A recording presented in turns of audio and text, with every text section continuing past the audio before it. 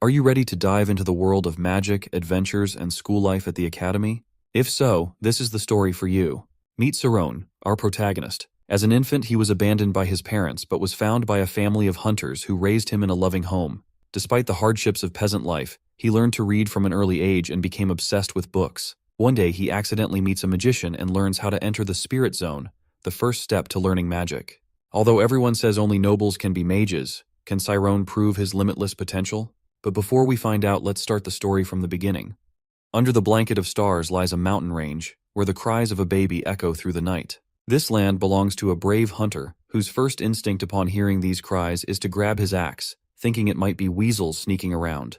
He's certain these critters have made a big mistake by targeting a hunter's cabin. He follows the sound of the cries around his house, and when he reaches the stable, he finds no one there except his horses. For a moment, he wonders if he's hallucinating. After all, ever since he and his wife learned they couldn't have children, he's been hearing children's voices. But it wasn't a hallucination. There in the pasture is a baby. He quickly picks up the child, and when he pulls the baby close, he can actually feel its heartbeat. At that moment, his wife arrives, shocked to see him holding a child. It's then that they both mutually agree that this child will be theirs. There is a famous tale of a mage who, with a mere motion of his hands, could summon a gust of wind that called the clouds to gather above. Soon, rain would pour down from the heavens, quenching the parched earth and making it glisten with life. The townsfolk would rejoice, their songs filling the air, for the mage not only brought rain but also protected the town from threats beyond its borders.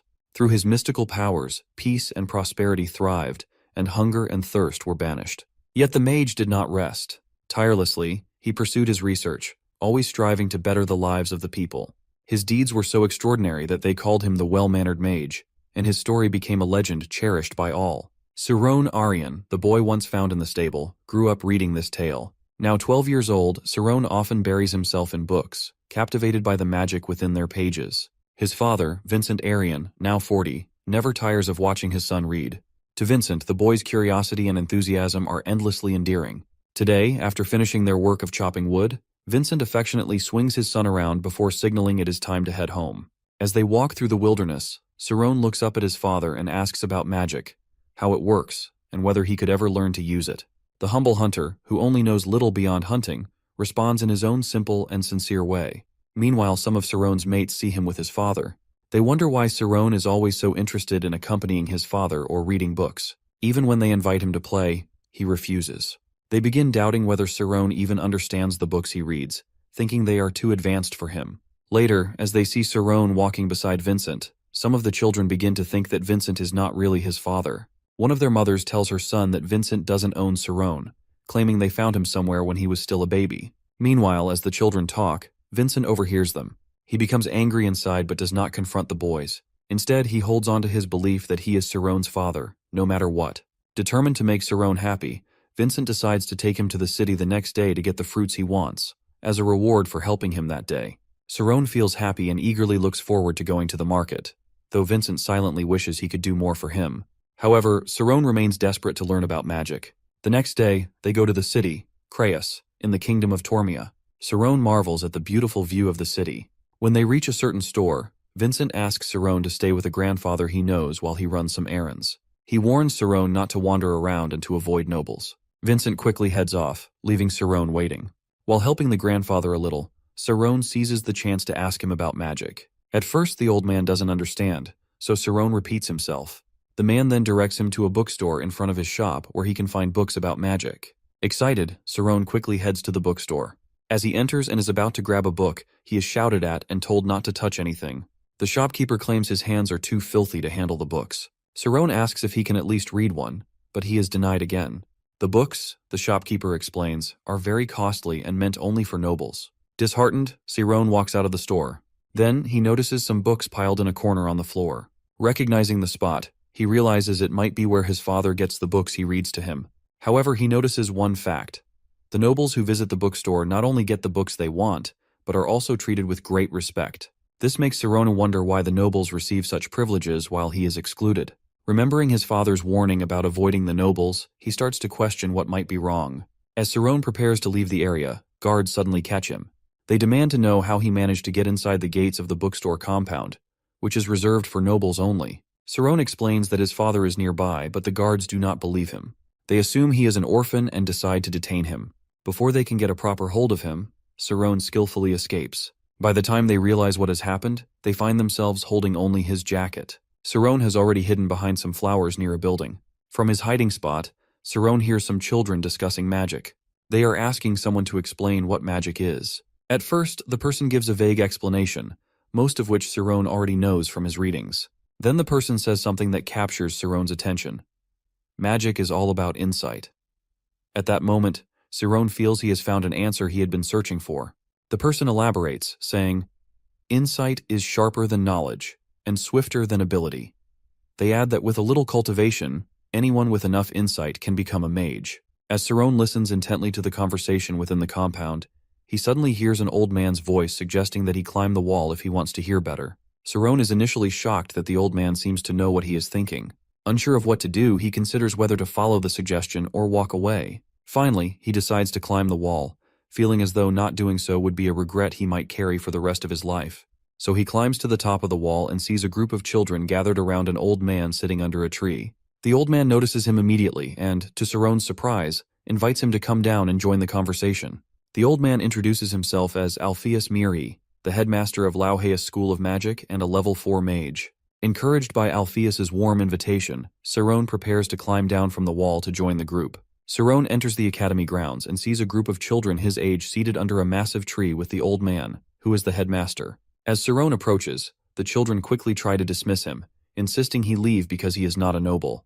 However, the headmaster, Alpheus Mirhi, intervenes, asking Saron to step forward and share why he climbed over the wall. Saron explains earnestly that he wants to see magic, admitting that he has only ever read about it in books, but has never seen it in real life. The children scoff, accusing him of lying, but Saron pleads with the headmaster to demonstrate magic. Alpheus agrees, saying he will call the wind for Saron.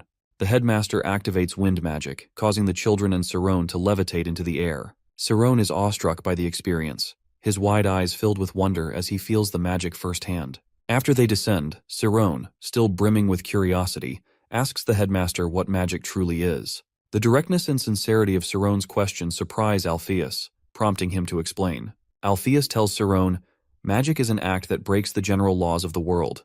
It is the mental application of exploring and uncovering the truths hidden in phenomena." Saron listens intently, then thoughtfully points out something he has noticed in the books he has read. He mentions that many great thinkers were persecuted for their unconventional ideas, only for those ideas to later become accepted as universal truths. He wonders aloud if the essence of truth lies hidden within such anomalies.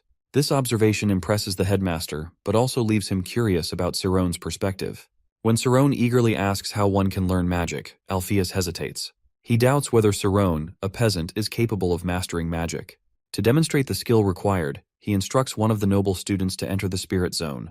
The student focuses deeply, entering an intensely sensitive mental state, and successfully guesses the number of coins hidden in the headmaster's closed hand.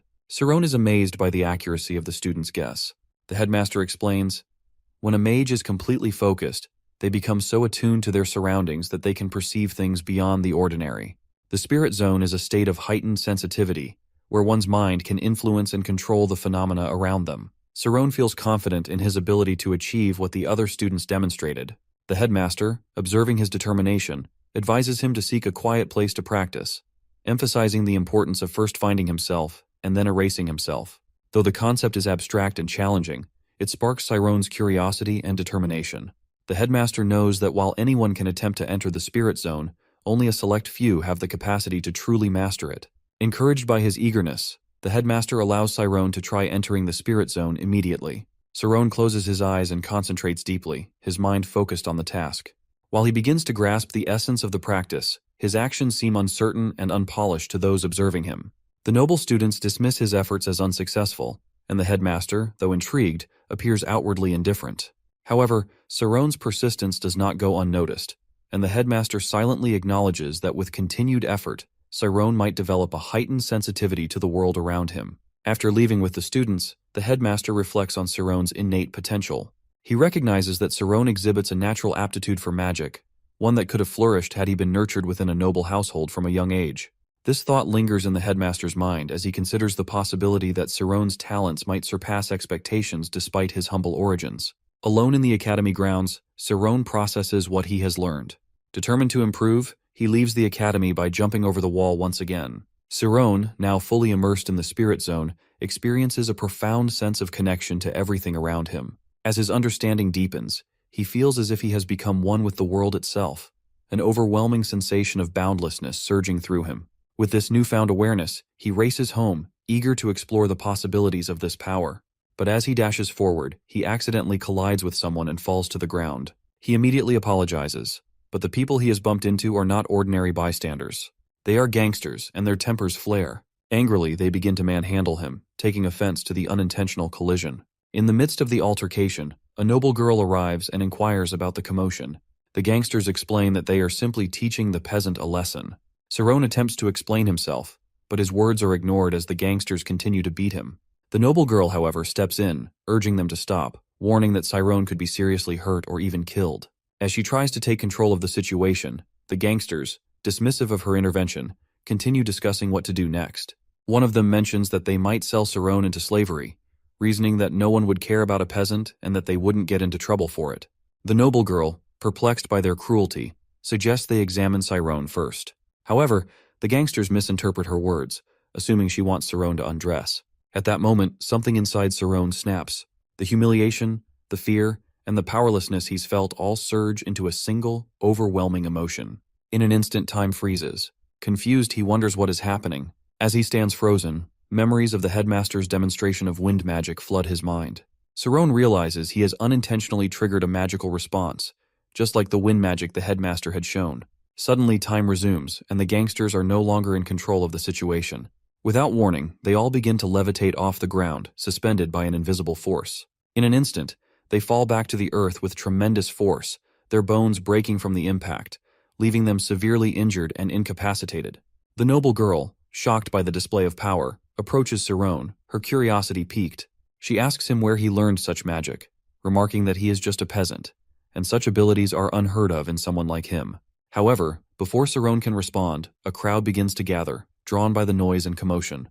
Realizing the danger of staying any longer, the noble girl quickly retreats, disappearing into the crowd. Saron, feeling the weight of the cold world around him, follows suit and runs away. As he moves through the streets, Saron cannot shake the feeling that the world is distant and indifferent. At the House of Karmas, known for its first-class nobility, the master of the house, Shakola Karmas, is reading the newspaper. He notices his daughter, the noble girl from earlier, entering the room. He looks up from the paper and asks why she has returned earlier than expected. She casually responds that she has learned everything she needed to know and that the class is no longer fun. With a shift in her demeanor, she then asks her father if he has any connections at the magic school, expressing interest in getting to know them. Vincent looks around anxiously for Saron, his concern growing when his wife informs him that Saron has gone to the logging area to cut wood.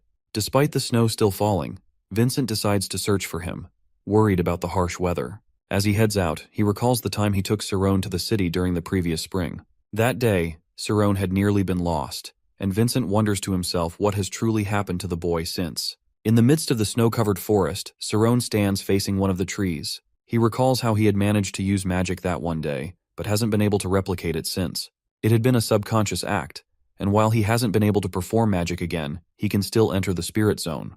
In this heightened state, he senses everything around him with sharpened clarity. His eyes land on a specific spot on the tree where light seems to shine the brightest, and instinctively, he strikes the tree with his axe. The tree breaks into splinters with the force of the swing, and Saron realizes that he has just knocked it down with a single blow. Unbeknownst to Saron, Vincent has been quietly watching from behind a tree. Shocked by the sight of what appears to be a thunderstrike, Vincent watches intently as Saron continues to chop, unaware of his father's presence. Saron, lost in his own thoughts, feels a deep need for knowledge. He decides to repeat his actions every day, determined to prepare for the moment when the opportunity to understand his abilities will strike again. 3 years have passed, and Saron has grown both in skill and understanding of his abilities. Now proficient in entering the spirit zone, he is able to connect with nature during his meditative sessions, feeling as though he has become one with the world itself. With his logs of wood in hand, he heads home, eager to return to the familiar routine. However, upon reaching his house, Saron notices an unfamiliar sight, a fancy carriage drawn by white horses, parked outside. Something is different, and his curiosity grows as he steps inside. Inside, his parents introduce him to a visitor, a well-dressed under-butler from House Oyent, a second-class noble family. His name is Temuran, and he has come to speak with Saron after hearing of his ability to read. Saron, confused, wonders why a noble's servant would be interested in him, especially since House Ogent is known for its high status. Timurin explains that he has a job offer for Saron, an opportunity to work for House Oyent during the relocation of their great library. This library, one of the largest in the region, contains nearly 10,000 books, many of which must remain strictly within the house's grounds. The process will take 2 years, with Saron and Temuran handling the sorting, while the heavy lifting is left to porters. Saron, surprised, realizes that this must mean House Ogent possesses a wealth of knowledge, particularly advanced knowledge of magic, which would be invaluable to him. But as Temuran speaks, Saron feels a strange tension, especially when the butler mentions that the only people aware of the library's relocation are his family. If even a single book leaves the grounds or if rumors spread of missing books, it could mean severe consequences. His family's lives would be at risk. Vincent, Saron's father, listens to the conversation with a quiet understanding. Timurin had initially thought that Vincent had sold Saron into this job for money, but Vincent denies it, insisting that he simply wants to give Saron a chance to achieve his dream. Timurin had once told Vincent that Saron should be allowed to read the books at House Oyent, which Vincent believed would help him pursue his aspirations. However, Temuran dismisses this notion, pointing out that Sarone won't be allowed to read all the time, and they won't be able to watch him around the clock. Frustration builds in the room as Timurin presses Vincent, questioning whether he had lied to Sarone about his future all this time. Vincent, deeply troubled by the situation, reflects on his role in Sarone's life. He feels a pang of guilt, knowing that Sarone isn't his biological son, but still recognizing the boy's potential. Vincent had always believed that Sarone must have noble blood, which is why he had asked Timuran to take him in, simply to give Sarone the opportunity to access the knowledge in the library. He had never cared about the money, but the reality of the situation begins to weigh heavily on him. In a moment of frustration, Vincent asks Temuran to leave his house, realizing that he made a mistake in involving his son in this dangerous situation. As Temuran prepares to leave, Sarone stops him, surprising both Temuran and his parents. With a calm determination, Sarone agrees to take the job offered by House Oyent. Temuran, though relieved, cautions Sarone once again, emphasizing the grave consequences if even the slightest rumor were to spread. He warns that Sarone's life would be over if anything went wrong. Sarone, fully understanding the stakes, assures him that he will be cautious and bear no resentment, even if things take a wrong turn. Temuran acknowledges Sarone's resolve and tells him he will come for him in a week's time. He warns Sarone that once he steps onto the grounds of House Ogent, there will be no turning back until the job is completed. With that, Temuran takes his leave. Vincent, deeply concerned, watches Temuran's departure, worried that Sarone may be walking into something dangerous. He expresses his fears to Sarone, suggesting that Temuran isn't looking for a worker, but rather a sacrifice. Vincent offers to help Sarone back out of the deal, but Sarone reassures him with gratitude. He thanks his father for the greatest gift he could have ever received, his unwavering support. Overcome with emotion, Vincent pulls Sarone into a tight hug, promising that he and his mother will always be there for him, no matter what happens. A week later, Sarone is ready to leave. Though he feels a twinge of hesitation at leaving his parents, he knows this is an opportunity he cannot pass up. He is about to enter a world full of powerful people, and while he's uncertain if he'll survive the next 2 years, he feels a sense of purpose stirring within him. House Oyent is located in Crayas Tormia, a city known for producing warriors of great strength and renown. The men sent to escort Sarone explain that the founder of House Ogent was a level 3 general, and the current master of the house, Sir Bishop Ogent, is a level 4 knight. Sir Bishop, they explain, controls the military might of the city, a powerful figure with immense influence. As Sarone arrives at House Oyent's great manor, he is struck by the sheer grandeur of it all. The estate, a symbol of second-class nobility, looms before him, its imposing structure and intricate design overwhelming. It is clear that Sarone has stepped into a realm far beyond his previous life. The servants' quarters and offices, where Sarone will stay, are located in a separate part of the estate. As he is escorted to his new living space, Sarone can't help but feel both awe and trepidation. The following day, Sarone is led by Temuran to the Great Library, a vast room filled with shelves upon shelves of books. Temuran explains the importance of the task ahead. All the books must be relocated to the new library, and Sarone will be in charge of classifying them. Temuran hands Sarone a list of books to be sorted each week, explaining that Sarone's role is to gather the books based on the list, ensuring they are properly categorized.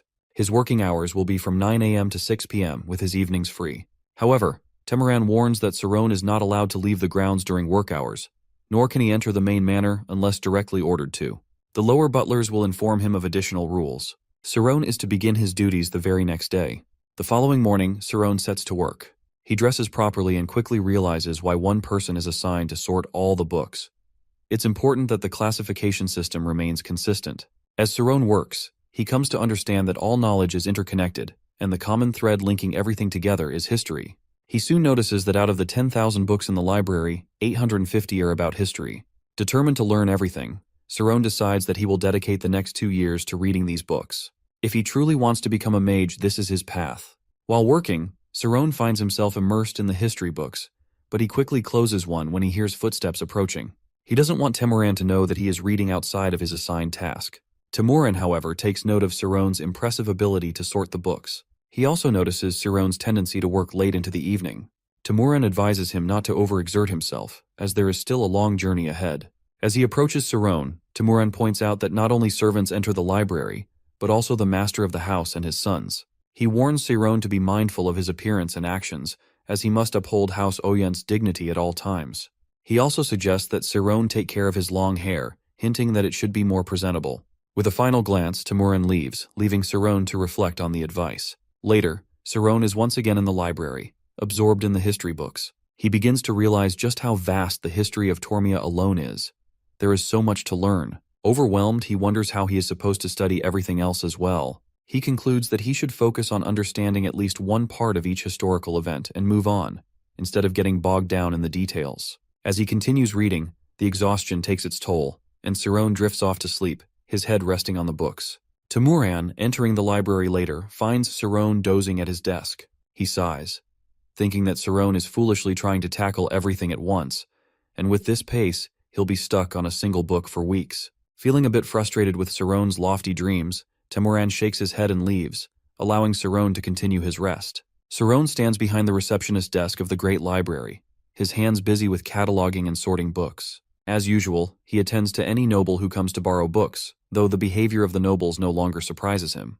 Despite knowing the importance of his job, guiding the books and maintaining the library's catalog, it still frustrates him that many nobles borrow books without returning them on time. They come back for more, holding their borrowed books as if they're entitled to them indefinitely. Yet Saron keeps his composure, focusing on maintaining his devotion to the job, even if it means dealing with the nobles' disregard for the rules. It has been over 3 months since Saron started working at House Oyent, and by now, the behavior of the nobles no longer phases him. What does surprise him is how much progress he's made in his studies. He's read over 80 books during his time here, and although it's still far from his goal of reading 1,000, he gains valuable knowledge every day. Saron realizes that studying history and the chemical knowledge related to magic will not only make him a better scholar, but also prepare him to be a stronger mage. The more he learns, the more he understands that a mage's power comes from knowledge and understanding. Reading about history gives him the foundation of events that shaped the world, while the chemical studies delve into the deeper workings of magic. It becomes clear to Saron that his goal isn't just to be a scholar, it's to become a mage, and reading is the key. However, he knows that not all scholars have the potential to become mages, especially those who can't access the spirit realm. Fortunately for Saron, his ability to enter the spirit realm gives him an edge that sets him apart from most scholars, making him more efficient and capable as a mage. This realization fuels his dedication to his work even further. One day, while attending to the usual flow of nobles entering the library, Saron notices a commotion. A young noble, Leon, rushes into the library, looking anxious and somewhat disheveled. As Saron instinctively observes Leon's hurried movements, he quickly senses that something is amiss. His intuition tells him that someone powerful is chasing Leon. Sure enough, moments later, Saron hears the heavy footsteps of someone approaching. It is Master Kate, Leon's sword instructor. Leon is easy to spot among the noble sons due to his striking blue hair, which stands out among the more common brown and black shades. As he rushes into the library, there is an air of urgency about him. He quickly approaches Saron, his face a mix of frustration and desperation, and without saying much, urges Saron to lie for him if anyone asks about his presence. Leon hides under one of the shelves, trying to avoid detection. Before long, the door bursts open with force, and Master Kate steps inside, his commanding presence filling the room. He demands to know where Leon is. Without hesitation, Saron points toward Leon's hiding place. Despite the danger of betraying him, Saron understands the rules of the noble culture. When serving someone of higher rank, like Master Kate, there is no room for disobedience. Saron helps drag Leon out of the library, and as he is pulled away, Leon throws a vengeful promise at Saron. He swears that for exposing him, Saron will regret it. Saron, however, remains firm in his decision, understanding that he had no other choice. The noble hierarchy demands obedience to those in higher positions, and Saron's status as a servant leaves him no room to defy the master. Leon is taken away, and rumors circulate that he is dragged to the mountains, never to return for months. The whole incident seems to fade, but the memory lingers in Saron's mind, knowing that Leon's anger is not easily forgotten. Months pass, and Saron remains focused on his work, his studies, and his duties in the library. But one day, as he is absorbed in his books, the door slams open with force again. To his shock, it is Leon, looking alive, but his eyes filled with a fierce determination. Leon approaches Saron, his presence heavy with intent, and it's clear he has come for one thing: revenge. Despite the months of intense training Leon must have undergone, Saron can still see the same fire in his eyes. Leon's resolve has not dulled, and now Saron finds himself face to face with the consequences of his earlier actions. He tries to explain his reasoning, but Leon's anger is palpable, and Saron feels the sting of being called a coward. Leon accuses Saron of betraying him out of fear, claiming that his actions were not justified. Saron stands his ground, though the words strike deep. He justifies his actions, explaining that he had only exposed Leon because he feared the consequences of angering Master Kate. But Leon is not interested in explanations. He demands a duel, a way to settle the score between them. He presents a wooden sword and declares that he will show Saron just how powerful he is. Though Saron is hesitant, he agrees, knowing there is no other way to resolve the tension between them. He's not a swordsman, and Leon's reputation as a skilled fighter weighs heavily on his mind. But Saron keeps his resolve, agreeing to let Leon have the first 3 strikes. The duel begins and Saron swings with all his might. But even with his initial advantage, he quickly realizes just how much stronger Leon is. His strikes are easily blocked, and the power behind Leon's defense leaves Saron struggling to keep up. Saron throws another swing with more effort than before, but as the wooden swords collide, they break with a loud crack.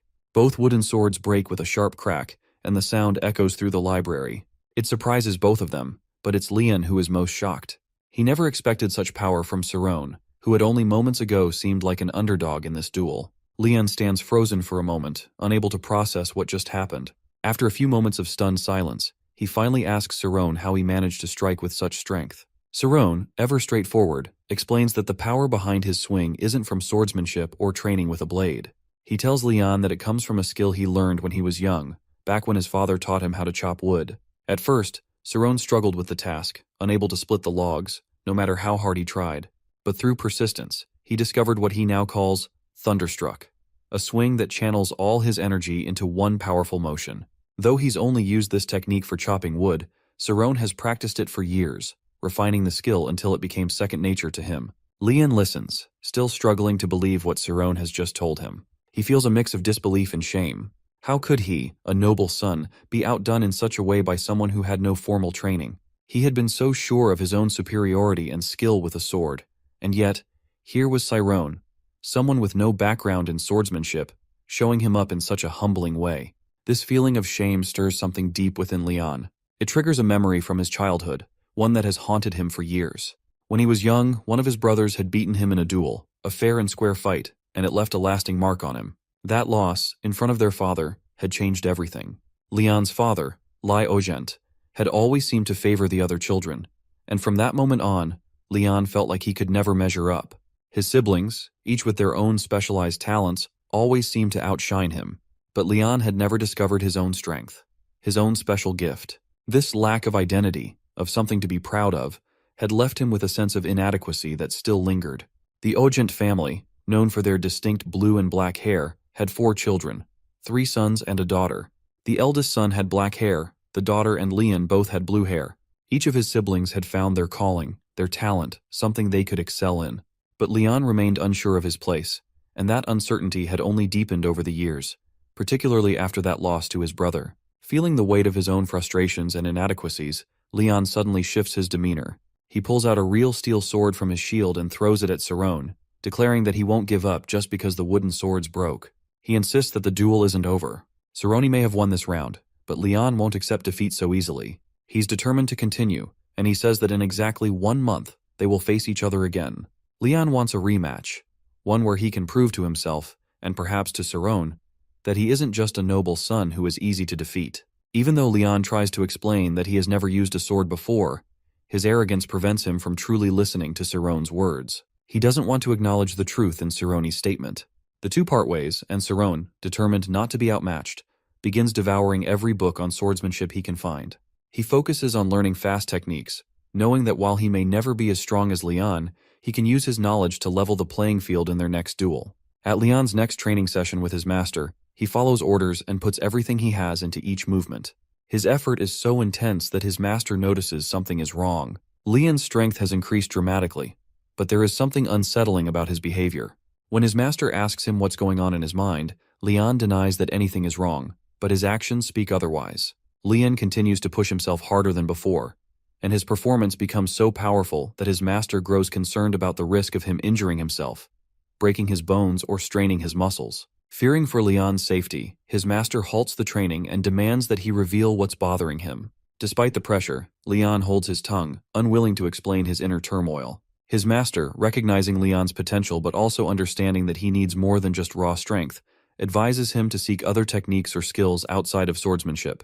He encourages Leon to find something that can complement his sword skills, something that makes it seem like he is striving to reach beyond his current limitations. Leon thanks his master for the advice, acknowledging that it is the best counsel he has received in years.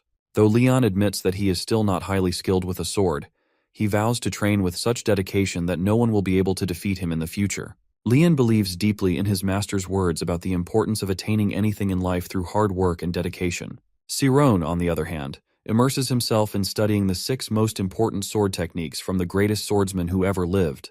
He is determined to make the most of his time in the city and to seize the opportunity to experience the real world. He has promised himself to do everything he can to grow stronger, understanding that every moment is valuable. Through his training, Siron realizes that there is a striking similarity between the worlds of swordsmanship and magic.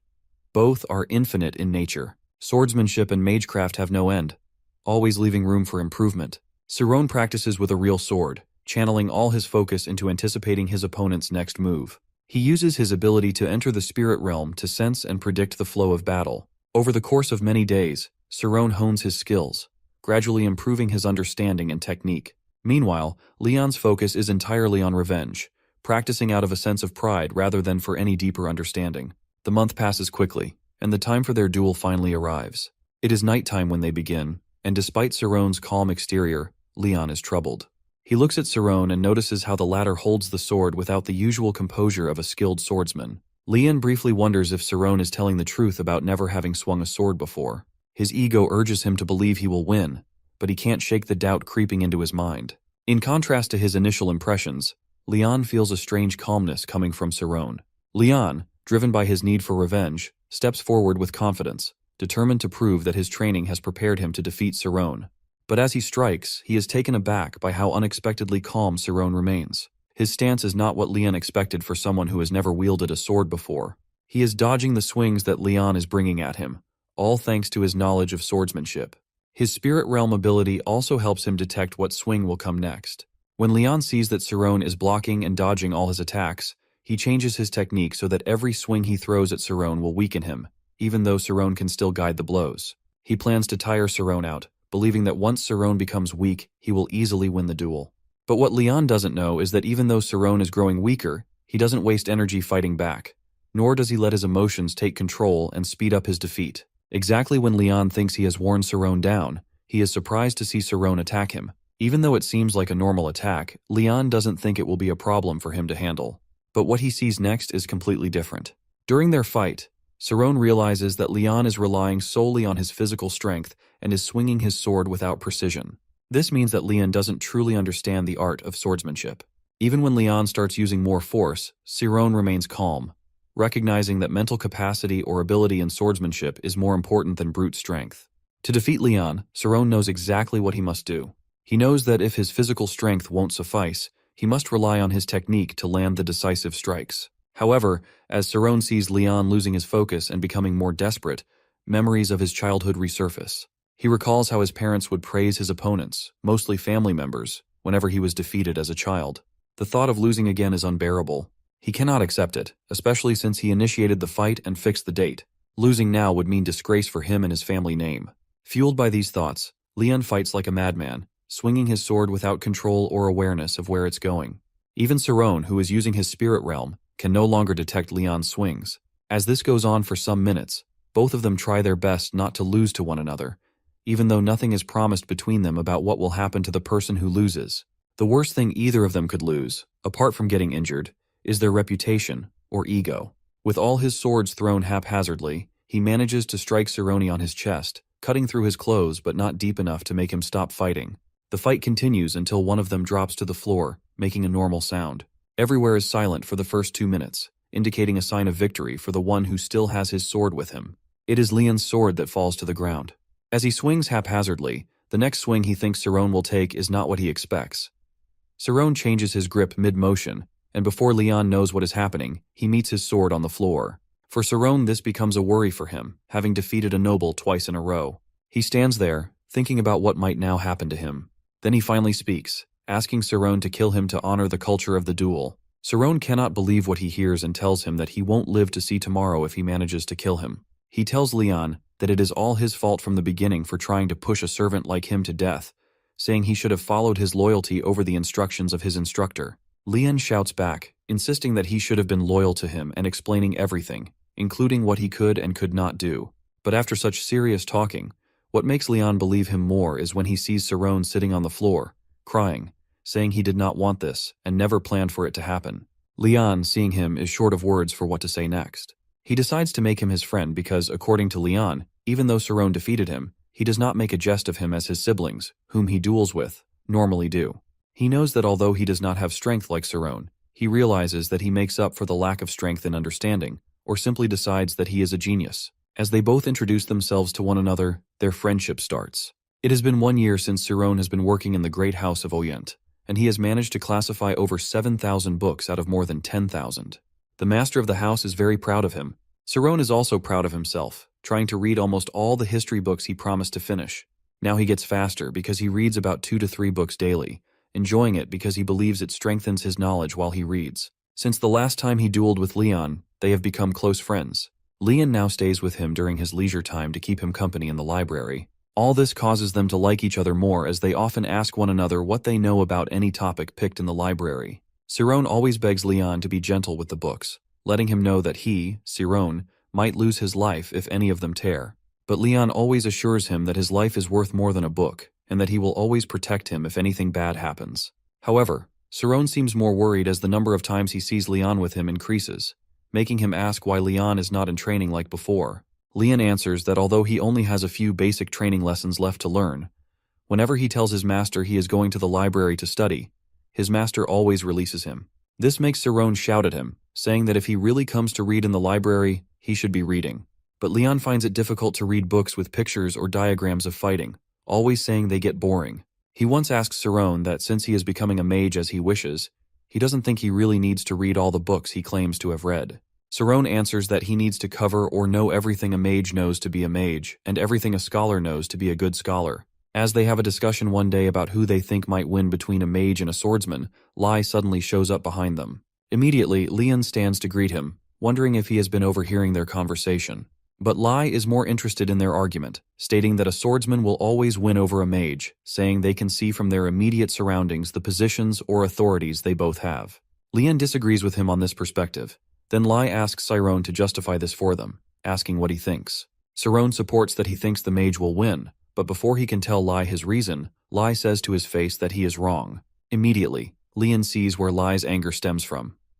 It is Lai who always makes him angry, because with Lai's rule, everything he says or does is the best, never considering other people's perspectives, always trampling on what he thinks is right. As Lai is about to leave, he turns to Leon, saying that although a mage could surely enter his spirit realm to fight, a swordsman could easily win if he has the armor of sin with him. It is an artifact that is anti-magic in nature. As soon as Cerrone hears the word anti-magic, he realizes he hasn't been studying it as much as he should. He's been too focused on the magic side, as if that alone will help him achieve his goal of becoming an all-around mage. With his aspirations of mastering scholarly skills, a bit of swordsmanship, and magic, he knows he must do everything required of him. He continues explaining the phenomenon to the group, saying, "Fighting a mage who has entered their spirit zone is like fighting a whale in the ocean. With the help of an anti-magic artifact, however, it's possible to counter any magic they cast, even from the spirit realm. If one get close enough, their magic becomes completely ineffective." Lai, who seems to be a fan of history, eagerly joins the discussion. He tells them that anti-magic artifacts are made from dragon hearts, which makes them extremely expensive. A single armor of sin costs as much as a year of the country's budget, he says, and its price isn't fixed. It fluctuates depending on demand. That's why only the extremely wealthy can afford it. The group is surprised when Lai adds, the first anti-magic artifact was actually created by a mage. Leon, skeptical, shakes his head in disbelief. But Lai continues, explaining that the mage was driven by greed and a desire to outdo his peers. This revelation irritates both Lai and Leon, who call mages pathetic for creating something that could be used against their own kind. But Saron, who has been silent for a few moments, finally speaks up. He explains, the anti-magic artifact was actually developed by a mage from the Magicians Association to bring balance to world power. Its purpose wasn't just to counter magic, but to ensure no one side could dominate. It's even used in mage schools to discipline students or in magic-forbidden areas to enforce rules. Lai, who usually looks down on Leon, feels like he's been lectured and humiliated. Frustrated, he can't handle any more of the conversation. He leaves angrily, muttering under his breath. Leon, on the other hand, can't hide his grin. For once, someone has managed to put Lai in his place, and it feels like a personal victory. Saron loves how Leon has made him lose his ego, even though Leon never meant for any of this to happen. 6 months later, as the newly relocated library is finally settled, with the book classifications completed 6 months earlier than planned, the master of the library admires their achievement. His assistant suggests that it might be best to extend his contract, one way or another. At the library, Leon bursts through the door, shouting as he approaches Saron that he heard all the books in the library are finally classified. Saron replies that he has also managed to read all the history books he had planned to. Then he surprises Leon by asking if he could visit Leon's house before they part ways. Leon is stunned. After being friends for almost a year, he admits he's been waiting for Saron to ask. He agrees and leads him there, assuring him not to worry as everyone is out and won't return until night. Walking through the corridor of the house, they arrive at Leon's room, the smallest one, as he is the youngest in the family. The room is messy, just as one would expect for boys their age. However, it's filled with an impressive collection of swords, ranging from wooden ones to steel. After exploring the house, they return to Leon's room and begin playing cards. As usual, Saron wins every round. Frustrated, Leon accuses him of using his spirit realm abilities. Saron laughs and explains that he doesn't need those powers. He simply observes Leon closely. He advises Leon to see the whole picture, not just parts of it. Intrigued, Leon asks if such a skill could work in a schema. Saron confidently replies that if it works in the spirit realm, it should work in the schema as well. Eventually, Leon falls asleep. Saron picks up a fiction book, saying he's tired of reading history for now. As he walks down the corridor, he hears the sound of a piano. He knows only 2 people in the area play the piano, and one of them is Leon's sister. Curious, he peeks into the room, not realizing she has already noticed him. When she asks if he likes her playing, he replies, surprised, that he does. She introduces herself and asks who he is. Saron explains, and she praises him for his diligent work at the library. She then asks if he has ever played the piano before. When he admits he hasn't, she insists on teaching him. Saron recalls what Leon told him about her being mean and foul-tempered, but he decides not to let it discourage him. As she invites him to sit beside her, he resolves to see where this unexpected moment takes him. Saron is surprised, feeling reluctant to sit with her. She assures him there will be no trouble, as she has given him permission to join her. With her assurance and the opportunity to sit at a piano, something he doesn't know when he'll encounter again, he finally agrees, though hesitantly. She begins by explaining what each key represents. Saron, being who he is, knows that all he needs to focus on is ensuring the resonance feels right. After listening carefully, he asks if he can try playing with what little she has taught him. To her astonishment, his attempt is more than just passable. Though not perfect or expert level, his playing is impressive for someone touching a piano for the first time. Lena claps for him, genuinely surprised by his talent.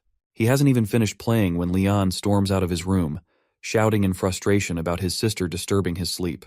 But as soon as he notices Saron at the piano, he freezes, unsure of what to say. Saron apologizes for disturbing Leon's rest, but Leon immediately demands to know how Saron knows his sister. Saron calmly explains what happened. Leon then introduces Lena to Saron, explaining how the two of them have been close friends for over a year.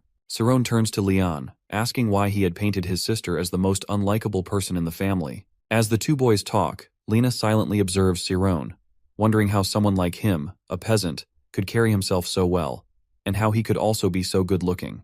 Finally, she asks Saron how he managed to play so well.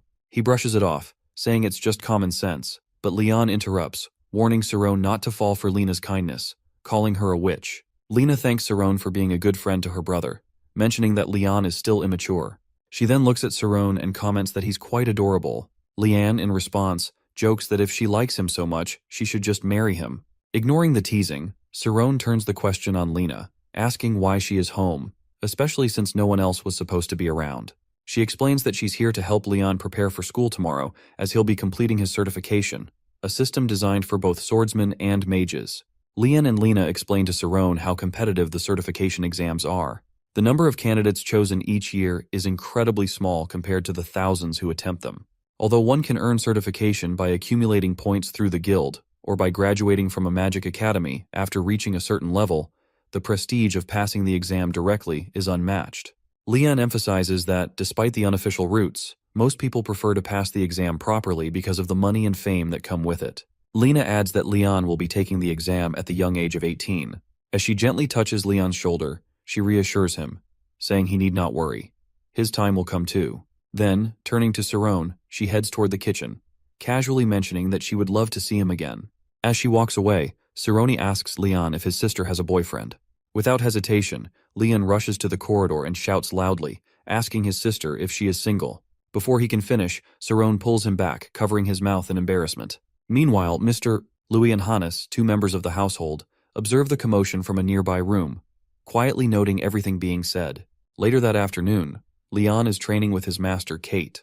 Kite is deep in thought, strategizing how to help Leon refine his schema abilities, when a servant rushes up, saying that Lena urgently wishes to see Leon. At first, Leon is reluctant, but when the servant mentions Saron, he immediately asks his master for permission to leave, promising to apologize to his father later for Saron's sake. Meanwhile, Saron finds himself escorted to the front of the head of the family.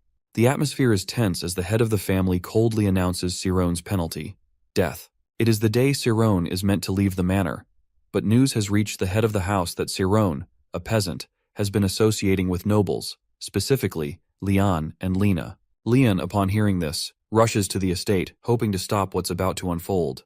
In the grand hall, Saron kneels, overwhelmed by the turn of events. The head of the house stands before him, emphasizing how unacceptable it is for a peasant to befriend nobles. This is a well-known law, and Saron's mere presence in such a company is seen as an affront to the family's honor. Lena and Leon sit beside their father, watching in silence. Lena, deeply concerned, tries to convince her father to reconsider, sensing there is more to Saron than he knows. She believes there's something vital about him that her father should understand, but her pleas are ignored.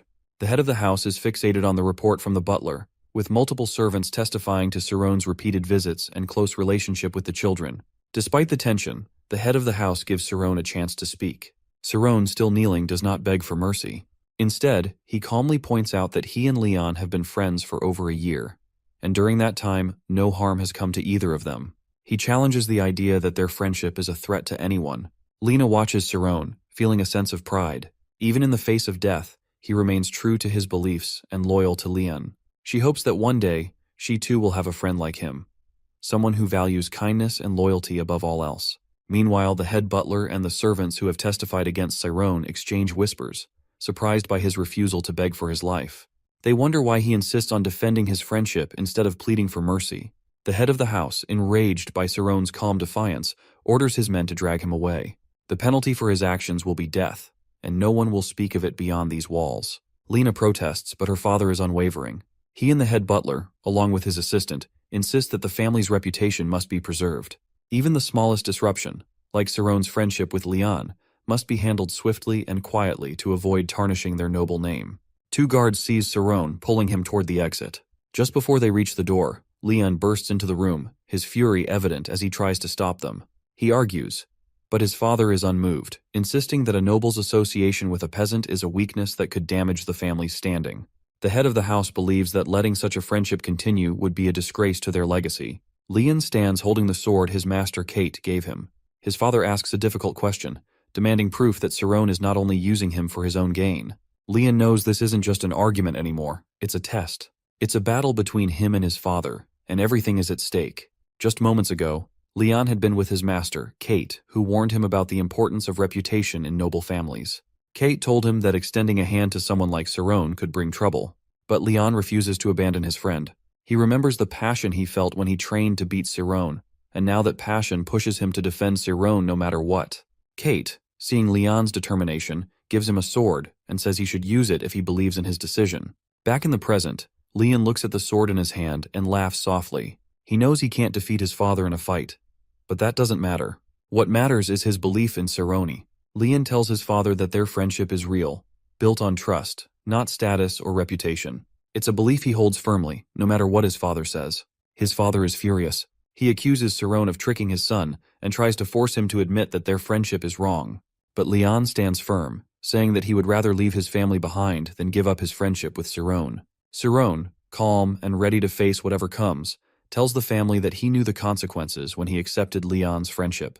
He is willing to face death for it if necessary. The servants watch quietly, moved by the loyalty and bravery they see in Leon and Cerrone. They understand that what they are witnessing is true friendship, stronger than anything society or family can tear apart. Suddenly, the grandfather's voice echoes from upstairs. He remarks that it has been a long time since he saw something like this, calling it the joy of youth. The children smile, comforted by his words, even in the middle of such a tense situation. Lena is the happiest person in the room. She feels that things will turn out well now that her grandfather is back. Her father is surprised to see him here at this time and asks why he's around. The grandfather, Klump Oyent, explains that he went to visit a friend but had to come back because his friend seemed to enjoy the company of his new wife more than his own, so he returned home. Cerrone is surprised when he sees Klump for the first time. He's a well-known man, the former head of the house, and the general of Tormia. He is a level 3 swordsman and looks to be in his 30s or 40s, tall and fit. He sits down in a chair and says he's excited about what's happening.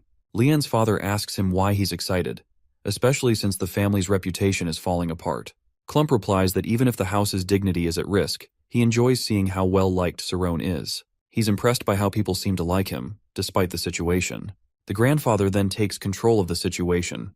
He calls on all of his grandchildren to speak, starting with the eldest, Lena. She says that she supports both Leon and Cerrone. Even though she just met Cerrone the day before, she sees that he is a very talented person with many good qualities, and she disagrees with her father's decision to have him killed. Next, it's Lai's turn. Before anyone can say anything, Lai speaks up. He calls Cerrone a fool, which makes their father happy because at least someone is supporting his side. But then Lai continues, saying that what Cerrone and Leon are doing doesn't concern him. Although he doesn't like Cerrone, he just wants to let things play out so that their sister can take him to the palace for his exam. In other words, Lai is neutral about the situation at hand.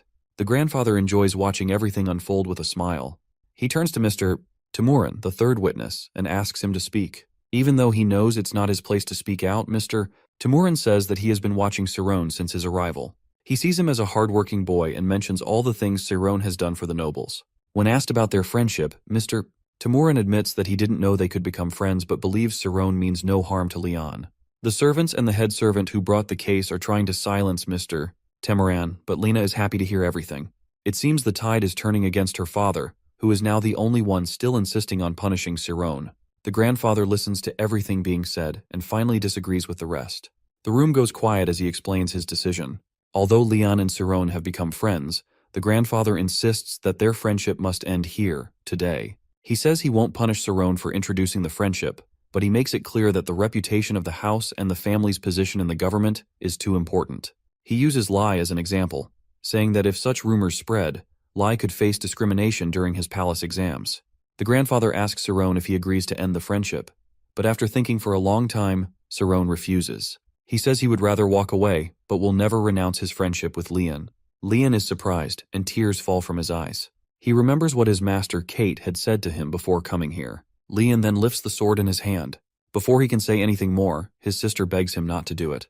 But Leon continues anyway. He drives the sword into the ground, declaring that from this day forward, he will serve Cerrone and be known as Cerrone's sword. Everyone is shocked, and a bit of commotion follows as the family reacts to this unexpected declaration. What Leon has just done is a big deal. It's a practice that dates back to the kingdom's early days, when smaller kings formed alliances with the head king through something called the Knight Oath. This oath was a long-standing tradition, and it has been respected by noble families ever since. Even Leon's master, who gave him the sword, is at a loss for words, knowing he has caused an unexpected problem. The grandfather wastes no time. He stands up and tells Cerrone to take care of his son. He orders the servants to bring Cerrone's parents to explain everything that has happened. The grandfather says that since Leon and Cerrone have sworn to be best friends for life, there's nothing more to be done about it. Now, inside Leon's room, Leon is happy. He feels like he was able to convince them. He says he doesn't regret swearing loyalty to Cerrone. His sister enters the room and tells them about the family's next plan. They are both going to be sent to a private school for swordsmanship. This means Saron is officially part of the family now. At first, Leon doesn't like the idea of going to the school, but his sister explains that it's the situation they've been given, so they must accept it. He then tells Lena that Saron really wants to be a mage, not a swordsman. Lena laughs and says that it sounds like Saron was beaten by a mage. This makes both Lena and Saroni laugh, and they send Leon out of the room. She sits down and asks Saron to explain how he managed to beat Leon. Saron tells her that whenever he's in the spirit realm, his senses are heightened, allowing him to predict Leon's next move. She then mentions that she's heard the spirit realm can increase a person's power based on their concentration. As she's about to leave, she looks at Saron and wonders to herself if he'll ever have a girlfriend, seeing how shy he is when talking to her. She decides to help convince their grandfather about Saron's desires, but she makes it clear that it won't stop them from attending the swordsmanship school. She also tells Leon that his master, Kate, has ended his contract with him the day before. Later, Saron's parents arrive, and the servants call him Master as he rushes downstairs. He's surprised and tells them that it's fine for them to just call him by his name, but they insist they can't risk losing their heads. When he opens the door to the reception area, he sees his parents. They hug him tightly, showing how long it's been since they last saw each other. Saron notices they seem much thinner than before and wonders if they've been going without food, fearing that they thought he might not come back alive. But his parents assure him that it's just their age, and they've been eating plenty. He explains everything that happened between him and Leon, the son of the noble family. His father struggles to believe that a noble would do something like sponsor a peasant, and he even wonders if Saron is being coerced. His wife steps in, telling him to stop doubting their son and that she believes what Saron is saying. As they continue catching up, the servants announce that the master of the house has arrived. He comes in with Lena and Leon, and they all introduce themselves, starting with the master of the house. Each of them states their position. Saron's parents quickly jump to their feet, showing great respect, bowing their heads in return. Without further introduction, the master of the house asks if their son has told them everything that's going on. Saron's father shouts in disbelief, confirming that it's true. Now they are at dinner, and Saron's parents are allowed to sit with them as one family. It's the first time his parents are eating such food, but they manage to get through it with the help of the servants, who teach them how to use the cutlery properly. When they finish eating, Saron's father thanks them for their support all this time. He asks them to confirm everything their son has told them, just to make sure it's exactly as he said. The master of the house then tells them about the plan to send Saron to the swordsmanship school, but they won't pay for any of the expenses. However, they will allow him to use their honorific. They also discuss Saron becoming a mage, explaining that the best way to do so quickly is to attend one of the 5 top magical schools. With their reputation, they don't expect it to be a problem for him to get in, and if he graduates, he will officially become a mage. Saron's parents can't believe what they're hearing. It feels like a delusion for someone like him to become a mage. The master of the house explains that the real challenge is getting Saron into such a prestigious school. To use their honorific, he'll have to sign a paper stating he's an Ogent, even if it's only on paper. This will ensure that he won't face any problems when he arrives at the school. They reassure Saron's parents that they're not taking their son away from them. Vincent, Saron's father, is at a loss for words. He doesn't know what to do with the paper and pen in front of him. To his surprise, Saron stops him, holding his hand back and saying that he won't let his parents sign something like that. He declares that he will always be their son. Saron says he won't go, even if it means losing his dream of becoming a mage. He chooses to remain a peasant, despite his grandpa's efforts to convince him otherwise, arguing that a peasant doesn't become a mage. Saron replies that his ability to read and where he is today is because of his parents, who taught him how to read.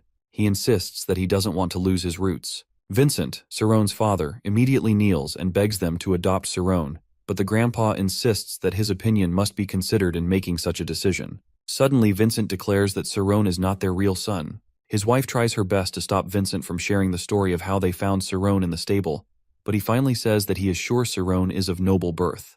He believes it's best to adopt him and return him to where he truly belongs, among the nobles. Everyone, including the grandpa, is astonished by what Vincent has just said.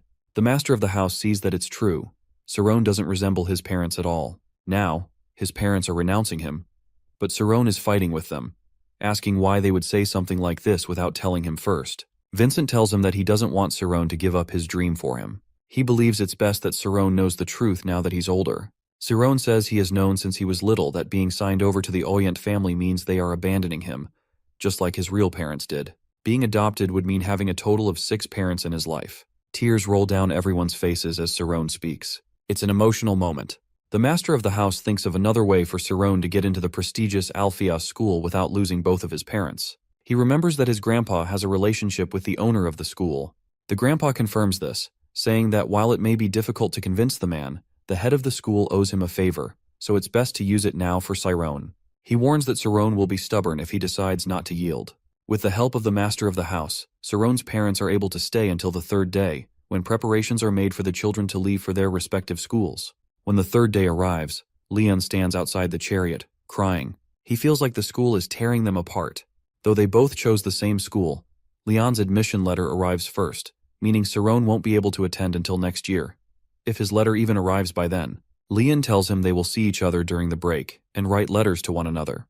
He tells Leon that he must make sure to become a mage, no matter what situation he finds himself in. As they finally separate, Leon keeps calling Saron's name as the chariot drives away. Lena says she loves the way he holds on to his ideals. She wants to tell him something, but then she realizes that once Saron graduates, he will be in a world of magic. Grandpa Ogent is at the school, trying to convince the head there about Saron's case, even reminding him of the favor he owes him. However, the master, an old man, plays hard to get. Grandpa Ogent convinces him by describing how good Saron is, and how he reminds him of himself when he was younger. The master finally agrees, asking why Saron hasn't applied like a normal student. Grandpa Ogent explains that Saron isn't of noble birth, but the master asks if the boy has blind hair and blue eyes. Grandpa Ogent is surprised by the description and asks if the master has seen him before. He says no, but something comes to his mind. He tells the master of the school how he was able to convince him and his household to like him, and how he rejected their proposal when he was offered to become a noble. The master says this means Saron understands the law of nature, cause and effect, and even as a grandmaster of swordsmanship, he knows that such knowledge in Saron is rare. The master also says that Saron reminds him of Grandpa Ogent when he was little, because he too never compromised when he was young. They both continue talking about their pasts, saying that the master never wanted any boy to become like him when he was younger, which is why he built the school, to guide talented people with magic so they don't go down the wrong path. He tells Grandpa Oyent about the country's future, saying they will truly need someone like Saron. Now the master finally admits that he had seen Saron before when he was 4, and Grandpa Ogent says maybe it's fate that Saron has come to learn under him again.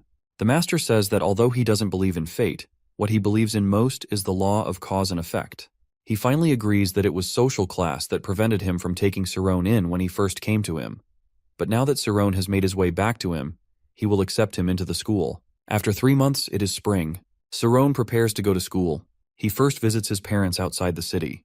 Both parents hug him tightly, telling him how proud they are of him. Even Grandpa Ogent asks his parents to come live in the city, offering one of their free houses. His parents don't tell anyone in the village about him getting into the magic school, which will be called Town City. Saron gets back into the chariot and heads to school. He finally arrives at the school, a massive house built one upon another, adorned with many decorative statues. Mr. Tamura, who has accompanied him there, tells him that all his admission fees and whatever he needs will be paid in due time. All he needs to do is study hard enough to make both his parents proud. There are other students around Saron who are about his age, also arriving at the school for the first time. As they gather, Saron bows to thank Mr. Tamura. Mr. Tamura smiles and leans in to tell Saron a secret to help him survive at the school. He warns Saron that since he is not a noble, others will likely try to frustrate him. He tells Saron to ignore them, because this opportunity to attend such a prestigious school is a rare chance, 1 in a million. Mr. Tamura leads Saron through the halls of the school as they make their way to registration. The school is known as the Cradle of Genius, a place where only the best succeed. As they enter a corridor, Mr. Tamura tells Saron to wait for someone to come pick him up. While he waits, Saron looks at the school's notice board. It lists about 30 seniors in the upper class, but only 10 of them graduated last year.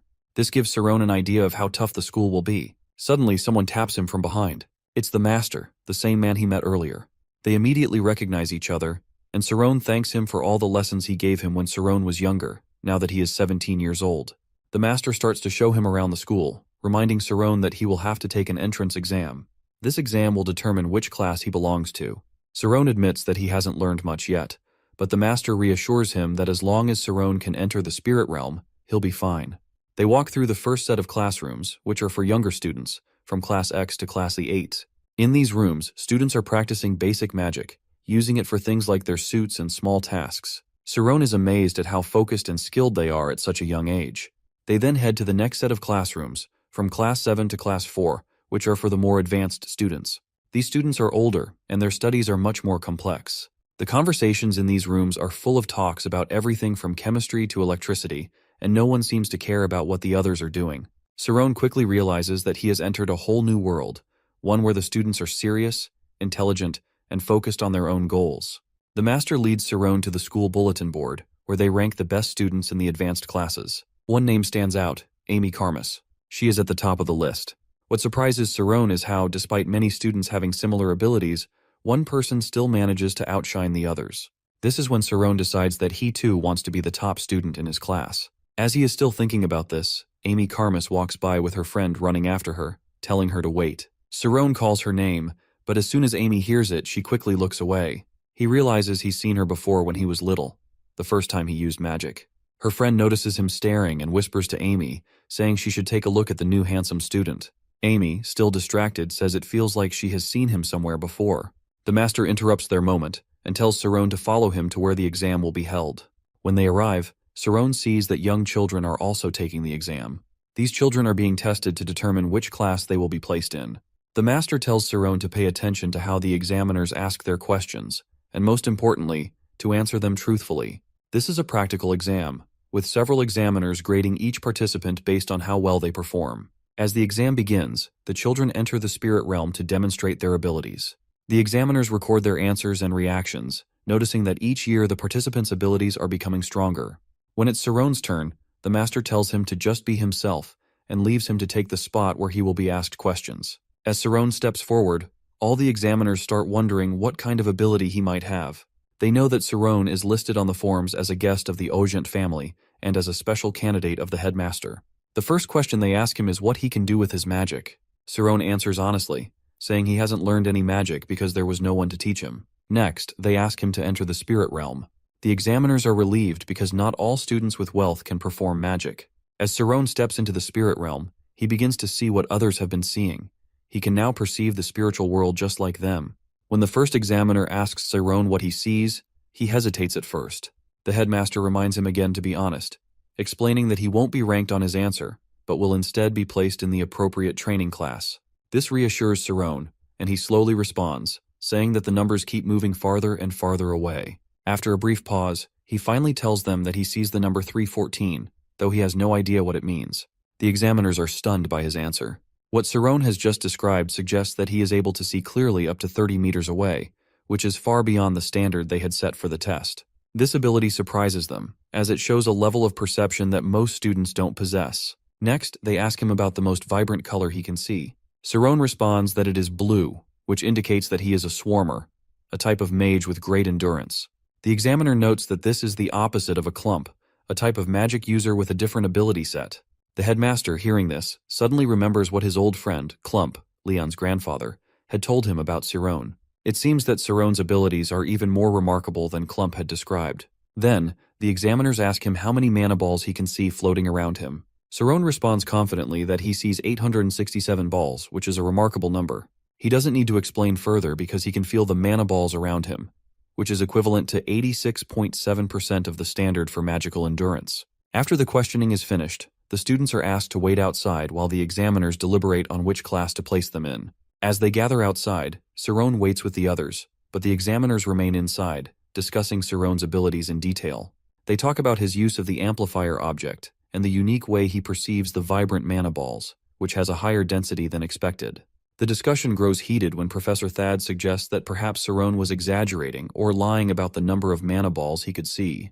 He points out that someone who cannot perform any magic yet somehow sees so many mana balls might be lying, as students typically need significant training and meditation in the spirit realm for their abilities to manifest and become more visible. A female examiner adds that, even if Saron were lying, a student who cannot back up such claims with actual magical ability won't be able to keep up with the class he's placed in. One of the other examiners jokes, asking if Saron is training to become a monkey, suggesting that his claims may just be attempts to show off. The debate continues for a while as they try to decide the best class for Saron. Eventually, the headmaster enters the room and asks what they've decided. Professor Thad firmly suggests that Saron should be placed in the fundamental class, where he could receive basic training and develop his abilities gradually. However, another examiner, recognizing Saron's potential, suggests that he should be placed in Class 6, a higher-level class for students who show significant promise. Thad stands by his opinion, arguing that placing Saron in Class 6 would be a mistake. He believes that being in such an advanced class could inflate Saron's ego, leading him to become overconfident and causing potential problems with his training. He insists that Saron should start from the basics and prove his abilities through hard work and dedication. After much debate among the lecturers, each of them wanting to train Saron due to his apparent potential, the room grows louder with differing opinions. Some argue that his natural talent should place him in an advanced class, while others worry that he lacks basic training. The disagreement is interrupted by the voice of an older woman in the back of the room. She calmly suggests that although Saron is indeed gifted, he still lacks the fundamental training that would make him truly ready for more advanced classes. She proposes that he should be placed in Class 7, where he can be observed for a while. If his progress is as expected, he could be promoted by one class, eventually finding a suitable class that matches his abilities. The headmaster, after considering this suggestion, agrees with the older woman's assessment and supports placing Saron in Class 7. The school's structure is divided into 3 parts, with a total of 10 different classes. Classes 10 to 8 are for novice students still learning to enter their spirit realm, while Class 7 to Class 4 are for students who are learning the basics of magic and how to connect with their spirit zones.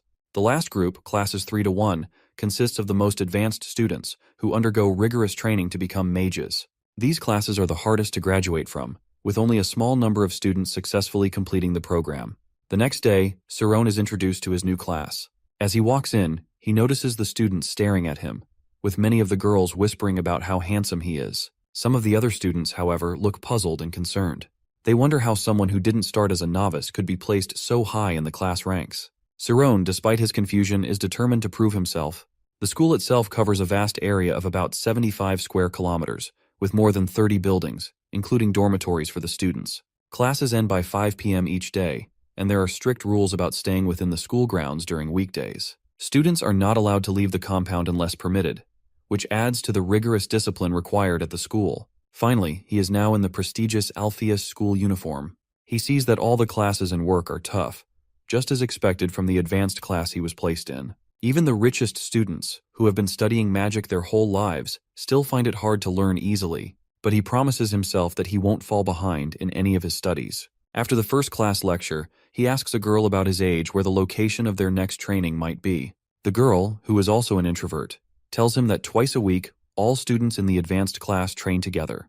When training time comes, the girl saves a seat for him. As he sits down among the crowd, he notices that when Amy, a fellow student, enters, all the students start looking at her. Even Saron guesses that she might be transferred to a higher class soon. He tries his best to avoid her due to their last encounter. The teacher finally enters the training hall, which is bigger than a regular classroom. The teacher, a female named Itala Romi, will be their exclusive spirit teacher. After introducing herself, she tells Saron to stand and introduce himself to his fellow students. As soon as he stands, all the students, especially the ladies, start looking at him. When he introduces himself, a round of applause follows, and he is overwhelmed by it. Amy and her close friend are among the students. Her friend points him out, saying he was the one she was talking about yesterday when the headmaster was showing him around.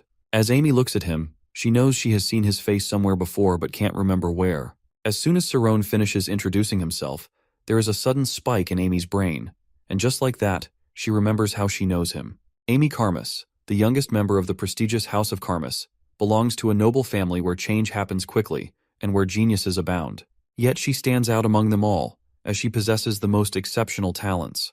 The Karmas family is known for their unique ability called the Red Eye, which allows them to absorb knowledge effortlessly, making their learning far easier than that of other humans. Amy has always been able to do as she pleased, until one day she met a boy in an alleyway, Saron. That encounter marked a turning point, leading her to return home. Now, as Amy watches Saron, she suddenly recalls the boy's face. Her mind races, trying to piece together how and where she knew him. She doesn't even realize when she blurts out, "What the hell?" Her friends ask why she said that, but Amy lies, claiming it was just because she was bored. However, as her friends turn away and continue talking, Amy's concern deepens. She knows her brain doesn't deceive her, and she cannot shake the feeling that Saron's appearance at the school is no coincidence. As she ponders, she begins to question how Saron managed to get into such a prestigious school. From that moment, she mentally classifies him as someone who is not a noble. What worries her more is her past, a past she never wanted to resurface. With Saron now here, she feels the weight of that past, knowing she must do something about it. She is left staring at him, unsure of what to do next as she recalls the memories that have been buried for so long. It was years ago when Amy, accustomed to doing whatever she liked as a noble, would move about with thugs, harassing anyone, especially peasants, on the roads. One of those peasants was Cerrone, whom she ordered her thugs to tear the clothes off just so she could examine him. But now, since being at the school, Amy has built up a strong, hard exterior, dismissing any man who tries to approach her or befriend her. What worries her most is that Cerrone might expose her past, a past she deeply regrets. She used to enjoy being surrounded by men, but now, with everything at stake, she fears what Cerrone might reveal. The teacher finally begins the lecture, explaining how students can shift their spirit zones into different forms to strike a specific target. She demonstrates by hitting a target in class, much to the surprise of many students in Class 7. Cerrone feels grateful to finally witness real magic being practiced and taught. The teacher refers to this technique as the Spirit Zone Quaternion, which consists of 4 forms: defense, attack, cross, and schism. She elaborates on each form. For defense, she explains it takes the shape of a diamond. Attack is versatile, enabling a variety of offensive strikes from different angles, while the cross form allows for combat from multiple directions. The final form, schism, is the most challenging, as it is specialized for certain mages due to its unique nature. The teacher then demonstrates the schism by creating a spirit realm, and to everyone's amazement, she separates her body from her mind, walking outside her spirit realm. This revelation astonishes the entire class, as it defies their understanding of the connection between the mind and body. The teacher emphasizes that the schism form allows mages to attack enemies from all directions, making it highly effective but difficult to master. She adds that students in Class 5 will find it challenging, and that only those who can successfully perform the schism will be allowed to advance to the next class. After explaining the concepts, the teacher asks for a volunteer to demonstrate any of the forms she has taught. When no one steps forward, she calls upon the top student from Class 4, none other than Amy. The moment her name is called, the students, especially the girls, begin to clap in admiration, as Amy has always been the one to help the lecturer with demonstrations. She is known for her humility, often making the boys appear as though they don't know anything compared to her skills. However, to everyone's surprise, Amy doesn't stand up proudly as she usually does. Instead, she hesitates, feeling reluctant to leave her seat. Amy finally challenges herself and steps forward, demonstrating the cross form with ease. She effortlessly hits all her targets in a matter of seconds, and the class bursts into applause. Her movements are graceful and elegant, and the students sitting behind Cerrone whisper among themselves, admiring her precision and composure. Some even wish they could be her friend, knowing they could never match her knowledge and skills. Cerrone, however, remains focused on her, his thoughts drifting to when he last saw her with the thugs. He wonders how someone of her noble status could have been involved in such actions. Amy completes her demonstration of the cross form in just 20 seconds, showcasing her exceptional abilities. As she turns to return to her seat, she unexpectedly glances at Cerrone. The entire class notices the brief eye contact, and many start to wonder if they've seen each other before. Cerrone, now certain that she is the same girl from his past, confirms it in his mind. As their gazes meet, Amy quickly looks away, feeling embarrassed for having even glanced in his direction. She tries to blame her nerves, focusing on returning to her seat. But deep down, she's preoccupied with how to prevent him from revealing her past. She reassures herself that, as the top student, no one would believe a newcomer like Cerrone over her, even if he did speak out. The class is then instructed to leave their seats and practice at the center of the room, which is large enough to accommodate everyone. The teacher tells Class 7 to start with the defensive shape, while students from other classes are given different forms to practice. Cerrone attempts to shape his zone, and when he finds it easy, he asks the teacher for permission to use the magic circle, which helps measure one's spirit meter. The teacher, somewhat impressed by his confidence, grants permission, thinking to herself that Cerrone must have some nerve to ask for this, especially as a Class 7 student. As soon as Cerrone enters the center of the room and activates his spirit zone, the readings show an impressive 20 meters, which astonishes all the students watching. He notices that the smaller the circle, the more it drains his mental capacity, so he increases it to 41 meters. With control over the center, he begins to shape the defensive form he wanted to try. Within his diamond-shaped spirit realm, which he calls Jewel, he creates a perfect defensive structure.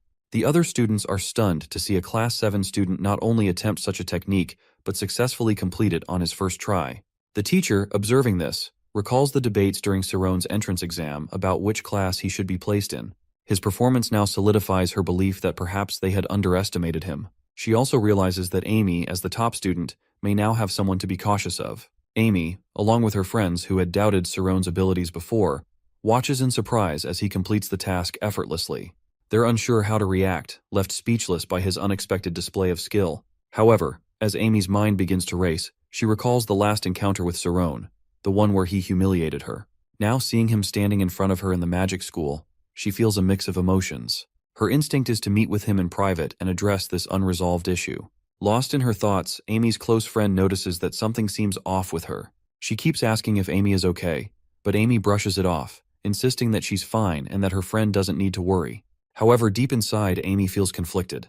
Her mind is filled with plans to handle the situation with Cerrone, but she remains uncertain about how to approach him. After Cerrone successfully completes his defense, the readings are displayed. His diameter is 41 meters and his defense is 10 meters.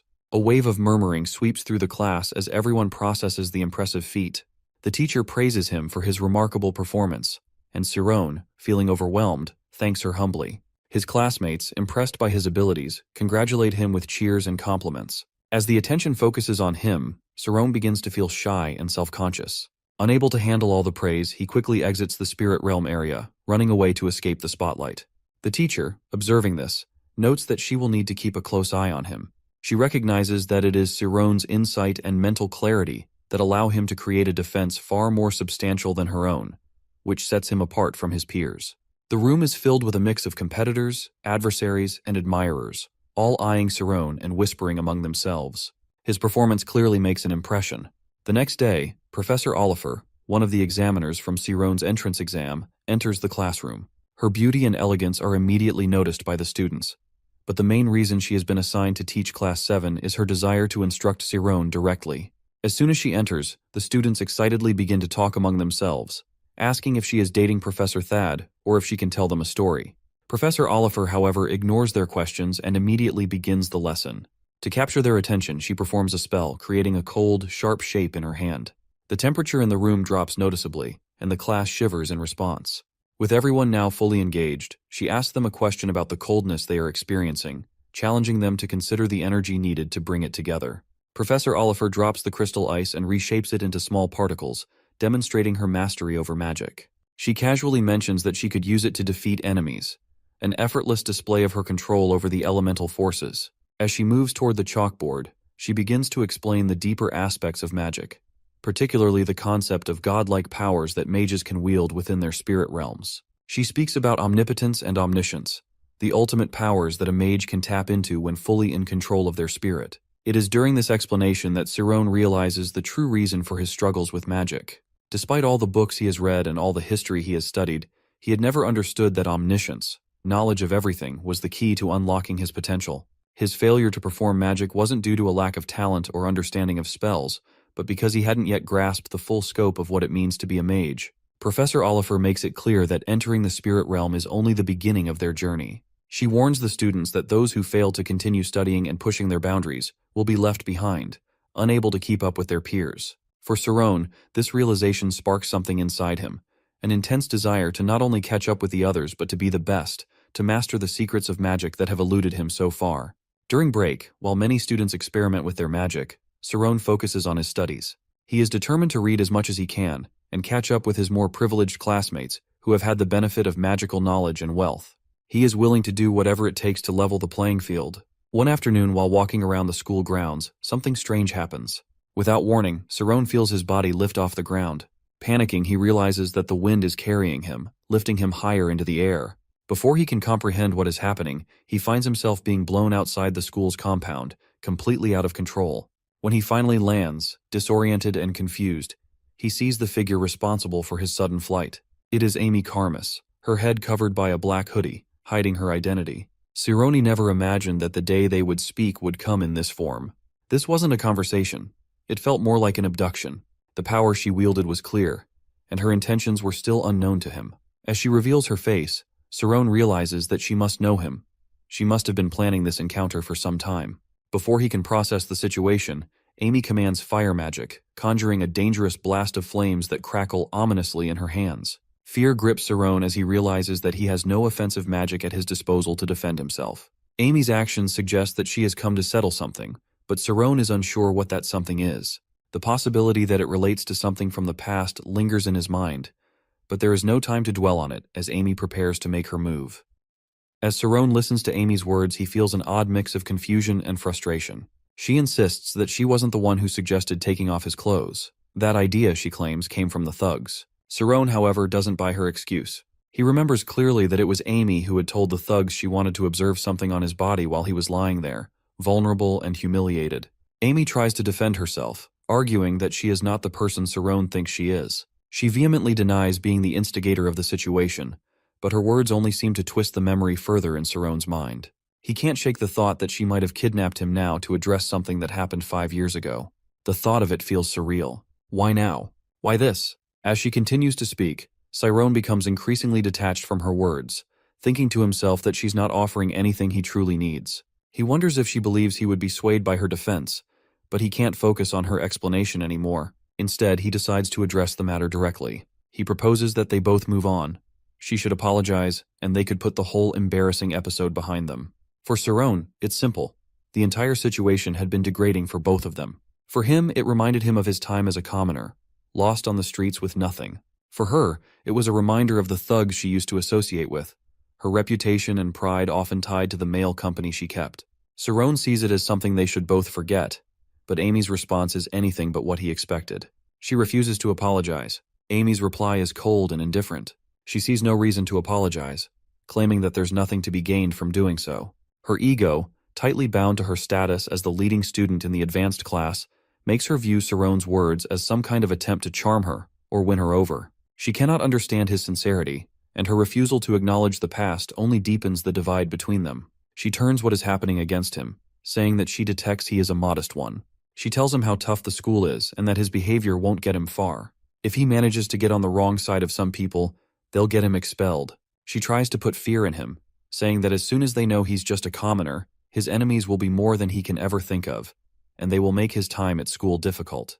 He realizes she's indirectly saying she might get him expelled, so he asks her what she wants from him. She answers that she needs to know how trustworthy he is and tells him he'll bring her a glass of coffee every morning. He agrees immediately, but in his mind, he realizes she's the same girl he met 5 years ago, the one he was just pretending to be with.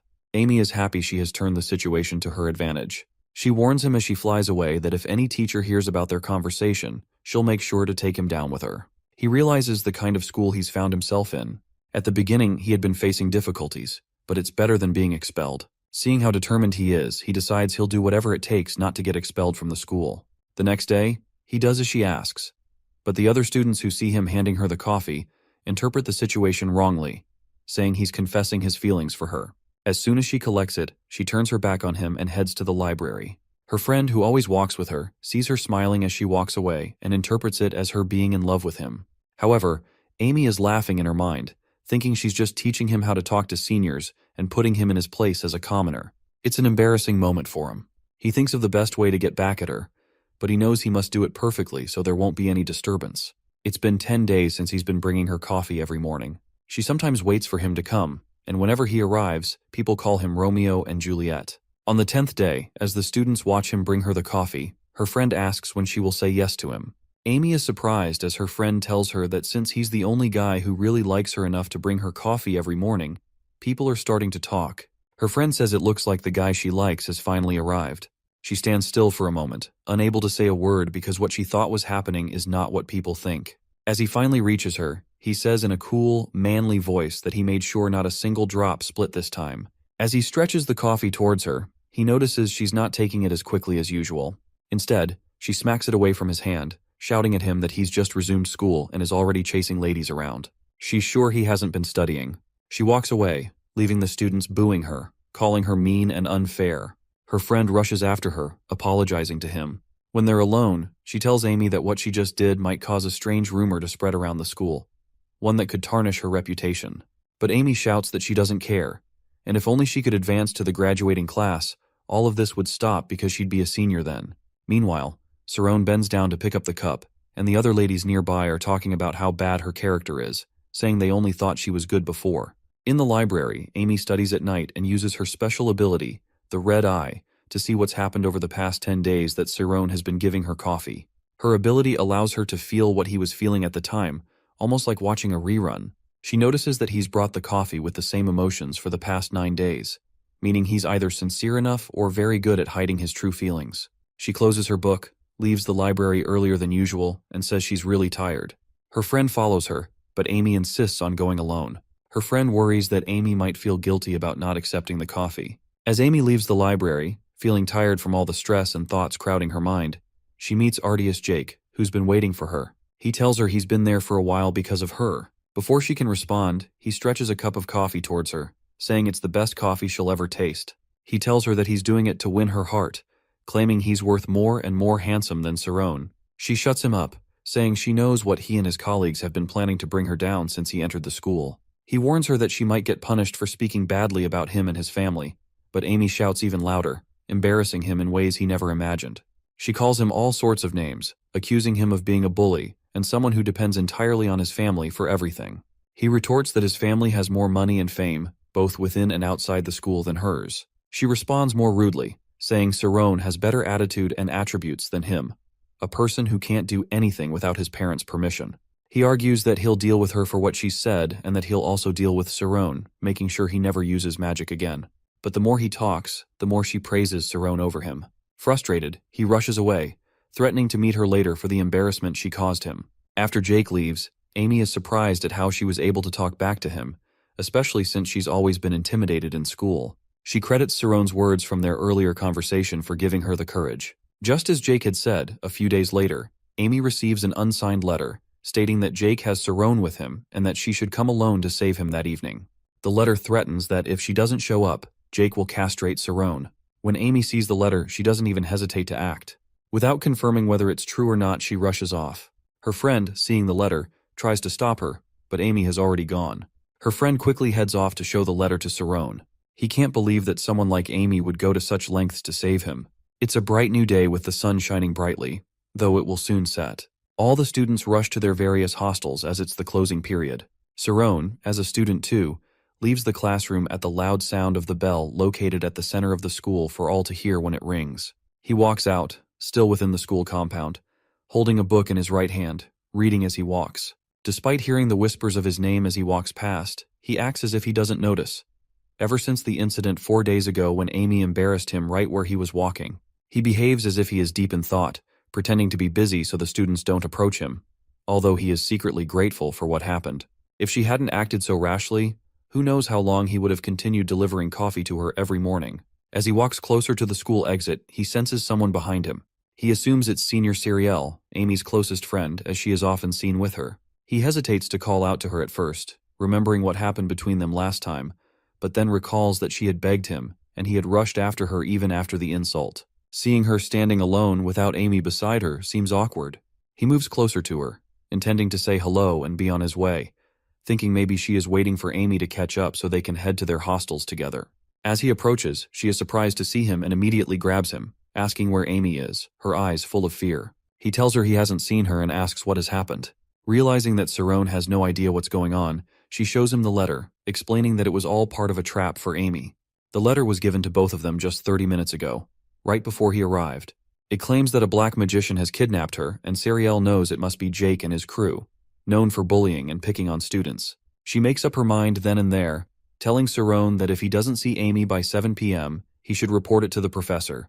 She has thought this through carefully.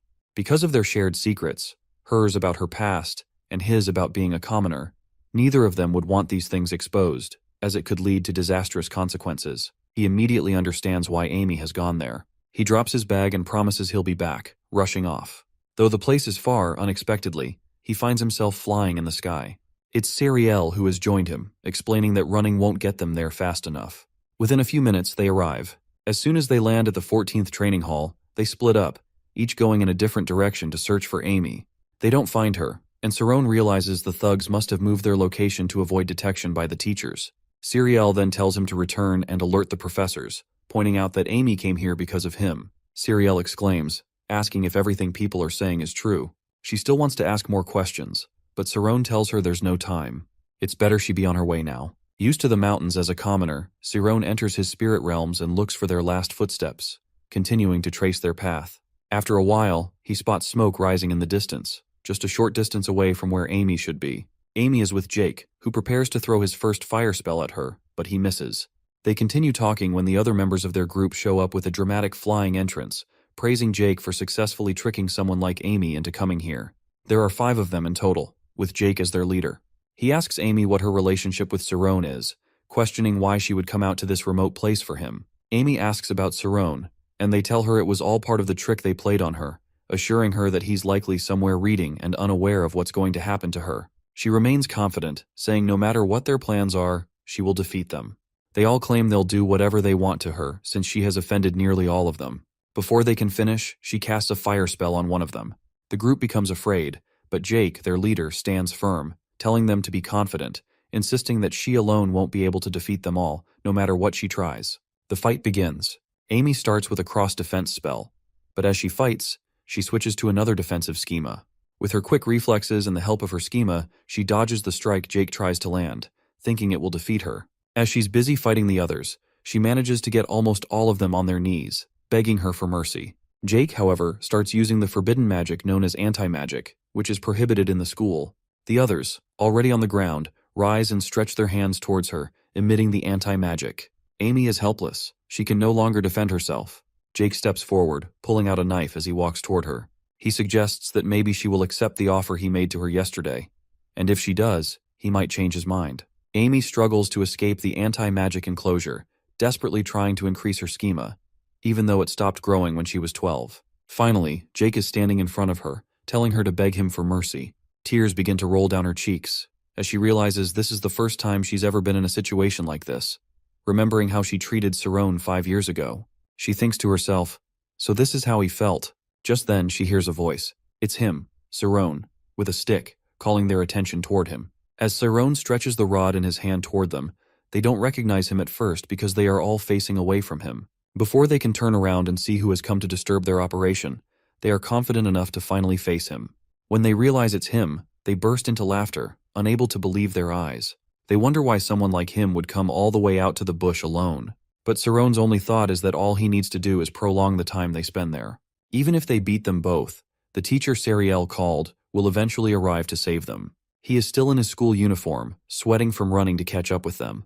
Jake jokingly asks why Cerrone is holding a stick against all 5 of them. Cerrone tells them to leave Amy alone, but they disagree, saying it looks like they'll have to fight him too, which will give them the upper hand. Cerrone realizes they are using anti-magic to hold her, so he rushes toward them to fight. But as he charges, he steps into the anti-magic circle, and his senses begin to fade. Amy, shouting, tells him to shut down his spirit realm. As he's on the ground, he recalls what his teachers had said in class about anti-magic. It's just a ripple in the chaos of the spirit realm. Anyone who can increase the density of their spirit realm to the point where anti-magic cannot break through it will always defeat it. Determined, Cerrone starts focusing on this, despite the mockery of the others. They laugh, claiming that no one has ever been able to break the anti-magic barrier. But slowly, Cerrone begins to deflect the anti-magic back at them. Bit by bit, the barrier breaks down, and one by one, the attackers fall to the ground, bleeding from multiple injuries. Finally, Amy is free, shocked that someone could defeat anti-magic. But Jake isn't done yet. He insists they fight with magic this time, even though he's weaker than before. He casts a wind spell, and Cerrone, unsure of what to do since he doesn't know any magic, starts to panic. Before he can act, Amy teleports near him, fast enough that it's too late for Cerrone to react. She delivers a powerful blow to Jake's face, knocking him to the ground. Amy immediately climbs on top of him, punching his face with all her strength, blood spilling from his mouth and nose. At first, Cerrone lets her continue, knowing how much he's angered her. But when he realizes she isn't using her schema energy to hold back and seems determined to keep going, he grabs her tightly and drags her off him. Jake lies there, helpless, calling for Sariel, but she doesn't answer. Amy looks at him, and it seems she's fainted too, her energy spent. After a while, Cerrone waits for Amy to regain her strength as she sleeps on him. He even thanks her quietly while she rests, grateful that she came to help him despite their long history. When she finally wakes up, she stretches, saying she has regained her strength. She then turns to him, blaming him for coming alone to fight in the bush, especially when he knows he has no magic to defend himself. Cerrone is surprised by her complaint. He expected her to praise him for what he had done, but instead, she's scolding him. He starts to realize that there's nothing particularly admirable about her, and she certainly isn't the person he thought she was. Finally, Amy stretches her hand out toward him, saying they should leave immediately. He suggests that it might be best to wait for Sariel, since he had asked her to report to the professor as soon as they arrived. Amy becomes furious again, shouting that he's a mage in training and should be able to think logically. She insists the professors won't take the matter lightly, and warns him that if he wants their secret exposed to the school, then even Jake, who is just regaining consciousness, might overhear it. They decide to move on, but when they reach the clearing, they see someone has already arrived. They can't make out the person's face, but Amy begs that if it's a professor, it should be one of the older, more lenient ones who won't drag the matter on for too long. Saron is surprised by her perspective. Unfortunately for Amy, the person turns out to be Thad and Sienna, the two professors most passionate about matters of love, along with Sariel. As soon as they land, Sariel rushes to Amy, checking her over for any injuries, while Thad asks who could have done something like this to the school's best student. Sienna, always calm, approaches Saron, wanting to know what happened.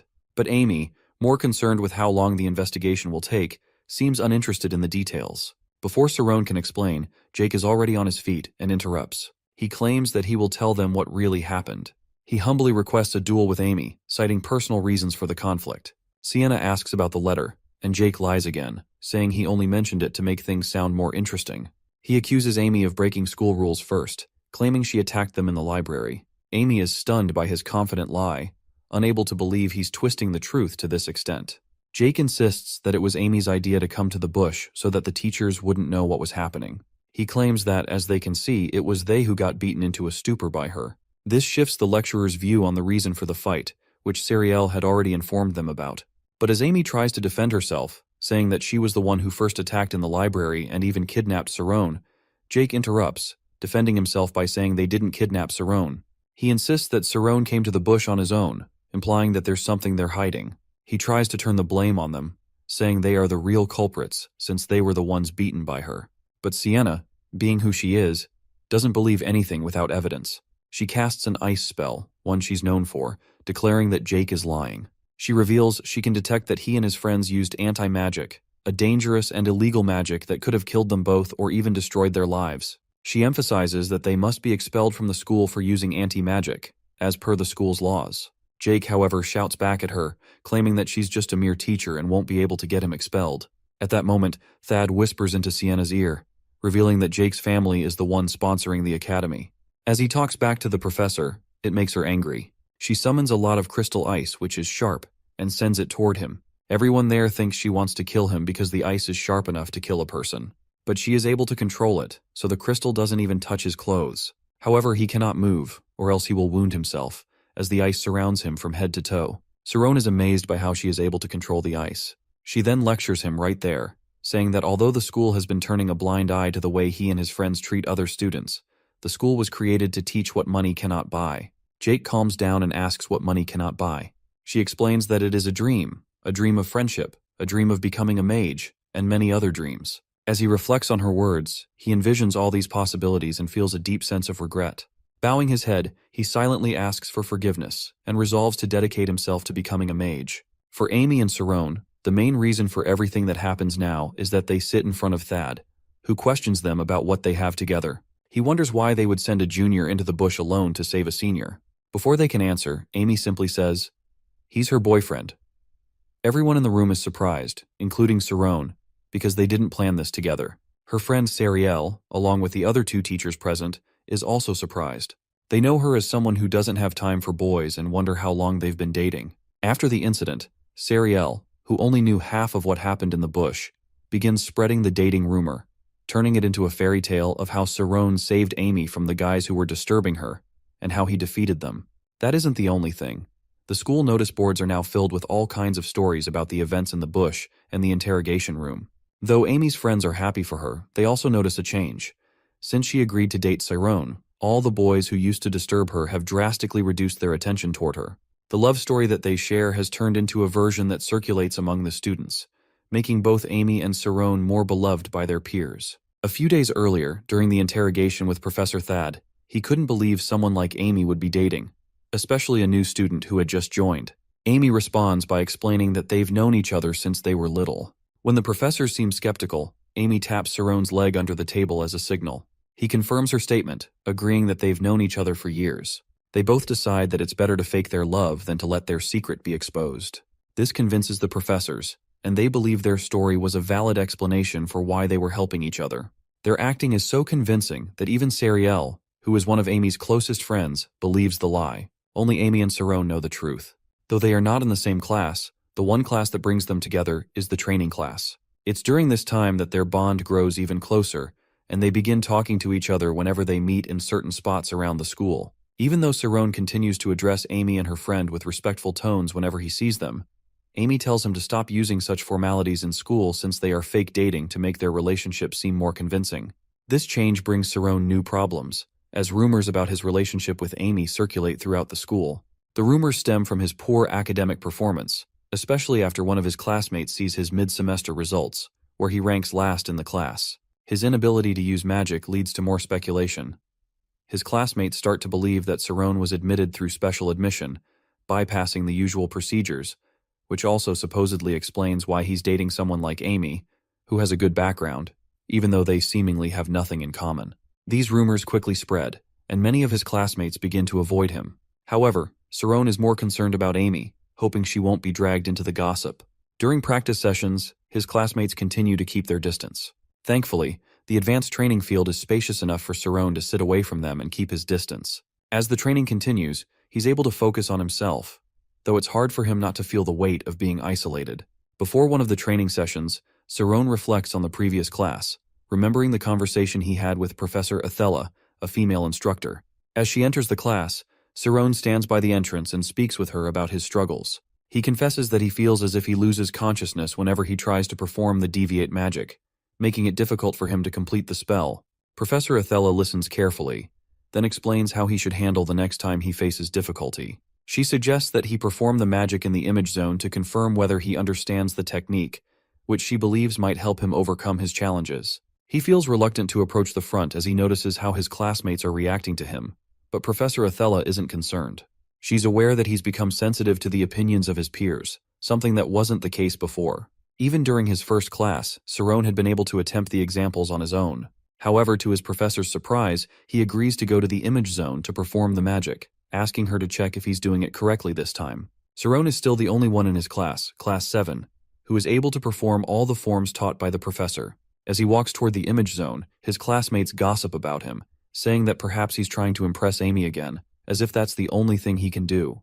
Despite the chatter, Saron focuses on his task. He convinces himself that if he can perform all 4 forms perfectly, just as the teacher explained, he might have a better chance of being promoted or at least improving his overall grade.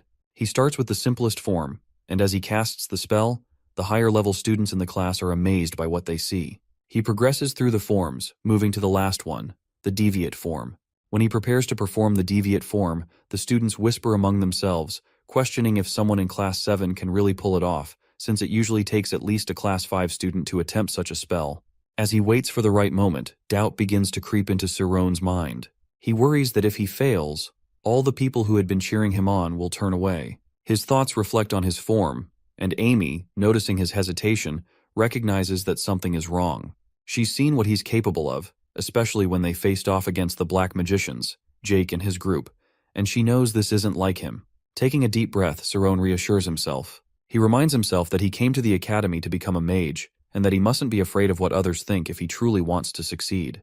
With renewed determination, he starts the deviate form, and for a brief moment, the spell works.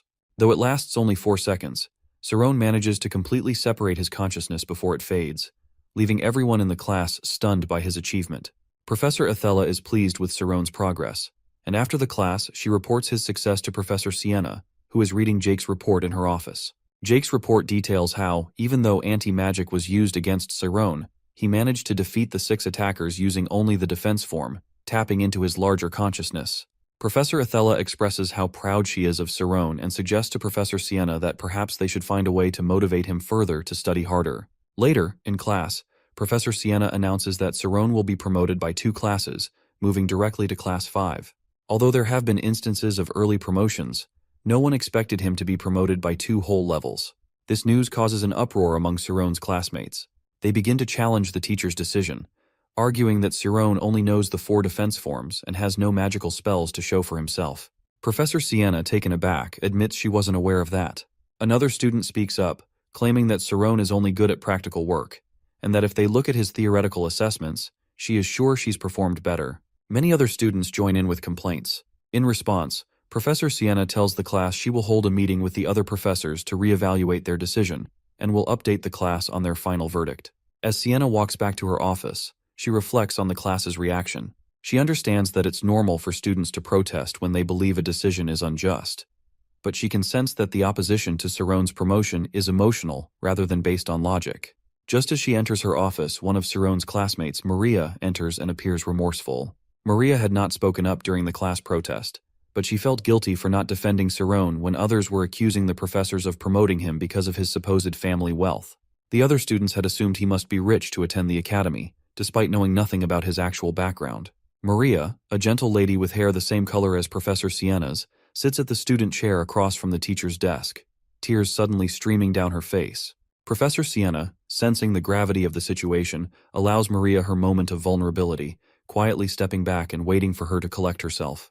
As predicted, once Maria is done crying, she begins to speak, and her words come out like a confession. She starts to explain everything that has been happening in class, and if anyone were listening, they might have mistaken her for the one being coaxed into revealing something. Maria recounts the events, beginning with the rumors about Saron and Amy dating that started circulating a week ago. Initially, her classmates began ignoring Saron without any clear reason. Days later, a boy in the class began spreading more malicious rumors about him, and soon others began interfering with his studies, making his situation even worse. Maria explains how, one by one, Saron's classmates turned their backs on him, isolating him despite his efforts to stay focused. Maria cries as she talks about the bullying, feeling the unfairness of it all. She admits that she had planned to stay silent, but when she heard about Saron's promotion, she felt relieved, thinking he would finally be free of their mistreatment. However, when the class protested his promotion, Maria couldn't stand by any longer. She knew she had to speak out, so she came to Professor Sienna, determined to share the truth and no longer side with the rest of the class. Professor Sienna listens quietly, her expression hardening with understanding. She thanks Maria for coming forward and for shedding light on what's truly been happening in class. Sienna feels a sense of relief, knowing she now has the full picture and can take appropriate action. She walks Maria to the door of her office, assuring her that she will address the issue and ensure the necessary steps are taken to rectify the situation. Maria nods, grateful for the teacher's support, and leaves, confident that the truth will be heard. Saroni starts staying up late, driven by the book he reads, The Grand Scholar, written by the physiologist Torkelin.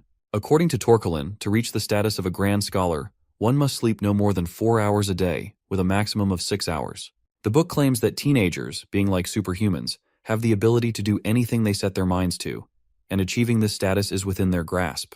Inspired by these words, Saron begins to study and read until midnight every day in the library, always alone, walking back to his hostel in the quiet of the night. He often thinks of the words Mr.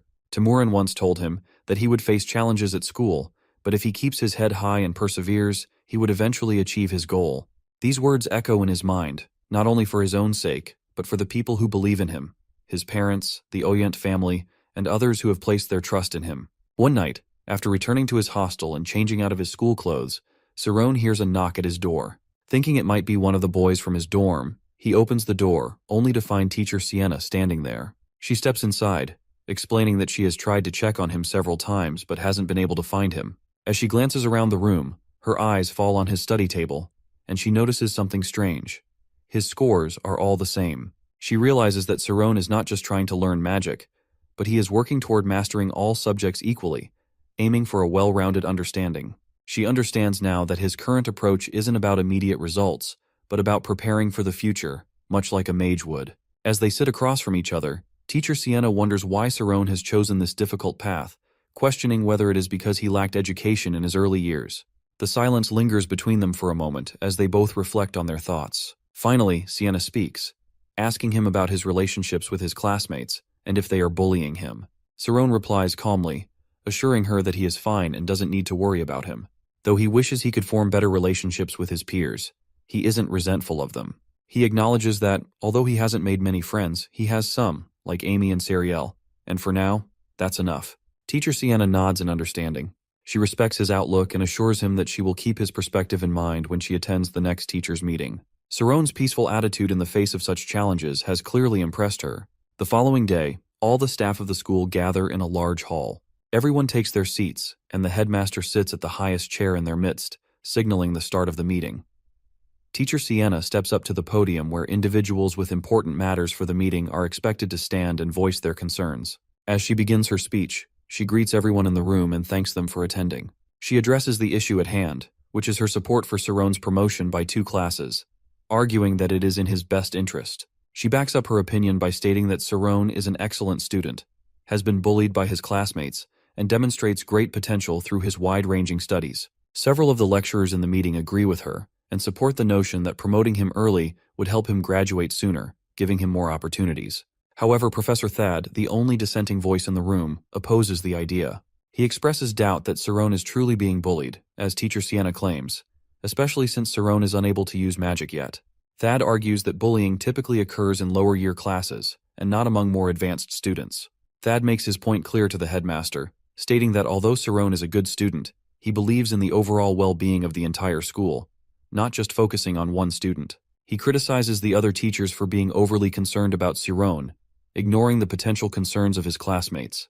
Thad points out that while Saron may be more powerful than his peers in terms of magical ability, his classmates are more knowledgeable, making them more well-rounded students. Sienna becomes frustrated by Thad's response and responds sharply, accusing him not only of blocking the advancement of a genius, but also of ignoring the bullying Saron is enduring. She argues that Saron has not retaliated or responded to the mistreatment, showing restraint despite the hostility from his peers. The debate escalates, and both Sienna and Thad begin shouting and slamming their hands on the table in frustration. The other lecturers, who are used to their frequent disagreements, simply watch in silence, knowing that the two are known for their opposing views and fiery personalities.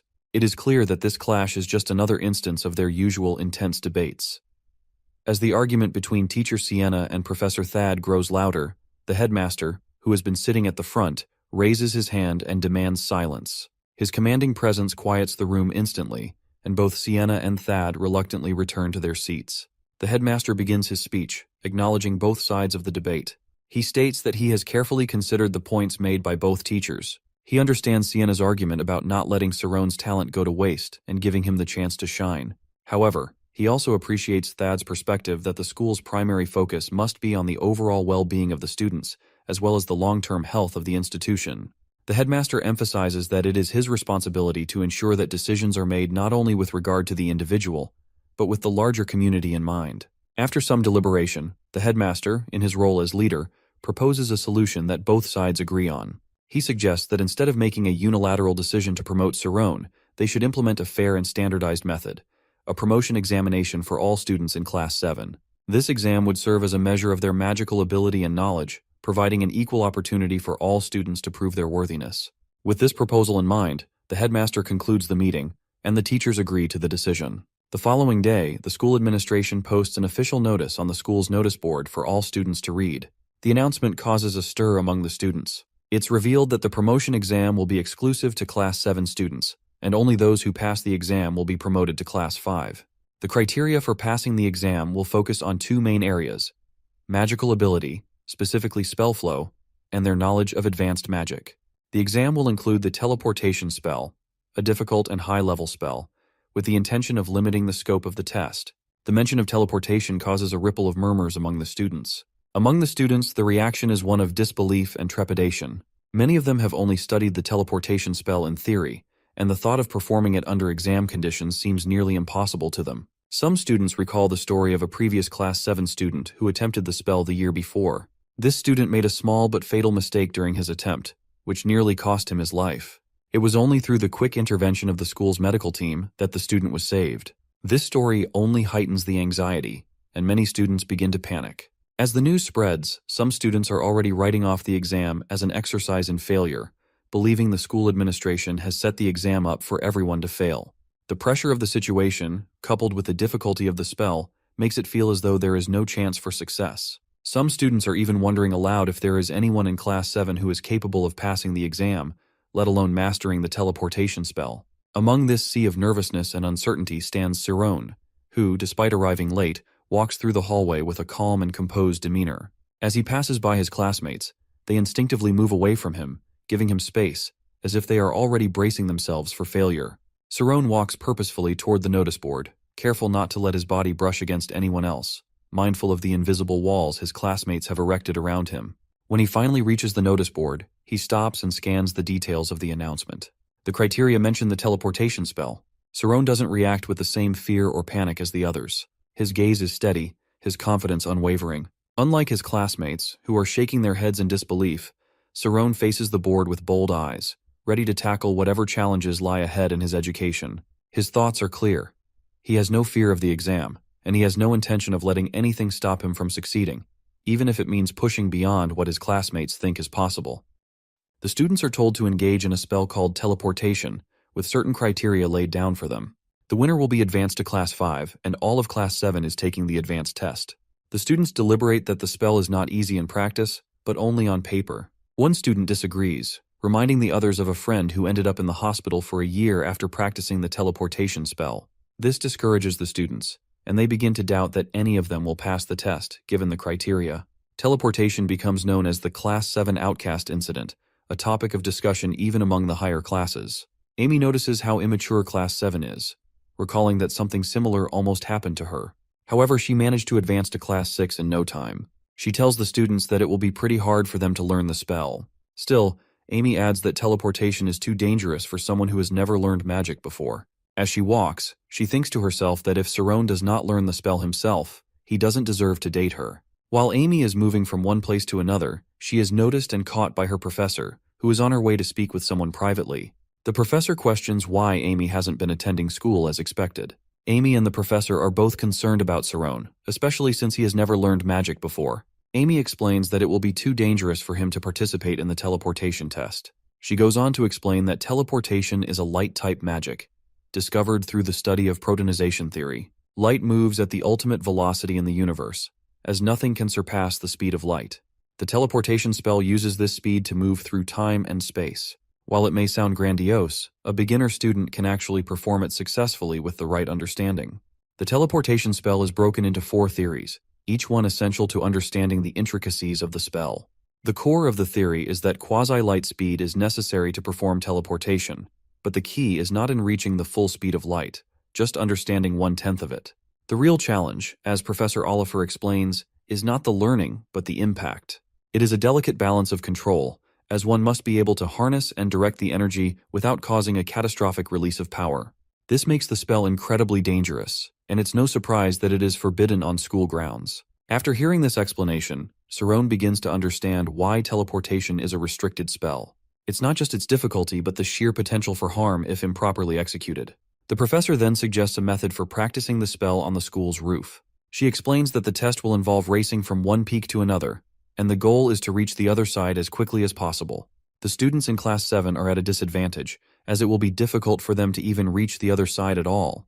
However, the student who travels the farthest will pass the test. Saron, realizing his own limitations, expresses his doubt, saying that he cannot participate in the test because of the challenging criteria. Professor Oliver, seeing his reluctance, apologizes, admitting that it was her own ambition that has placed Saron in such a difficult position. He was meant to be in Class 5, where the challenges would be less daunting. Despite her apology, she tells Saron that she will be his personal instructor, helping him prepare for the test. This offer, however, is met with resistance from Amy, who feels conflicted because Professor Oliver is one of the judges for the test. If Saron were to train under her, word would inevitably get out, and the entire point of the test, the element of fair competition, would be lost. Amy, determined not to let that happen, vows to train Saron herself, stating that she is preparing to advance to a senior class where students are recognized for their semi-professional abilities. These students are expected to contribute to the prestigious Royal Magic School journals and undergo grueling training and fierce competition. Amy's proposal is enticing, and she clearly sees herself as a capable mentor for Saron. However, this leaves Saron in a difficult position, torn between his girlfriend's offer of guidance and the professor's professional expertise. He is forced to choose between the two, knowing that either path will have its challenges and sacrifices. After a long pause, Saron surprises both of them with his decision. He tells them that he will do it himself, realizing that relying on others too much could hold him back. He has to take responsibility for his own growth and face the challenge head-on. Amy is incredibly annoyed with Saron's decision to teach himself, as she believes he doesn't fully understand the magnitude of what he's up against. She points out that many of his competitors will be hiring the best tutors, ensuring they come out on top, and warns him that many of them already harbor resentment toward him. Saron, however, calmly explains that he doesn't want to implicate her in his struggles, especially since she is preparing to advance to a senior class. He acknowledges that Class 5 is just part of the process to becoming a mage, and that he's determined to face the challenge on his own terms. To Professor Oliver, Saron expresses that while he knows the odds are stacked against him, he will give it his best effort with no regrets. His decision is one of self-reliance, and Professor Oliver, though understanding of his resolve, reminds him that he is welcome to reach out for guidance if needed. She also advises Amy to be more careful when visiting the boys' dorm, a reminder that brings a slight smile to Saron's face. He thanks the professor for her kindness and support, feeling reassured that he has made the right choice, even if it means facing the test without any direct help. As the days pass, Saron and Amy spend more time together, talking and reminiscing about how they grew close during their time at school. Amy, still a bit resentful of Saron's decision, can't help but express her concern, but Saron assures her that he'll manage, just like he's done before when he faced the bullying and challenges at school. Despite their differences, they both enjoy each other's company, laughing and chatting as they navigate their complex feelings for one another. A month later, the day of the test arrives, and the students are busy preparing. Some of them start attending private tutorials in a last-ditch effort to learn how to teleport, as time is running out and the pressure is mounting. The field is set, with 20 students lined up for the test, each one determined to do their best. Among them, Saron stands firm in his confidence. While many are nervous about the practical aspects of the spell, Saron believes that learning the teleportation spell on his own is the right path. He understands that the real world, especially for a mage, is unpredictable, and that knowledge of the topography and environment is key to mastering teleportation. It's not just about the formula, it's about adapting to the ever-changing circumstances, adjusting the application of the spell based on the situation at hand. Saron mentally prepares himself for the challenge ahead, reflecting on the calculations he's made in his head: the value of light, the energy of speed, the 10 raised to the 20th exponent. Saron sees himself as someone who cannot learn the teleportation spell because he has never used magic before. He believes it should not be difficult for Class 7, who are paying top dollar for tutoring, to master teleportation quickly. Saron spends time practicing the spell. Master Mark observes him from above and commends him, noting that Saron has surprisingly perfected the basics of teleportation. He remarks that he had low expectations for the son of the technical advisor to the Mages Association. Master Mark later tells his friend that Saron may not become a master teleporter within just a month, but with focused practice and preparation, he has a good chance of passing the test. Meanwhile, students in Class 9 are closely monitoring Saron's progress. Mark instructs a colleague to keep an eye on him after learning that Saron has been teaching himself with books. Mark is surprised, as he assumed Saron would hire a teacher, believing magic cannot be learned solely through reading. In his leisure time, Saron invests significant effort into understanding teleportation concepts, memorizing the theories thoroughly, though he still feels unprepared. With little time left, he pushes himself harder. On the exclusive training ground, Saron practices magic relentlessly, envisioning how it should work based on his theoretical knowledge. He tries to enter the spirit zone and apply protonization theories, thinking it might finally align with what he has envisioned. As Saron reflects, he considers the nature of magic, believing that humans cannot calculate the value of light when a mage is focused. Instead, their minds become acutely sensitive to everything around them. The greatest mages can even discern the number of leaves on a distant tree. This heightened awareness represents the extreme state of mental sensitivity known as the spirit zone. Once in the spirit zone, a mage perceives the outer world through extrasensory abilities and governs phenomena, not through calculation, but by comprehending everything simultaneously. Before the teleportation test, Saron struggles with his first attempts, each failure ending in him crashing to the ground. Frustrated but determined, he presses on, trying to correct his mistakes. The process is grueling, and his body bears the toll of his relentless practice. Despite his best efforts, he cannot shake the feeling that he hasn't progressed enough. With the test looming, Saron finds himself consumed by worry. He has tried every technique he knows, but the results remain inconsistent. Each moment of doubt chips away at his confidence, but he resolves to keep pushing forward, knowing he cannot afford to give up now. His practice becomes more intense as he forces himself to refine every movement and memorize every theoretical step to perfection. Finally, he manages to teleport successfully without harm, a small but vital breakthrough. Yet, even this accomplishment feels insufficient. Time is running out, and Saron knows he must push himself beyond his limits if he wants any chance of passing the test. Elsewhere, Master Mark prepares for his own performance. He is focused on a historic milestone, aiming to cross a 700-meter gap in a single second. The day marks an opportunity for him to solidify his standing, but his thoughts also wander to the test participants, particularly Saron. Known as the son of the Mage Association's technical advisor, Saron has drawn significant attention from both peers and mentors. Many doubt his capabilities, believing his reliance on self-study through books is inadequate for mastering practical magic. Saron's methods, however, are a subject of quiet intrigue and skepticism among the students and instructors alike. Maria, one of Saron's classmates, harbors a particular disdain for him. She views his reliance on books as an affront to traditional magical training. Her frustration with his methods clouds her focus, leaving her unprepared for the upcoming test. Although she watches others on the training ground, her thoughts remain consumed by her dissatisfaction, hindering her progress. Her shortcomings have not gone unnoticed, and her instructors regard her lack of preparation as a significant barrier to her success. Meanwhile, discussions among instructors reveal mixed expectations for Saron's performance. Some see his efforts as futile, believing he lacks the practical experience necessary to succeed. Others, aware of his determination, suspect he might surprise everyone. His connection to the Mage Association adds a layer of tension, with some instructors privately speculating about the opportunities his success could bring, not only for him, but for those aligned with him. Despite this, Saron's path is far from guaranteed, and doubts about his abilities remain prevalent. As the day of the test arrives, the grounds are prepared meticulously. Judges take their places at the designated bridge, and students from classes 4 to 6 gather to watch.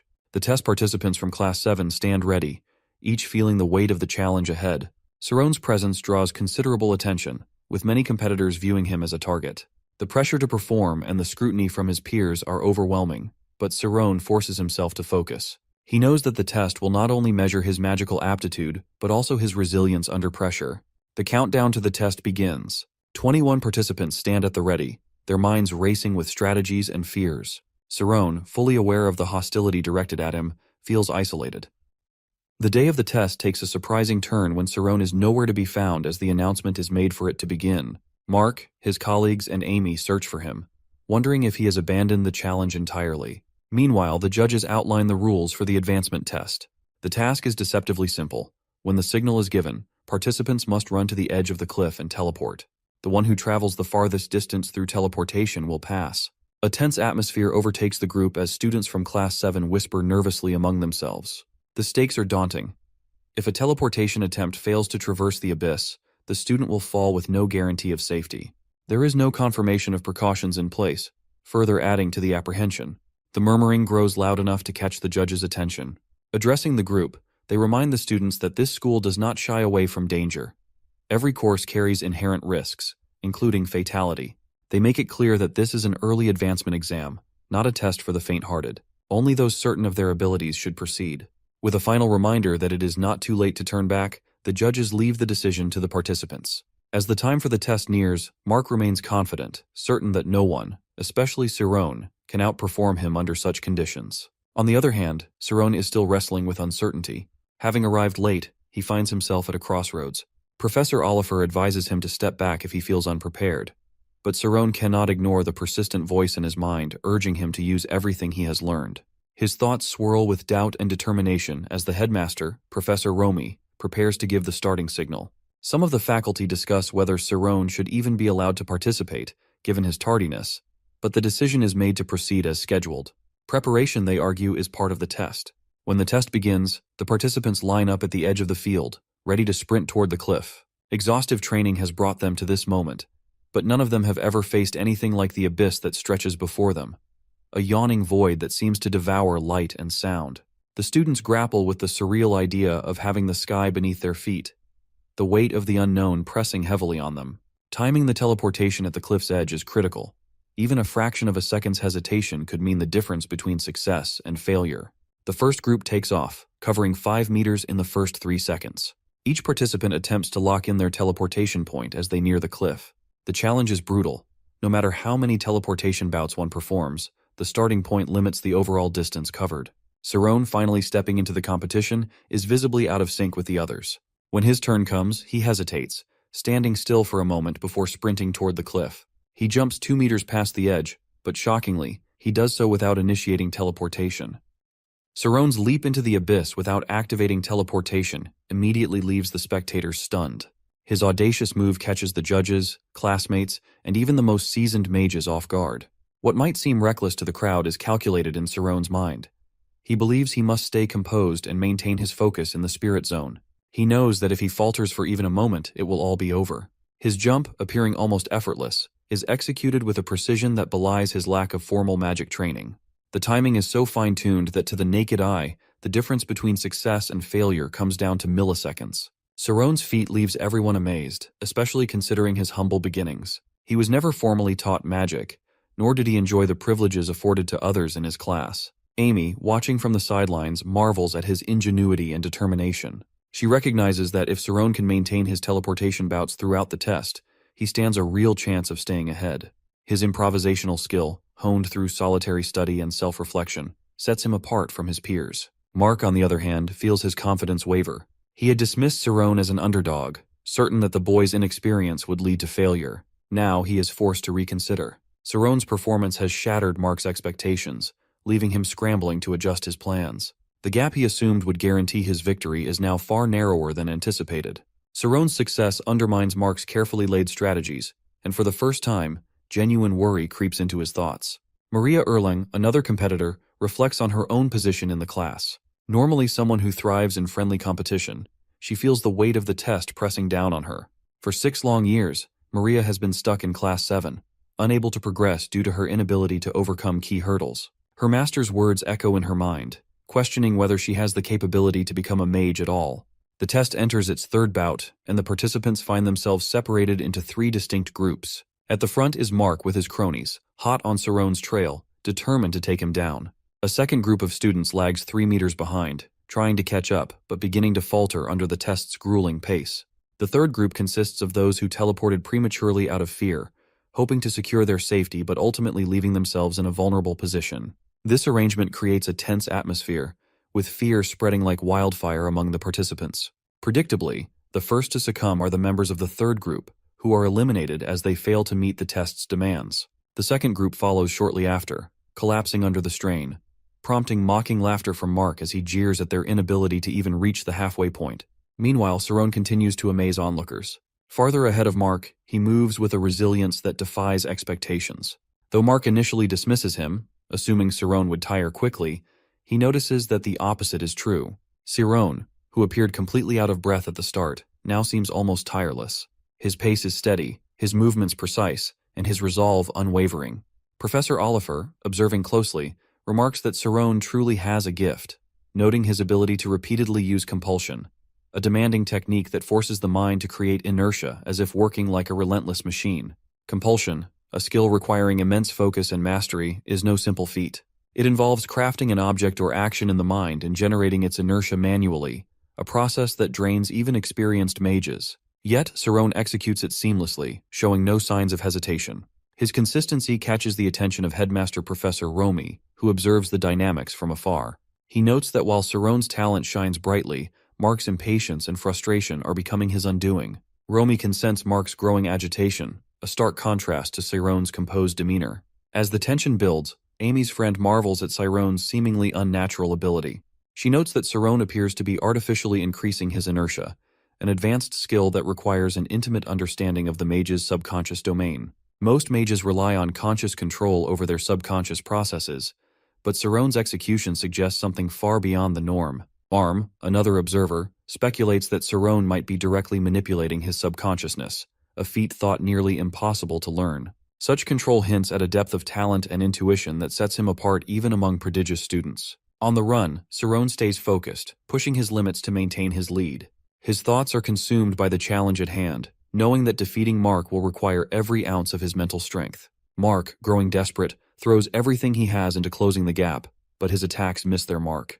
Cerrone moves with uncanny precision, dodging and weaving through the assault as if he anticipates every move. Mark's frustration mounts as he realizes that not only is Cerrone ahead, but he also seems untouchable. The exam reaches its critical point as Mark devises a dangerous plan to ensure Cerrone's downfall. He deliberately disrupts Cerrone's rhythm, breaking his pattern and forcing him off course. Cerrone, already physically drained from maintaining his lead, struggles to recover his momentum. The sudden shift causes a chain reaction, and Cerrone narrowly avoids colliding with another participant. Observers from Class 5 immediately suspect foul play, recognizing Mark's intentional interference. They note the tactic, a calculated move to force an opponent off course while exploiting teleportation timing, is cunning but recklessly dangerous. Mark seizes the opportunity, accelerating his pace with a burst of desperate energy. Though the strain begins to show, his plan puts him ahead, but his reckless strategy takes a toll. Meanwhile, Cerrone, though visibly fatigued, refuses to give in. His sheer determination keeps him in the race, the gap between him and Mark tightening once more. The spectators erupt in awe as the two emerge as the final competitors, their intense rivalry electrifying the atmosphere. Both have reached level 10 of the testing zone, a level no student has ever achieved in the history of the Academy's early advancement exams. Professor Thad, monitoring the situation, grows increasingly alarmed. Level 10 is far beyond what any student is prepared to handle. Recognizing the escalating danger, he hurries to the engine room to halt the test. However, Headmaster Professor Romy intervenes, calculating the broader implications of canceling the exam. Instead, Romy instructs Thad to send a yellow signal, signaling the end of the test without abruptly terminating it. The signal flashes across the testing grounds, but neither competitor slows down. Mark, fueled by ambition, is determined to end the exam on his terms. As Thad returns to his office, he finds the door locked. A familiar voice greets him. It is Maria. Her tone is unsettling, calm but laced with bitterness. She confronts Thad, accusing him of interfering where it doesn't matter.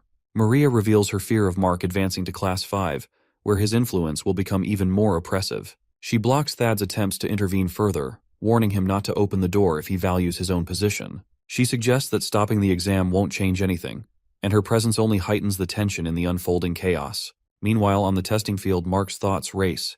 He knows the signal indicates the test's end, but he refuses to relent. His sole focus is on crushing Cerrone and solidifying his dominance. The maze looms ahead, its twisting paths marking the final phase of the challenge. As the crowd watches in stunned silence, news quickly spreads among the faculty that both Mark and Cerrone have entered the maze, defying all expectations and the rules.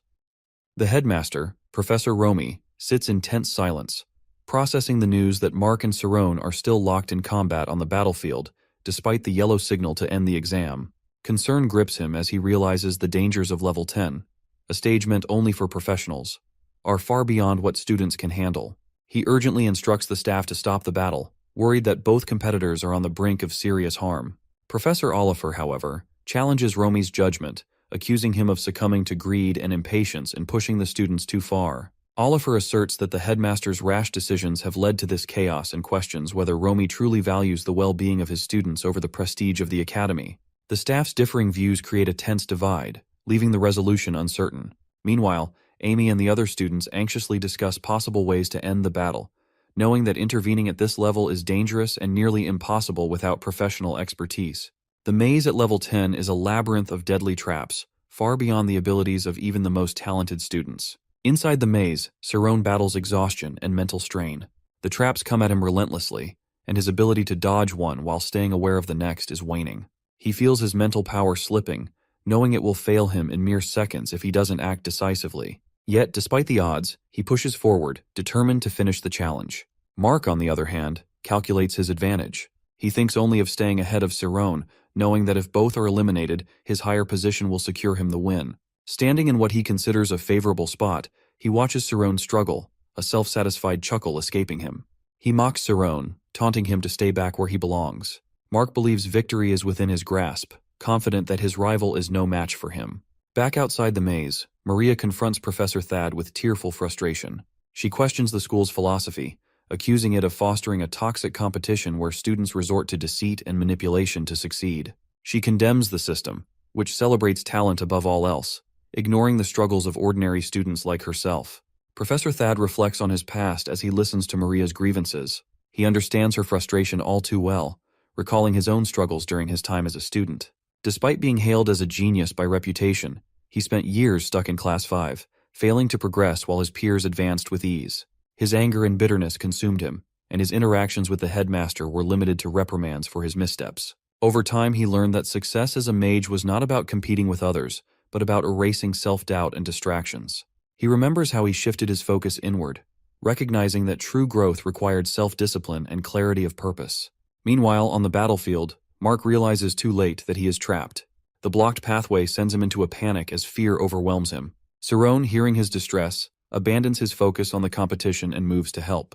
The maze's traps make navigation nearly impossible, their patterns intricate and deceptive. Cerrone calculates the movements of the mechanisms, understanding that analyzing their behavior from a distance is the only way to avoid disaster. Class 7 observes Cerrone's actions in awe, surprised by his ability to navigate such a high-level course with apparent ease. The students are taken aback by his decision to help Mark, knowing that the rules do not require him to assist an opponent. Some criticize his actions, calling them foolish, while others admire his selflessness. Cerrone's approach defies expectations, moving backward through the maze to find the safest route, a counterintuitive strategy that highlights his ingenuity and adaptability. The students whisper among themselves about Cerrone's capabilities, marveling at how he manages such feats despite being a newcomer. Many had underestimated him, assuming he had pulled strings to enter the school. However, his performance forces them to reconsider their judgments. Amy reflects on his motivations, recognizing that Saron's drive is not rooted in competition, but in a desire to excel in magic for its own sake. In the engine room, Professor Thad wrestles with the consequences of the delayed cancellation. Maria's interruption has cost him valuable time, but he remains composed, focusing on the lesson he hopes to impart to her. He sees Maria's struggles as a mirror of his own past and is determined to guide her toward a different path.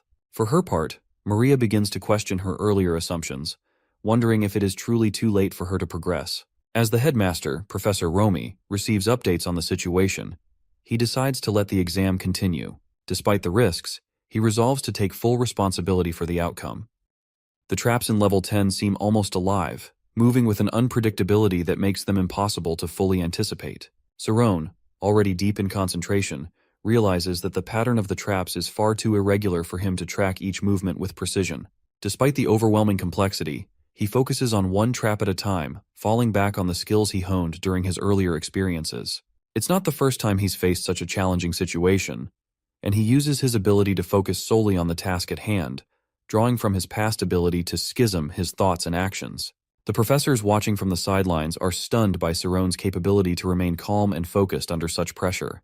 The headmaster, observing the situation, makes a remark about how students, when pushed to their limits, can often perform incredible feats. However, he notes that such actions typically stem from a place of crisis, and that their true potential is often capped by their own self-satisfaction. Yet, as Saron continues to navigate the maze with an almost effortless grace, the headmaster wonders if Saron has reached a new level, one beyond the typical limits of the average student. His spirit zone density seems to approach near perfection, close to 99.9%, a sign that Saron is in a deep trance of calculation, meticulously working out every movement to avoid danger. Saron's talent is undeniable, yet it doesn't eliminate the danger he's in.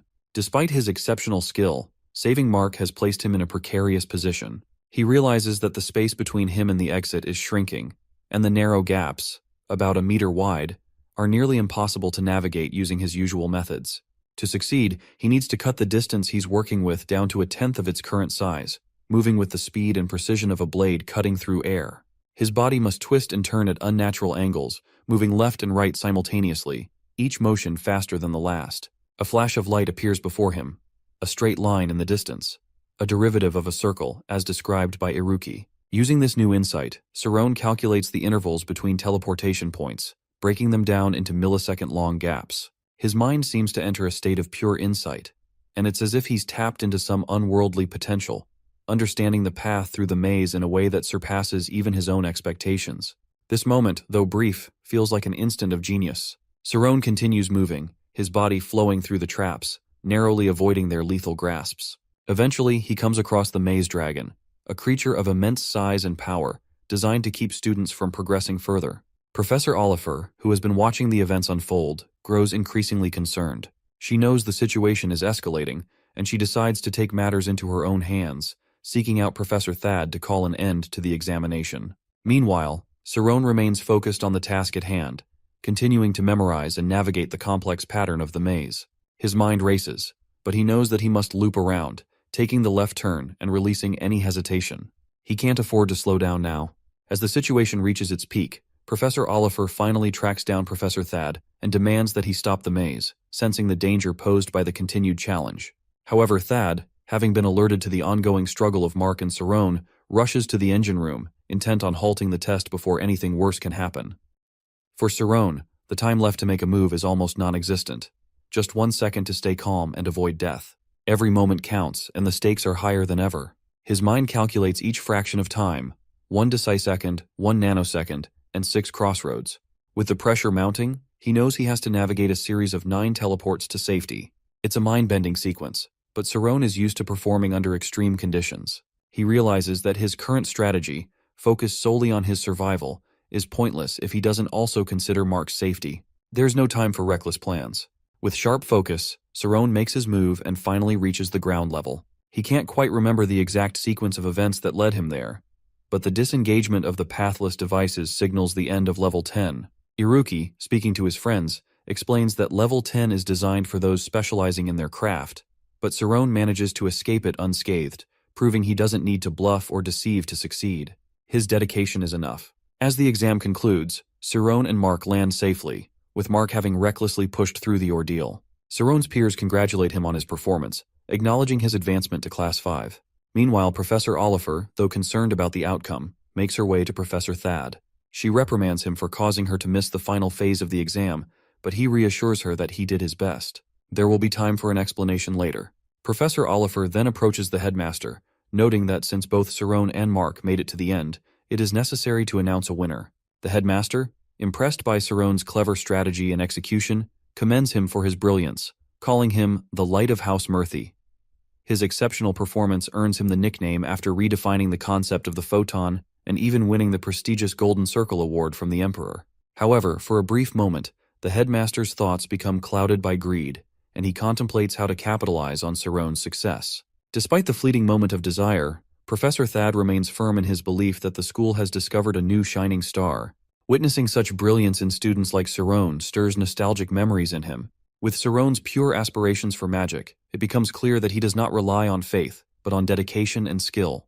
The judges, standing beside their desks, announce that there can only be one winner. Despite this, they express admiration for everyone who participated, praising the bravery demonstrated by all, which they believe will shape the future of their world. After the ceremony, the head judge officially announces Cerrone Arian as the winner. Mark Slider, realizing his mistake, tries to argue, knowing it was Cerrone who saved him from near death and planned the teleport attacks that secured their survival. He acknowledges Cerrone's superiority and, in a moment of humility, vows to take full responsibility for his actions as a mage to another mage. Mark's cronies, ashamed of their past actions, beg Cerrone for forgiveness. But Cerrone, in his usual composed manner, encourages them to do better in the future, offering a hope for their growth rather than revenge. Sariel, Amy's friend, advises her to spend more time with Cerrone now that he has been officially recognized as the winner. Amy, however, feels there is no time for anything other than moving forward, believing Cerrone has already proven himself. Despite her advice, Sariel is envious of Amy's connection with Cerrone, admiring him for his exceptional abilities. In a burst of jealousy, she calls out to Amy in the crowd, frustrated by her friend's focus on Cerrone. After a restful sleep, Cerrone finds himself having trouble remembering the details of the final moments of the exam. His focus is on his advancement to Class 5, a direct result of his remarkable achievements. However, Professor Oliver, ever perceptive, notices something unusual about Cerrone. Using her synesthesia to track him, she follows his presence, only to lose him inside the maze of the dragon, sensing that something about him is different from before. At the disciplinary board, Professor Thad presides over a hearing where Maria willingly admits to her misdeeds and asks to be reprimanded for her actions. However, Mark Slider and the engine room conductor, both on the receiving end of the incident, try to argue in Maria's defense, claiming she should not be punished. Their efforts to sway the decision only seem to deepen the guilt that spreads through the room.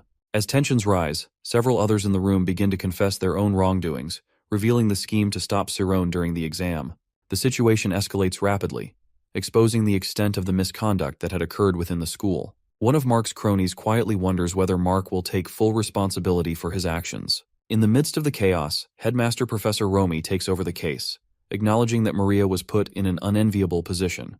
While her actions in the engine room may not have been intended to harm anyone, she still must face disciplinary punishment for breaking the rules. Listening to this, Cerrone steps forward and to everyone's surprise declares that he too should be punished. He admits to ignoring the signal to stop and entering the maze, even though it was dangerous. He also acknowledges that, while he couldn't be helped at the time, he pulled Mark through the danger. Cerrone's admission stuns everyone in the room, and the headmaster is left with little choice but to agree with Cerrone's decision.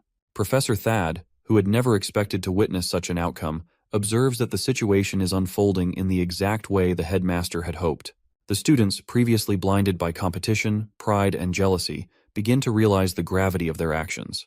They confess their faults, and through their admissions, they start to understand what it truly means to walk the path of an upstanding mage. This moment becomes a powerful teaching experience, one that Professor Mirhi has long tried to instill in them. Meanwhile, Professor Oliver, witnessing the unprecedented nature of the disciplinary proceedings, reflects on how this is the first time she has seen such widespread punishment since the school's establishment. As the hearing draws to a close, every student present, whether directly or indirectly involved, receives their punishment. Maria and Mark are both suspended for 2 months as a consequence of their actions, while the rest of the students receive a 1-month suspension. During his questioning, Sarone is asked why he continued the maze despite the signal to stop. He responds honestly, stating that he didn't want to lose and felt compelled to solve the puzzle of the maze. He admits that he doesn't remember much of what happened during that time. Professor Oliver, observing Sarone's calm demeanor, realizes that beneath his docile appearance, Sarone does possess a more aggressive side that is not immediately apparent. In the maze, Sarone had found himself lost and struggling to maintain focus. The act of dividing his teleports made him feel as though he was being scattered all over the world, overwhelmed by the experience. The darkness that enveloped him seemed to swallow everything. However, 3 days have passed since the test, and Sarone wakes up to a beautiful morning, unable to recall most of the events. He realizes that he has come out of what felt like a dream, trying to piece together fragments of the experience. As Sarone reflects on the past few days, he remembers the books Amy had lent him. These books had helped him memorize various magic formulas, and he feels a sense of gratitude toward her. To show his appreciation, he decides to return the books, along with a gift, apples, during integrated training. Sariel, excited by the gesture, eagerly collects the apples, and though Amy has already moved up to the advanced class on her first attempt, she still faces challenges that even her cleverness cannot solve. A month later, after the suspensions end, Class 7 resumes their studies. Sarone returns to school, greeted by enthusiastic cheers from his classmates, who have saved a seat for him. He notices this new dynamic and reflects on how, for some reason, the Class 7 students have begun reserving a seat for him at every integrated class session. It almost feels as though he has become some kind of senior figure to them. Sarone finally takes a seat next to Sariel, who remarks that he seems much more cheerful without his girlfriend around. She shares that she is also planning to take the advancement class, a decision motivated by her desire for something more than the simple life she had originally envisioned. Sariel explains that she once just wanted to graduate and enjoy her time, but now she feels more driven, partly due to Amy's ambition to become a soldier. Sarone is surprised by this and expresses concern for Amy, noting that going to war is far too dangerous, especially when Tormia is currently at peace. He worries about the challenges they might face if war breaks out in the future, a reality that won't be easy to handle. However, Sariel dismisses his worries, saying that it doesn't matter if war breaks out because all mages will eventually be conscripted into service. She reminds Sarone that the mages receive funding and various benefits as part of their role in society, which includes being prepared for such eventualities. Amy, in particular, is pursuing a major in long-distance magic, with plans to specialize in spy work. Sariel continues to explain the expectations of students in Class 5. As part of their academic journey, students are required to choose a career path to focus on as mages. Excelling in a particular field gives them a significant competitive edge in the future, and that's why it is uncommon to belittle anyone based on low grades. Class 5 is different from Class 7, where the students are less focused and more diverse in their interests. In Class 5, they begin to study magic in much greater depth. Students must score at least 60 points on evaluations to be able to use magic in any field. Additionally, in order to advance to the senior class, they must select a major that aligns with their future career aspirations, allowing them to analyze where their true potential lies. Class 5 buzzes with excitement as students gather to discuss which subjects to choose and which professors to study under. Most of the class, including Nade, eagerly chooses Professor Oliver for her intellectual beauty, but Sarone finds himself at a loss. Both professors, Oliver and Romir, are dear to him, and he can't decide between them. Iruki enters the classroom noticing the heated discussion. With a mischievous smile, Nade jokingly explains that they're debating which teacher is prettier. Iruki moves over to Sarone and greets him, remarking that there's probably no one in the school that he doesn't know. He advises Sarone to focus on what he truly wants to do, as Iruki is keen on becoming a mage himself. Sarone thanks Iruki for his advice and efforts, particularly for helping him figure out his schism skills. He also mentions that Class 5 is full of blockheads, and reminds Iruki to be careful moving forward. Sarone, who has been studying in his eccentric way, reflects on Iruki's abilities. He thinks of Iruki as a genius mage, particularly after seeing him use his schismed spirit zone, a technique that allows him to move incredibly fast. Nade remarks that there's no one else in the kingdom capable of performing such feats, and it's clear that Iruki's skill set has made quite an impression on everyone. However, not everyone is impressed. Professor Romir, having noticed Iruki's wild display, instructs him to stop, as it's clear that Iruki has just finished his suspension and is pushing his limits again. Romir, after a brief moment of consideration, gives Iruki 3 more days of suspension for his actions, particularly due to his use of the schismed spirit zone and his detonation specialty. Iruki, though a talented and unique individual, is known as something of a lone wolf in Class 5. His grades are average, and he has few friends. Sarone, however, recognizes something special in Iruki. He views him as a genius, not just because of his skill, but because Iruki is the textbook definition of a biased person. Shiron sees Iruki's behavior as a classic example of savant syndrome, a phenomenon where someone with a certain mental disability excels in a specific field far beyond what most people could achieve. Iruki is often described as a computational genius, a psychopath in the most impressive sense. His abilities with calculations are almost unfathomable.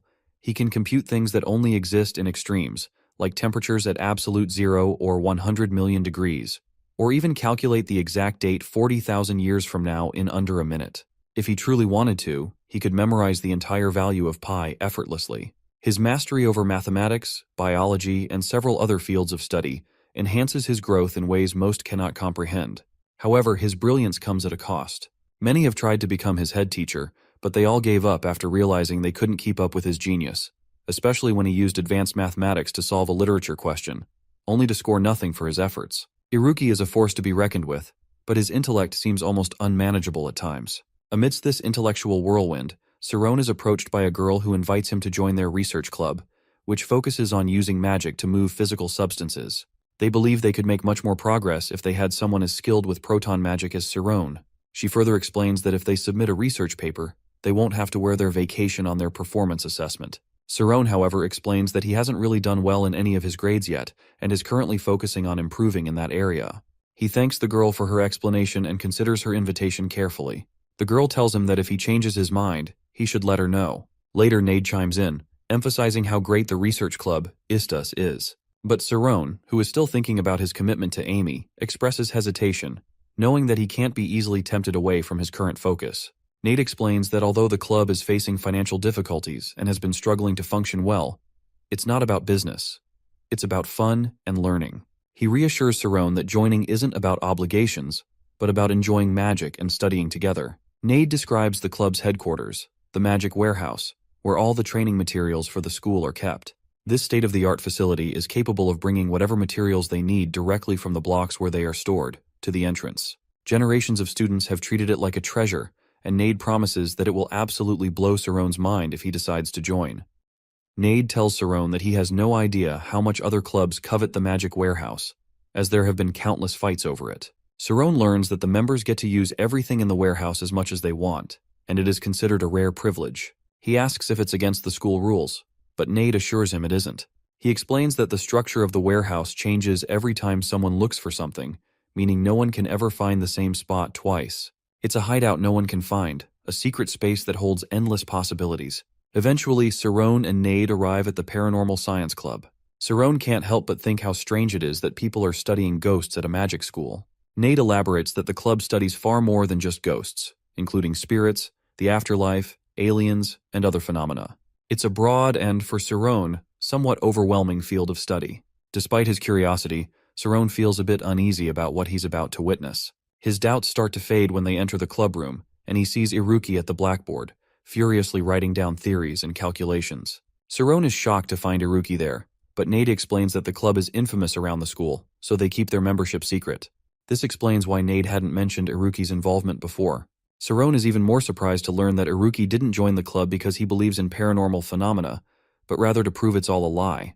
Iruki is a genius who believes everything can be explained by logic, and the paranormal provides him with a new puzzle to solve. For him, it's an opportunity to apply his scientific thinking to a subject most would dismiss as impossible. Iruki explains that, according to the headmaster, a mage must always consider the impact their magic will have on the world. The true purpose of a mage isn't simply to follow instructions, but to understand how their powers can shape the future. Magic isn't a gift to be squandered, and it's the few brilliant minds that lead the masses of ordinary people.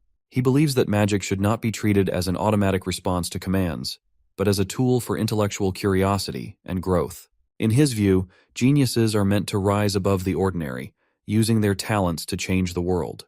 Iruki ends his explanation with a sharp statement. The world is driven by idealism, and historically, those who have pushed boundaries have always been the ones to overcome defeatism with logic and vision. After his lecture, Iruki takes a moment to rest with the group before excusing himself to leave. Shiron, unfamiliar with the way out of the club, is told by Iruki that he will need to follow Nade. Iruki then tells Nade that Shiron is his rival. Nade, curious, asks why Iruki said such a thing. Iruki admits that his earlier question to Shiron was intentional, a way of measuring his potential. He doesn't care about anything but numbers, and he sees Sarone as someone who could challenge him, especially in the upcoming speed gun test. Iruki is also keen to know how Sarone is progressing with teleportation magic, particularly in the context of teleporting to level 10. He is impressed by Sarone's quick thinking and the possibility of navigating the dragon maze alone. However, Iruki notes that it would be nearly impossible to do so without segmenting time into staggering fractions, roughly 1,000th of a second in his estimate. For Iruki, this speaks to the core of intuition. Faster than action, truer than knowledge. Even the most precise conscious calculations can't keep up with the speed of the mind's intuition. Iruki considers Sarone a worthy rival, and he wants to test him further in the upcoming speed gun test. The next day, with only 2 weeks until the test, Iruki tells Nade that if Sarone doesn't pass, his advancement will be in jeopardy. The speed gun test involves using active magic to hit targets and earn points. While attacking isn't required, the key is to hit targets quickly and accurately, and the test can be completed using support or healing magic. However, the targets are divided into different stages, each progressively more difficult. Sarone is hesitant to participate in the test since he doesn't have active magic. But Professor Oliver, his head teacher, insists that he take part, recognizing his improvements in his studies. She reminds him that his specialization in photonization theory is a key asset. Photonization theory is the foundation of teleportation magic. It's a passive magic that turns one's body into photons, allowing instantaneous movement. Professor Oliver gives Sarone a book on photonization theory, encouraging him to study it and deepen his understanding of the concepts. The book is self-explanatory, and Oliver explains that the ivory tower predicts that photon-based technologies will revolutionize communication. While the application of this theory is still under active research, Oliver believes that with enough study, this field could flourish by the time Sarone graduates.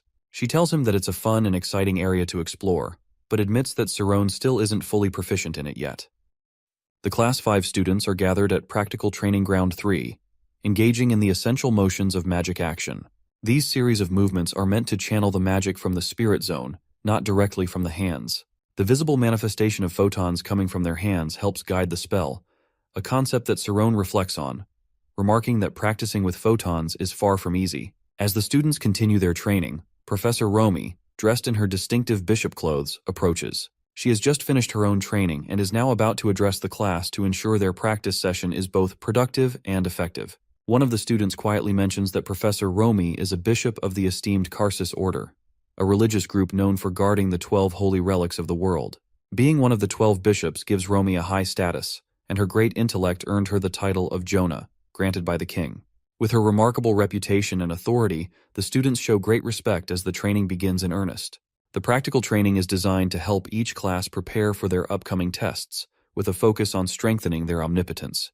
Miss Samuel, a senior class instructor, will guide them through this crucial preparation. She begins by teaching the students incantations, magical words used to amplify one's magic. The first incantation demonstrated is the tornado spell, and she instructs them to master both the spell and the art of enchanting it. As she recites the incantation, she speaks of the profound connection between the heavens, eternity, and the spirit, explaining that the power of the conjurer is contained in their words. The students follow her, absorbing the lesson on how words give strength to magic. Samuel emphasizes the importance of understanding the will behind the words, as this principle is fundamental to incantations. She demonstrates the ultrasonic spell and then concludes the class. Sarone, deep in thought, reflects on the seniors who have reached level 10, unofficially recognized as mages. He wonders about Professor Romy's power, given that she is at level 6, and imagines how formidable her magic must be. Afterward, Professor Romy takes over the lesson, introducing the technique of sequencing. This method involves counting numbers in order to focus and strengthen one's omnipotence. She explains that numbers are symbols representing various phases of thought, making them ideal for aligning with the spirit zone. To demonstrate, Romy begins counting from 1 to 100. As she counts, the students can see her spirit zone grow larger and more potent. The technique works by meditating on the numbers, increasing the size and strength of the spirit zone as the counting accelerates. The faster they count, the more powerful and precise their spirit zone becomes, enhancing their magical abilities across the board. However, Sarone remains skeptical. He feels that sequencing is limited by willpower and doubts its effectiveness in the long run. He wonders if this technique alone will truly help him advance. Romy, noticing the students' uncertainty, reminds them that the foundation for strengthening their spirit zone lies in discipline and maintaining a sober, focused mentality. With that, she encourages them to practice with the fire proton technique, urging them to apply both their physical and mental efforts to enhance their magic. The students are surprised as they watch Saron perform the fire proton with incredible speed and precision. His proficiency in defense magic is already well known, but now, using active magic at such a rapid pace, he demonstrates remarkable improvement. Professor Romy, observing his performance, notes that the sequencing spell is clearly benefiting him. She asks if he can try using the technique in the image zone, and encourages him to call up the target once he's ready to continue. Focused and determined, Saron decides to integrate sequencing into his practice. As he begins, the first proton breaks through the target with ease, and his classmates are in awe as they witness the targets explode upon his aim. Each strike seems almost like a direct invocation, with Saron launching a series of proton shots in rapid succession. The power and speed remind Professor Romy of the modularity techniques used in information magic, where things are broken down and executed with precision. It's clear that Saron has learned much from the Pathless Bridge, and has made substantial progress in his abilities. As Saron continues his practice, he reflects on how far he's come. He struggled to perform certain types of magic in the past, but now, after learning the sequencing technique, he has earned an impressive score of 342 points. His first attempt had been a low score, but with continued practice, he grows more confident. Iruki, observing Saron's progress, remarks that Saron had earned a low score initially, but with time and dedication, he will surpass his own expectations. Seeing Saron's performance, Iruki also asks Professor Romy if he can try out the technique himself. Romy, knowing his capabilities, agrees, but warns him not to break anything. Iruki begins using the schism technique, a method for speed gun practice, which requires him to move swiftly and hit targets based only on visual cues, not by feeling. As Iruki moves faster and faster, it's clear that he will easily surpass his previous score without issue. In his mind, he considers Saron to be in trouble, especially as he watches Iruki's movements grow increasingly faster and more fluid. Saron, watching closely, is impressed by Iruki's speed. He can see the calculation and precision in Iruki's eyes as he tracks each target, mentally calculating their equations of motion. Saron can hardly believe that Iruki is able to perform such feats with a schismed spirit zone. Intrigued, Saron turns to Nade and asks if Iruki is really using the sequencing skill. Nade replies that while Saron counts in hundreds or thousands, Iruki is counting in the millions, which is a completely different level of skill. Professor Romy and the other students are equally impressed by Iruki's performance. They hadn't realized how powerful he is with his schismed spirit zone, and they commend him for his skill. Saron, still in awe, adds that the way Iruki uses modularity in his technique is impressive, a level of thought that goes beyond what most students would attempt. Iruki, sensing Saron's curiosity, asks if he wants to learn how he's able to count in the millions to achieve such remarkable results. Saron, however, responds that since Iruki considers him a rival, there's no need to ask. Iruki then shares his method. He uses logarithms to decrease the units in his count. This allows him to sense incredibly high units of numbers, making the sequencing process much more complex and precise. Iruki explains that while sequencing is useful for simple counting, applying logarithms makes the technique far more sophisticated. Finally, Iruki warns Saron not to try to compete with him in the upcoming test. Despite Saron's impressive insight and abilities, Iruki confidently declares that no matter how hard Saron tries, he will fail to keep up with the complex calculations that Iruki can perform with ease. The students are eagerly watching the speedgun test, where the rules are clear. Participants must hit as many targets as possible within a 1-minute time limit. The number of targets increases with each level, and the speed at which they move also escalates. However, there's a crucial condition. If a participant fails to hit a target, no further targets will appear, and this will harm their score. As the levels advance, it becomes more difficult to keep up with the pace, and the pressure mounts. Saron, having practiced tirelessly, is focused on his performance. He calculates that to score well, he'll need to complete level 30 in 1 minute, meaning he must hit each target within 2 seconds. His classmates can see how determined he is. Saron is firing rapidly, his concentration unwavering. Within a week of practice, he manages to raise his score by 200 points, achieving 567 points at level 25. His shots are quick and precise, and he's now better at linking his shots together. His spirit zone, which has grown smaller and faster, gives him the agility he needs to maintain this incredible pace. As it's now Iruki's turn, he steps up to the challenge with the same focused determination. Iruki's performance is similarly impressive. He hits every target with precision and finishes with 568 points, just 1 point higher than Saron's score. The students begin discussing the two competitors. While Saron's score is remarkable, they note that the 1 point difference between the two seems like more than just coincidence. Saron's steady improvement suggests he's on the verge of surpassing Iruki. It's clear that Iruki and Saron are closely matched, and the competition between them is heating up. Over the following days, the 1-point difference remains constant. For 3 consecutive days, Iruki scores just 1 point higher than Sarone, indicating a pattern. The students start to realize that the 1-point difference isn't random. It's a signal that Sarone is catching up to Iruki's level of mastery. It takes precise calculations and an immense amount of focus for Sarone to edge just 1 point ahead of Iruki. Iruki, confident in his own abilities, tells Sarone that he doesn't need to try his best to beat him. It's practically a walk in the park for him. Iruki is aware that he'll likely win the next test, but even so, he can't help but be impressed by how quickly Sarone managed to score 600 points in just 1 week. It's a feat that's left many of their classmates in awe. Nade, who's torn between supporting both Sarone and Iruki, watches the competition with great interest. He's excited to see who will break the record score. However, Sarone remains unaware that his girlfriend, Amy, holds the highest score of 987 points, a score that he couldn't even imagine achieving. Meanwhile, Sariel, noticing her friend Amy's appearance, expresses concern over how Amy has become nothing but skin and bones. She questions if the senior class is that difficult, but Amy assures her that it's not the difficulty of the class that wears her down. It's the constant pressure and scrutiny. She explains that just achieving a good score doesn't guarantee success, and it feels as though every single action she takes is being graded. When Amy brings up Sarone, Sariel becomes frustrated, wondering why Amy doesn't understand what Sarone is going through. Amy explains that she can relate to Sarone's struggles, because she went through the same thing when she was in Class 5. She reveals that Iruki is probably trying to provoke Sarone in the same way he did to her. While Iruki pretends not to understand people's emotions, he knows exactly how to use them to his advantage. And Amy tells Sariel that Sarone doesn't need Iruki's help. He'll figure things out on his own. Despite the tension between the students, Sarone continues to impress. In one of the tests, he scores 700 points, leaving everyone shocked. The students are left wondering if they're in Class 5 or if something extraordinary is happening. They didn't believe it was possible to achieve such a score without reaching level 11, yet Sarone has done the unthinkable. His classmates can't help but marvel at his improvement. Iruki congratulates Sarone, acknowledging that 700 points is nothing to sneeze at.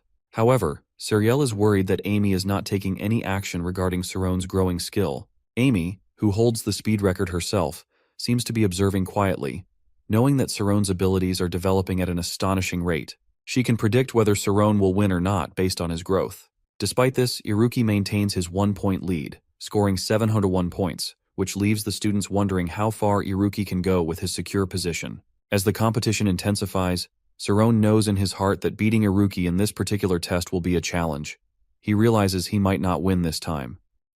With only 3 days left before the Class 5 students' speedgun test, Sarone feels the pressure mounting. The short amount of time seems insufficient to figure out how to surpass Iruki's score, and he briefly considers giving up. However, Sarone recalls Iruki's earlier words. Don't lecture about the value of life if he does not have the skills to back it up. Those theories are meaningless if he has nothing to show for them. This reminder strikes a chord within him. Sarone realizes that in the school of nobility, without skill to back his convictions, no one will take him seriously. Iruki's harsh truth, that no one listens to the weak, resonates deeply, and Sarone knows that if he wants to stand a chance against Iruki, he must find a way to surpass his score. As Sarone reflects on his past practice sessions, he realizes that numbers are not just for counting. Each step of progress means something deeper. With renewed determination, he throws himself into his practice, honing his skills with each passing day, understanding the importance of focus and precision. He finally begins to see progress, a shift in his approach that he hadn't fully grasped before. On the day of the test, the integrated training grounds are filled with spectators eager to witness the competition. Whispers fill the air as everyone debates who will win between Sarone and Iruki. Group 20, which includes both of them, steps up to perform. They are each given 1 minute to show their abilities, and Professor Romy reminds them that many eyes are watching and hopes for fair competition. The test begins, and both Sarone and Iruki are impressive, hitting targets with precision. Iruki's spirit zone becomes even smaller, intensifying the competition. But Sarone's performance stands out. His score rises steadily, surpassing Iruki's by a significant margin. The audience is surprised by Sarone's sudden increase in performance. They begin to wonder if Iruki is pretending to lose, possibly planning a dramatic comeback. But Sarone leads, showing no signs of slowing down. As the test progresses, the gap between their scores continues to widen. Iruki watches, clearly surprised by Sarone's unexpected surge in performance. Sarone, focused and determined, keeps his attention on the task at hand, trusting in the practice and insight he gained over the past few days. The new approach he adopted had become second nature, and his confidence grows with each target he hits. Iruki, although skilled, is left to ponder what has caused Sirone's remarkable improvement. Sirone, however, knows that the progress he's made is the result of focused effort and a deeper understanding of his abilities. As the game progresses, Sirone's strategy becomes clearer to the onlookers. He begins to bundle the numbers as they appear, calculating each target's trajectory with a sharp focus. This action does not go unnoticed by Professor Romy, who observes that Sirone's concentration has been pushed to its limits. She realizes that he is consciously counting to the maximum possible within the short span of the test, and this intense concentration is key to his strategy. Sirone himself knows that if he loses track of even a single number, the whole sequence could collapse. Every second counts, and he cannot afford even the slightest lapse in focus. The gap between Iruki and Sirone grows wider, and Sirone's classmates cheer him on, adding to the atmosphere of pressure. It feels like psychological doping, as Sirone's mind and calculations push him to the extreme. He knows it's all or nothing now. Meanwhile, Iruki, aware of the immense pressure mounting on Sirone, acknowledges in his mind that both of them are pushing their limits. But Sirone's approach feels like an entirely different kind of gamble, one that could change everything. Iruki's rhythm explodes, his concentration sharpening to match Sirone's, but it's evident that Sirone's score is skyrocketing faster than anyone anticipated. Nade, watching the competition closely, comments that Sirone hasn't slowed down at all, while Iruki's pace seems to have taken a different turn. As Iruki's score rises, something remarkable happens. His spirit zone splits, creating two distinct zones of concentration. Professor Romy is astonished, as she's never witnessed a student display such an ability in the mental division of the schism. The double spirit zone is an extraordinary and extremely rare ability, even for a savant. Iruki, still maintaining his calm, begins to calculate within each of the two spirit zones, using logarithms to break down the complex equations in real time. Romy is stunned, realizing that Iruki has been hiding this potential the entire time. The ability to split his focus into two independent zones, each performing calculations simultaneously, is a feat beyond what most students in the School of Magic could even dream of. Watching their performance, it becomes clear who the winners are. However, Sirone, despite his incredible effort, knows deep down that he's simply outmatched on this day. He's given everything he has, yet he can't match the power that Iruki brings to the table. As his score begins to falter, Sirone, feeling the weight of his limits, thinks to himself that it's over. Despite transcending the numbers in his mind, pushing himself beyond what he thought possible, he still falls short of Iruki's calculations. As Sirone's light begins to flicker, growing dimmer, Iruki's thoughts shift. He recognizes that Sirone has pushed himself faster than he ever imagined. Yet Iruki knows that his calculating power will always win. With just a second remaining in the test, Iruki calculates the final sequence of numbers, a move that feels slow to him but is lightning fast to everyone else. As the test comes to a close, Sirone feels an overwhelming sense of exhaustion. His body is drained, but as Sariel approaches him, she notices something surprising. Sirone has actually won the test. His final score is higher than Iruki's, setting a new record. His classmates gather around him, congratulating him for breaking the record and surpassing even Iruki's performance. Iruki, however, stands up from his position and walks towards Sirone, a slight smirk on his face. He points out that Sirone's use of his magic might have broken the rules. Specifically, he claims that Sirone's area of effect, which involves firing photons, is not allowed in the speed gun test. Sirone, still trying to process the weight of his victory, thinks that his light display at the end of the test is the cause of Iruki's comment, brushing it off as a boring reaction to his success. Iruki, however, chuckles and clarifies that he is merely kidding. He reassures Sirone that firing photons isn't considered area of effect magic, a move that surprises Sirone. Despite the tension, Iruki extends his hand, congratulating Sirone for winning the test. The students who have gathered around are taken aback, as it is rare for Iruki to accept defeat so gracefully. Feeling the weight of the moment, Sirone, still processing the recent events, asks Iruki if he remembers what he had said about the value of life being more important than research. Iruki acknowledges the point, admitting that Sirone has been correct in his observation. However, Sirone misunderstands Iruki's philosophy. Iruki explains that an explosion, such as the energy Sirone used, wasn't inherently violent. He clarifies that for an explosion to be harmful, it would need to be driven by the intent to cause destruction. Sirone, however, maintains his belief that it is the people who manipulate the energy, and that any kind of explosion, regardless of intent, is dangerous. Iruki nods thoughtfully and responds, acknowledging Sirone's perspective. He goes further, stating that those who wield such power have a responsibility, and from this moment on, he needs Sirone to take responsibility for him. An explosion is more than just an uncontrollable burst of energy. If one could master it, a single blast could provide enough energy for 10,000 people to live off of. Iruki believes that such power would mark the dawn of a new era. In this new world, there would be no more fighting over limited resources, a concept that doesn't seem to affect him deeply, yet he is determined to see it happen. Saron, still trying to make sense of the situation, wonders if there has been a misunderstanding. However, Iruki reveals that his words were merely a test to see how Saron would react. He wanted to determine if Saron would be the type to exploit such power, or if he would understand its dangers and fear it. Saron begins to realize that Iruki is not as confident as he appears. The fear he sees in Iruki's eyes is not fabricated. It is genuine, reflecting a deeper anxiety about becoming an uncontrollable force. Through their confrontation, Iruki acknowledges that Saron's victory proves his will to be true. He admits that Saron is now the only one capable of stopping him. Saron, however, asserts that unless Iruki takes responsibility for his actions, he won't leave the training ground. This statement surprises their colleagues, who had suspected that Saron had been holding back all along, afraid of his own power. Saron, though, is unsure of his own stance. He questions whether he is a realist or an idealist, feeling uncertain about his role in this situation. Despite this inner conflict, he realizes something crucial from his interaction with Iruki. The fear in Iruki's eyes is not part of some strategy or ploy. It is real. Later, Professor Romi approaches Sarone, urgently calling him away. She is concerned, questioning whether Saron understands the gravity of what he has done. She warns him that entering the realm of power he has touched could lead to him losing himself. Saron agrees with Professor Romi, acknowledging that he didn't fully understand the dangers of the path he has walked. She explains that the realm he has entered is beyond comprehension. It is the realm of infinity, a space where numbers do not apply. Mages call it the immortal function, while monks refer to it as nirvana. It is a state that a human can reach, but once they venture into infinity, they risk becoming nothing. Nil. This void, which Professor Romi refers to as the Great Void, is pulling Saron in, threatening to swallow him. That night, Saron wakes up from the same unsettling dream he has been experiencing every night. The dream is a stark, pure black emptiness, and each time it feels as though he is being drawn into it, until he sees a string of light. The sensations he has been feeling are becoming increasingly strange, as though something beyond his control is affecting him. Seeking answers, Saron approaches Professor Romi, who reassures him that there is nothing physically wrong with his body.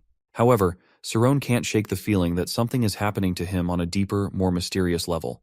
He feels as though a ghost has possessed him. Despite Romi's reassurances, the experience leaves him deeply unsettled. Saron soon gathers Nade and Iruki to discuss the strange occurrences. With a serious expression, he recounts the details of his recurring dream, the sense of being pulled into a vast black void, and the faint glimmer of a string of light at the end. Iruki, ever the skeptic, explains that the scale, speed, and form of the place Saron describes are beyond anything that can be observed in their world. He suggests that such a phenomenon is more in line with outer space, as he has read about it in books. Nade, as an investigator for the Paranormal Science Club, shares a chilling historical account. About 200 years ago, a spiritual electrolysis experiment had been conducted on a criminal who had been sentenced to death. The experiment aimed to test if the human soul could be manipulated using electricity. The criminal was placed in a metal box, and electricity was continuously run through it. The experiment, though inhumane, was halted quickly, but the man in the box survived and regained consciousness a month later. He began speaking of places he had never visited or even heard of, describing foreign lands outside their world in detail, places that were later verified to be true. Intrigued, Saron begins to piece together the possibility that, if his soul has indeed been broken down and ionized during the experiment, it could have turned into an electromagnetic force, attracting information from the world into his soul. The strange sensation he has experienced, Nate explains, could be a form of supersight, a heightened awareness that allows someone to perceive things beyond the normal limits of human senses. Iruki tells Nade that if the soul is electrically ionized, it could lead to a quantum phenomenon, enabling transcendence of time and space. This phenomenon operates at a scale smaller than electrons, a world that cannot be measured and observed at the same time, one defined purely by probability. They hypothesize that if the soul is lighter than an electron, the correlation between time and space would break down, creating an entirely new realm of existence. Saron, taking in their analysis, acknowledges their hard work, but also realizes that their ideas are still just a hypothesis. For this theory to go any further, they need more concrete information. Iruki then mentions something peculiar about Saron's protons during the speedgun test. He notes that Saron's nightmares started immediately after that test, suggesting that the event may have triggered something in his body. Iruki explains that the immortal function, a concept revered by mathematicians, is akin to a holy grail. It holds the key to everything they are discussing, and Saron's experiences might be connected to it. After his conversation with Iruki and Nade, Saron decides to formally join the Paranormal Science Club, intrigued by the potential of discovering more about the immortal function and its implications. Nade is thrilled by Saron's decision, eager to explore this new frontier with him. They officially reinstate the club, ready to delve into the mysteries of the universe. However, Iruki expresses concern that the professors may not approve of Saron joining the club. Their club has a notorious reputation within the school, and the professors are wary of its activities. Despite these concerns, they decide to celebrate Saron's membership. Against Nade's wishes, Saron's application is discovered by the professor they most hope to avoid. The professor sees the potential for further research into the immortal function, or nirvana, a mystical concept that lies beyond the understanding of humanity's finite experience. Only those who have encountered it firsthand can truly sense its presence. Professor Thad reviews the club membership lists, knowing it's that time of year again when students flock to form clubs, only to dissolve them after a performance assessment. As he skims through the new admissions, his eyes land on Saron Arian's name in the Paranormal Science Club. The club, notorious for its unpredictable nature, catches his attention. Meanwhile, Professor Oliver confides in Professor Romy about Saron's decision to join the club. She's well aware of the club's troubled history, with past incidents that left a lasting impression on the school. The constant influx of complaints from concerned parents continues to weigh heavily on her, making her nervous about Saron's involvement. Oliver worries that Saron, a rising star in the school, should focus on his studies and not get entangled in the chaos the Paranormal Science Club might bring. Professor Romy, however, reassures her colleague. She acknowledges the club's tumultuous past, but believes it will be different this time. Nade West, the club's president, is a harmless and well-liked student, with a strong, dependable circle of friends. Moreover, the most problematic members have already graduated, leaving the club in capable hands. Romy points out that Gauld Michea, the current head of the Mages Association of Tormia, was once a member of the club, which further solidifies her confidence in its future. With these experienced students at the helm, Romy believes the club will steer itself in the right direction and operate on mutual respect and merit. At the Paranormal Science Club, Nade and Iruki are seen playing chess, ignoring their classwork. Saron, clearly focused, urges them to go to class and continue researching how to make the club more effective. However, Nade and Iruki offer flimsy excuses, with Iruki admitting that he skipped classes. Despite their lightheartedness, Professor Oliver continues to worry about Saron being in Iruki's class. She finds Iruki's awkwardness in Class 5 concerning, though she can't deny his abilities, especially after seeing how Saron outperformed Iruki in the speed gun test. Professor Oliver remains deeply concerned about the influence of Saron and Iruki, especially once the senior class graduates. She fears that if Saron becomes entangled with a troublemaker like Iruki, he might follow a similar path, dragging the entire school into chaos. She envisions the school being swept away by their disruptive influence, with the Paranormal Science Club becoming a ticking time bomb. Nade West's magical experiments with electromagnetic energy impress Saron, but Oliver's worries deepen when Nade shows him a book circulating among the shadier clubs. This book, filled with gossip and half-baked ideas, is passed around by students with too much free time and nothing better to do. The fact that the school does nothing to intervene only adds to her concern. Oliver considers the Paranormal Science Club a dangerous force, an immortal club with ties to dark magicians and students with far too much talent for their own good. She believes that when the brightest students in the school go astray, the consequences could be catastrophic, and with the club's ability to evade school monitoring, their mischief could spiral out of control.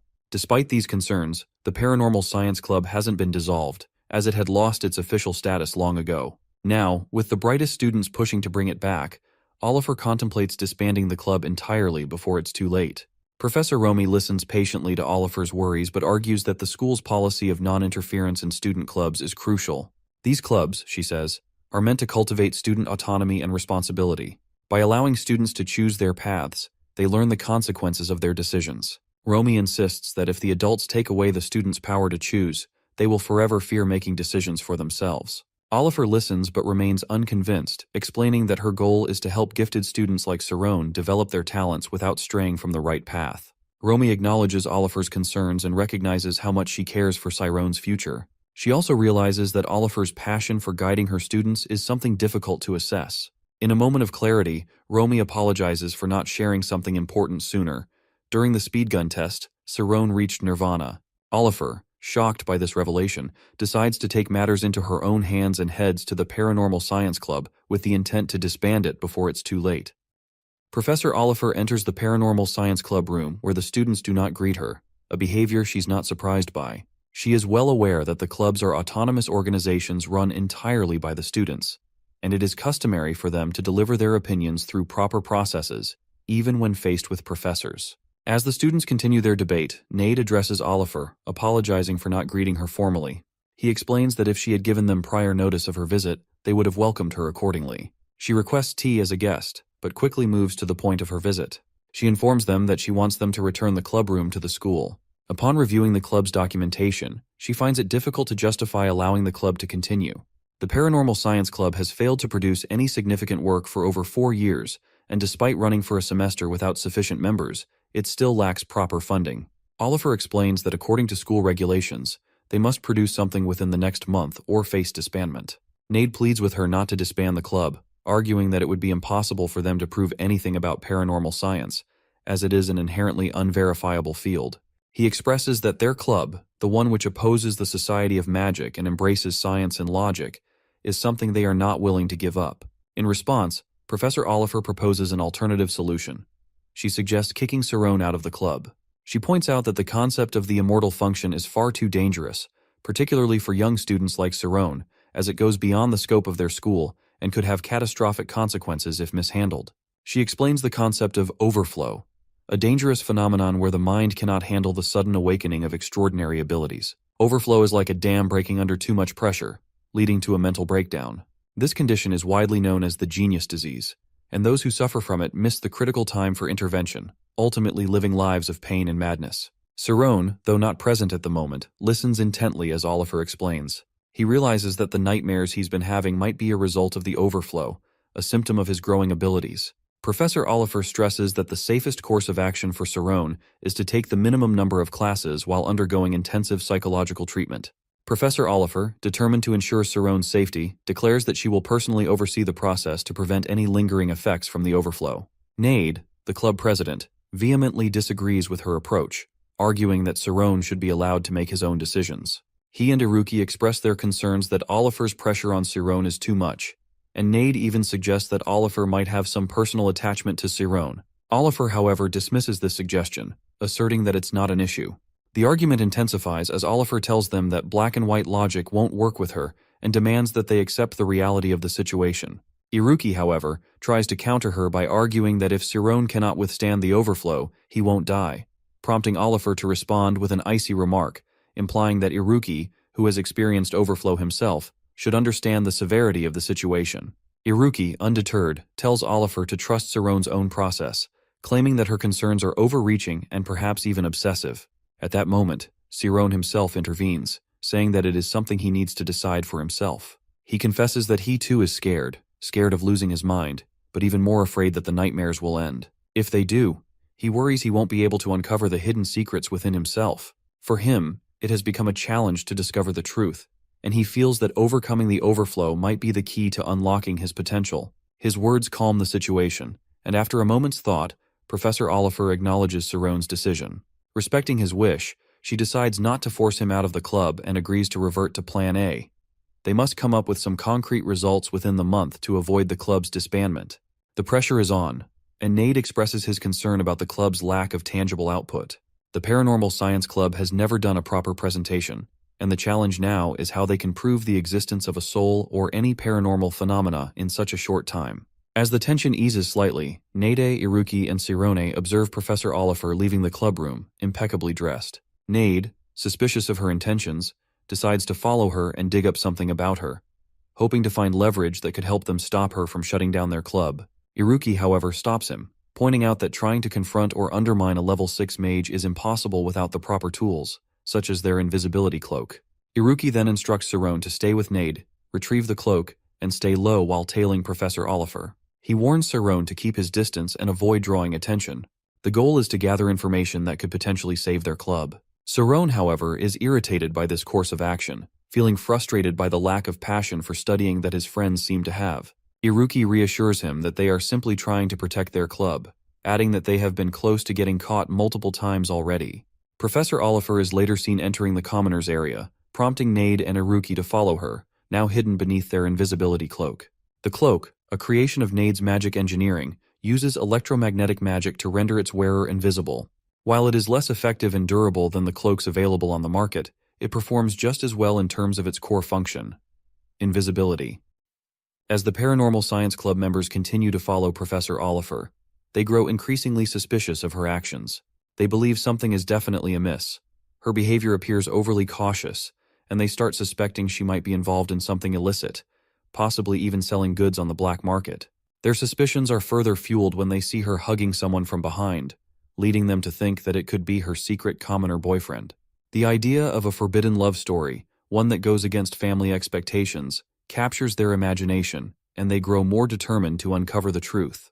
The group stealthily makes its way through the building, descending into the basement, then ascending to the first and second floors, all while using their schism magic to check the hallway and ensure they aren't caught. Cirone, frustrated by the entire situation, wonders why his friends use their extraordinary abilities and intellect for everything except studying. He suggests that they should head back, but his friends are relentless, and they overhear a conversation between Professor Oliver and the man they now believe is her lover.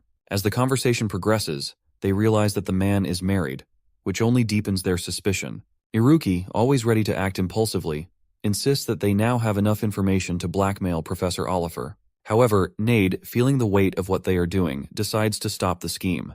Against his better judgment, he forces open the door to the room where Oliver is conversing with the man, only to discover that Professor Oliver is alone. Caught red-handed, Professor Oliver screams at them, demanding to know why they've intruded on her privacy and what they were doing in her room. The club members immediately kneel in submission, embarrassed and uncertain of how to explain their actions. They awkwardly blurt out that they thought she was having an affair. Iruki, not wanting to take all the blame, points at Nade, claiming that the whole situation was Nade's idea. He also sarcastically adds that the invisible cloak, which they used to follow her, belongs to Nade. Meanwhile, Cirone looks on in frustration, recognizing that none of this is about the pursuit of knowledge or studying, but rather just more foolishness. As the tension builds, Armin, who seems to have appeared out of nowhere, steps in to fix the broken door and speaks up. He tells Professor Oliver that it seems like the students followed her out of concern, not malice. Professor Oliver, still visibly upset, acknowledges that while she may be to blame for being followed, they cannot just barge into another person's house uninvited. Armin, with a calm demeanor, suggests that perhaps they felt justified in doing so because Oliver was there to welcome them. Cirone, curious and somewhat bewildered by the situation, asks who Armin is and why Professor Oliver is so secretive about meeting him. Oliver, her demeanor softening slightly, reveals that Armin is someone she went to the same magical school with when they were younger. Iruki, ever inquisitive, asks if Armin is a mage and inquires about what happened to his eyes. The atmosphere shifts as Professor Oliver reveals a painful and personal story. She explains that Armin lost his eyes because of her. She also admits that she herself experienced overflow when she was young, and in that moment of crisis, she was trapped within her own will, feeling utterly powerless. All she could do was run. As Armin and Professor Oliver's conversation deepens, Armin recounts a pivotal moment from their past. He tells the group not to focus on the overflow, but instead to move forward, emphasizing that sometimes it's not about avoiding danger, but enduring it. He recalls a time when he and Oliver were in a perilous situation, with too much water rushing downstream. In that life-threatening moment, Oliver had jumped, and Armin had followed, determined to hold on and ensure they both survived. He reassures them that if they make it to the river's end, they'll live. This memory seems to weigh heavily on both of them, a shared experience that shaped their bond. Armin, once a brilliant student on track to become a mage, had to give up his dream after he lost his sight at that moment. The tragedy led him to abandon his magical studies, but recently he heard that Armin had found a new path as an artist, something Oliver is surprised to learn. It's clear that the impact of that moment has haunted Oliver for years, especially given how it tied into the overflow and Armin's loss. Iruki, understanding the implications of the overflow, asks if that's why Oliver has been so worried about it happening to Cirone. Her concern appears deeply rooted in the memory of Armin's own struggle. As the conversation continues, Armin serves them all tea and speaks with warmth about Sienna, Oliver's name in his eyes. He tells the students that Oliver cares for them more than anyone else, always talking about her students with a kind, protective affection. Nade, somewhat surprised, agrees and adds that they too have a great respect for her, especially for the way she's always looking out for them. Meanwhile, Cirone is utterly fascinated by Armin's ability to paint despite being blind. Cirone is curious to understand how Armin can create such detailed works of art without his vision. Iruki, equally intrigued, speculates that Armin must be using his spirit zone, a heightened sense that allows a person to navigate the world through their magical and spiritual awareness, compensating for a loss of physical senses. Saron, eager to learn more, asks Armin if he can truly see his paintings. Armin, with a calm smile, answers that he had been waiting for Saron to ask that very question. Armin is waiting for Saroni to notice his abilities, especially the unique way he sees the world. As Saron observes Armin's actions, he quickly recognizes that Armin is using a time magic called pause, a technique that allows him to stop or alter his perception of time. The students are in awe as they realize they are standing in front of a time mage who has mastered the art to such a degree that he can move at the speed of light. This revelation shakes them, making it clear that Armin is no ordinary mage. Armin admits that he has been nervous, fearing that no one would notice his powers or understand what he has become. He explains that Saron's eyes, like his own, are not just normal eyes, they are attuned to the light itself. While Saron's eyes might normally take in light and process it as visual information, Armin's eyes allow him to perceive the light in its raw form. When Armin first sees Saron, he knows they share an extraordinary experience. They have both opened the door to infinity, a concept known only to a few. Armin goes on to explain that those who open this door are called unlockers. The moment the door is opened, the mind begins to leak out into the infinite expanse of space and time, creating an overwhelming sense of power and liberation. However, the experience also comes with immense danger. The mind of an unlocker is at risk of disintegrating if they push beyond their limits. Armin reassures Saron that as long as he doesn't push himself too hard, his mind won't be lost to the vastness. Saron, troubled by the continuous visions he experiences through his supersight, expresses his fear. He is terrified of losing his mind due to the overwhelming power of the universe he sees in his dreams. Armin smiles slightly and tells Saron that this is a natural consequence of reaching the realm of infinity. He explains that magic has begun to love Saron. His condition is not unusual for someone who has reached the infinite and is now seeing the universe itself. Most who come into contact with such boundless space feel an overwhelming fear. However, Armin explains that this fear is not something to avoid. It is a necessary catalyst that can lead to enlightenment. Armin then shares the deeper implications of being an unlocker. Most unlockers gain omnipotence of space, the power to manipulate scale magic on an unimaginable level, an ability to control and shape space itself. However, it seems that Saron's fear is not about the infinite space, but something completely different, something that has yet to be fully revealed. He reassures Saron not to be afraid because the magic is already within him. It will take time, maybe even a lifetime, to fully understand it, but that is part of the journey. Armin speculates that the visions Saron experiences, particularly the string of light he has seen in his dreams, could be linked to the gauge symmetry, a concept in physics that represents the perfect symmetry of the universe, a symmetry scholars believe is woven into the very fabric of existence. They believe the universe is mathematically perfect, governed by immutable laws and the constant speed of light.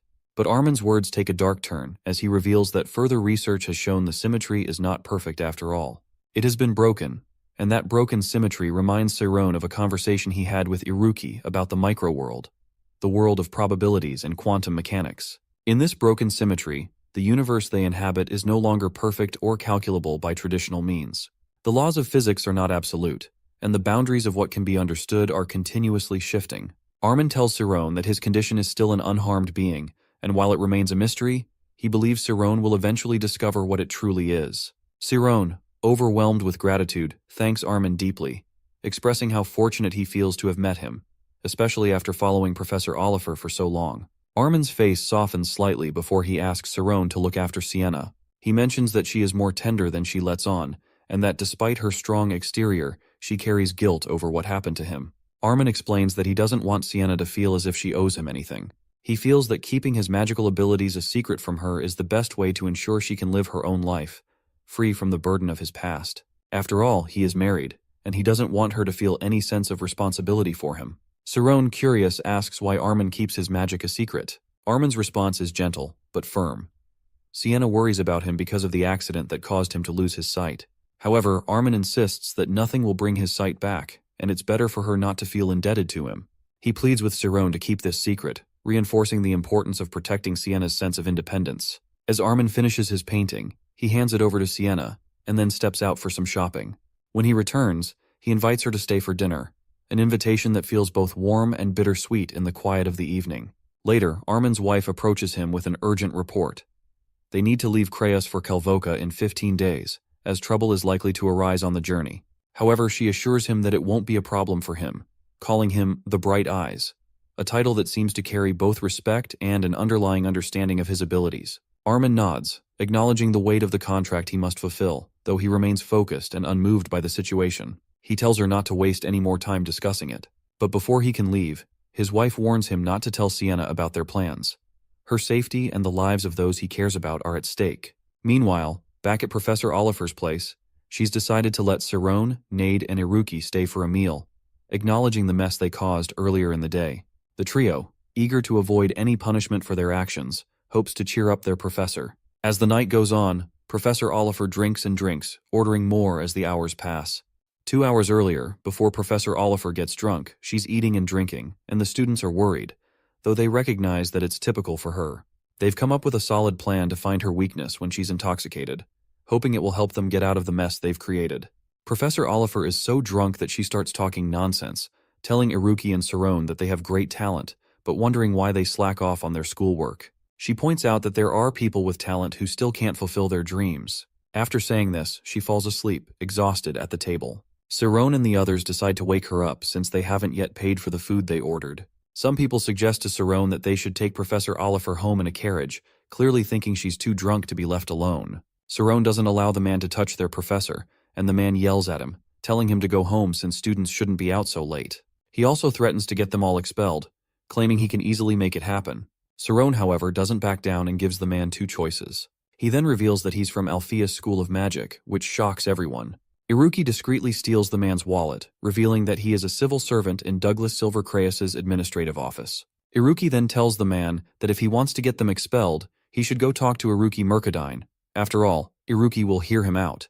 The name Mercadine holds weight, as it belongs to a first-class noble family that has been in charge of Dragonbolt, the king's advisory body, for 3 generations. The 3 men, realizing who they're dealing with, flee from the scene. Nade, curious, asks Iruki why he mentioned his noble family, since Iruki usually avoids talking about it. Iruki shrugs, explaining that he made an exception for these men, who were trying to pull his strings. They then take a picture of Professor Oliver, hoping it will help prevent their club from getting shut down. Sirone, being the strongest, carries the professor on his back, while Iruki and Nade struggle to lift her. Iruki attempts to carry her but fails. Iruki then tells Sirone to use his schema and spirit zone if he can. He's sure that Sirone has the talent to do it. Iruki explains that Sirone will need to focus on himself, lose his eyes, and listen carefully to his instructions. Iruki leads Sirone into the process, guiding him to sense himself, take deep, slow breaths, and answer. But Sirone can't follow through, and Iruki stops him. He suggests that they stop the whole blackmail attempt, as Professor Oliver must have had a difficult and depressing day. Iruki adds that Professor Oliver didn't want them to go through the same pain she experienced. He explains that the club was passed on to him by its founder, and if it stops with him, it would somehow fall to Nade, the president. After much deliberation, they agree to stop their actions and let go of the mess they've caused. Just then, Professor Oliver wakes up in the middle of their argument. She listens to their conversation, then calmly concludes that she won't report to the school about what happened that day. She assures them that she won't have them punished.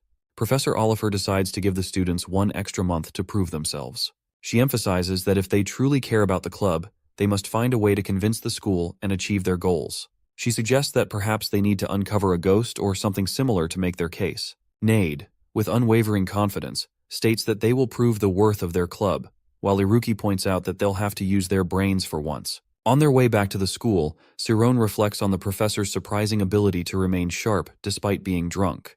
He wonders how she manages it, and the professor implies that a few drops of liquor are hardly enough to cloud the mind of a mage. Several days later, the day of the club presentation arrives. The students are shocked to see Sirone in the Paranormal Science Club, and the school's long-kept secret is on the verge of being exposed. The club, now consisting of Nade West, Iruki Mercadine, and Sirone Ariane, is set to reveal itself to the school. The students are deeply concerned when the Paranormal Science Club announces its intention to hold a presentation at school. With Sirone and Iruki in the group, rumors start circulating about whether the club is truly an academic one. 10 days earlier, Sirone, Nade, and Iruki spend all night brainstorming, trying to come up with a topic that will work for their presentation. Despite the effort, Sirone voices his concern that they can't reenact the incidents they want to present, as they are based on events that can't be easily replicated.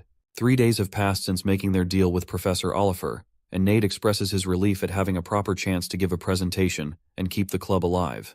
However, They are still struggling with the dilemma of presenting something from the paranormal, an area that is difficult to demonstrate tangibly. This causes frustration within the group, especially Nade, who realizes that they can't simply fool the mages. Desperate for a breakthrough, Nade decides to seek out Professor Oliver again for help. Meanwhile, Cerrone has an idea.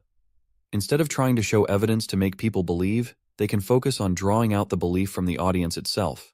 Iruki supports this notion, advising Cerrone not to prove the existence of the paranormal to others, but rather to make them believe in it and then prove it afterward.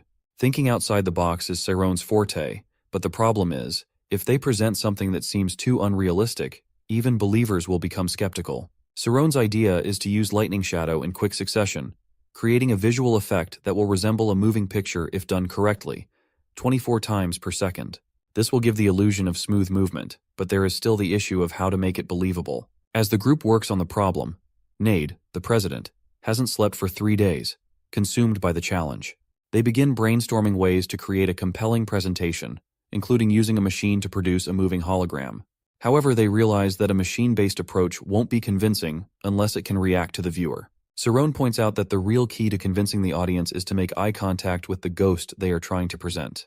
Iruki proposes a solution based on complex systems theory.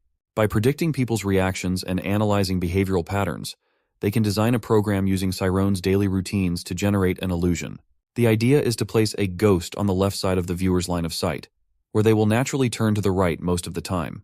While Iruki believes this approach is possible, he also acknowledges that it will require vast amounts of data and storage to pull off. Cerrone isn't sure if his electric energy can handle the immense data transfer required for the project, but Nade suggests using fire photons, a cutting-edge technology that the Ivory Tower has been researching. These fire photons, Nade believes, will revolutionize communication, and they can use them to create multiple ghosts. However, Iruki isn't convinced that a few ghosts will be enough to convince the audience. In a stroke of inspiration, Cerrone thinks of using mind tricks to enhance their presentation. This idea seems like a great solution to the problem they are facing. As the group prepares for the presentation, Iruki works on developing the hologram program, while Cerrone focuses on preparing the fire photons. Iruki calculates that the amount of photons needed for data transfer will cost 3 times the amount of his current projections, and he will need to maintain the program for at least 10 minutes to make it effective. 10 days later, Iruki spends the entire day writing behavior pattern equations, while Cerrone dedicates his time to practicing with fire photons. As the presentation day approaches, anticipation grows across the school, especially since half of the student body is expected to attend. There's a sense of intrigue surrounding the Paranormal Science Club's presentation, as many believe it won't be boring due to the involvement of Iruki and Cerrone. Professor Oliver reports to Thad that if the presentation is successful, the club will be allowed to continue. However, if it fails, the club room will be returned to the school, as originally planned.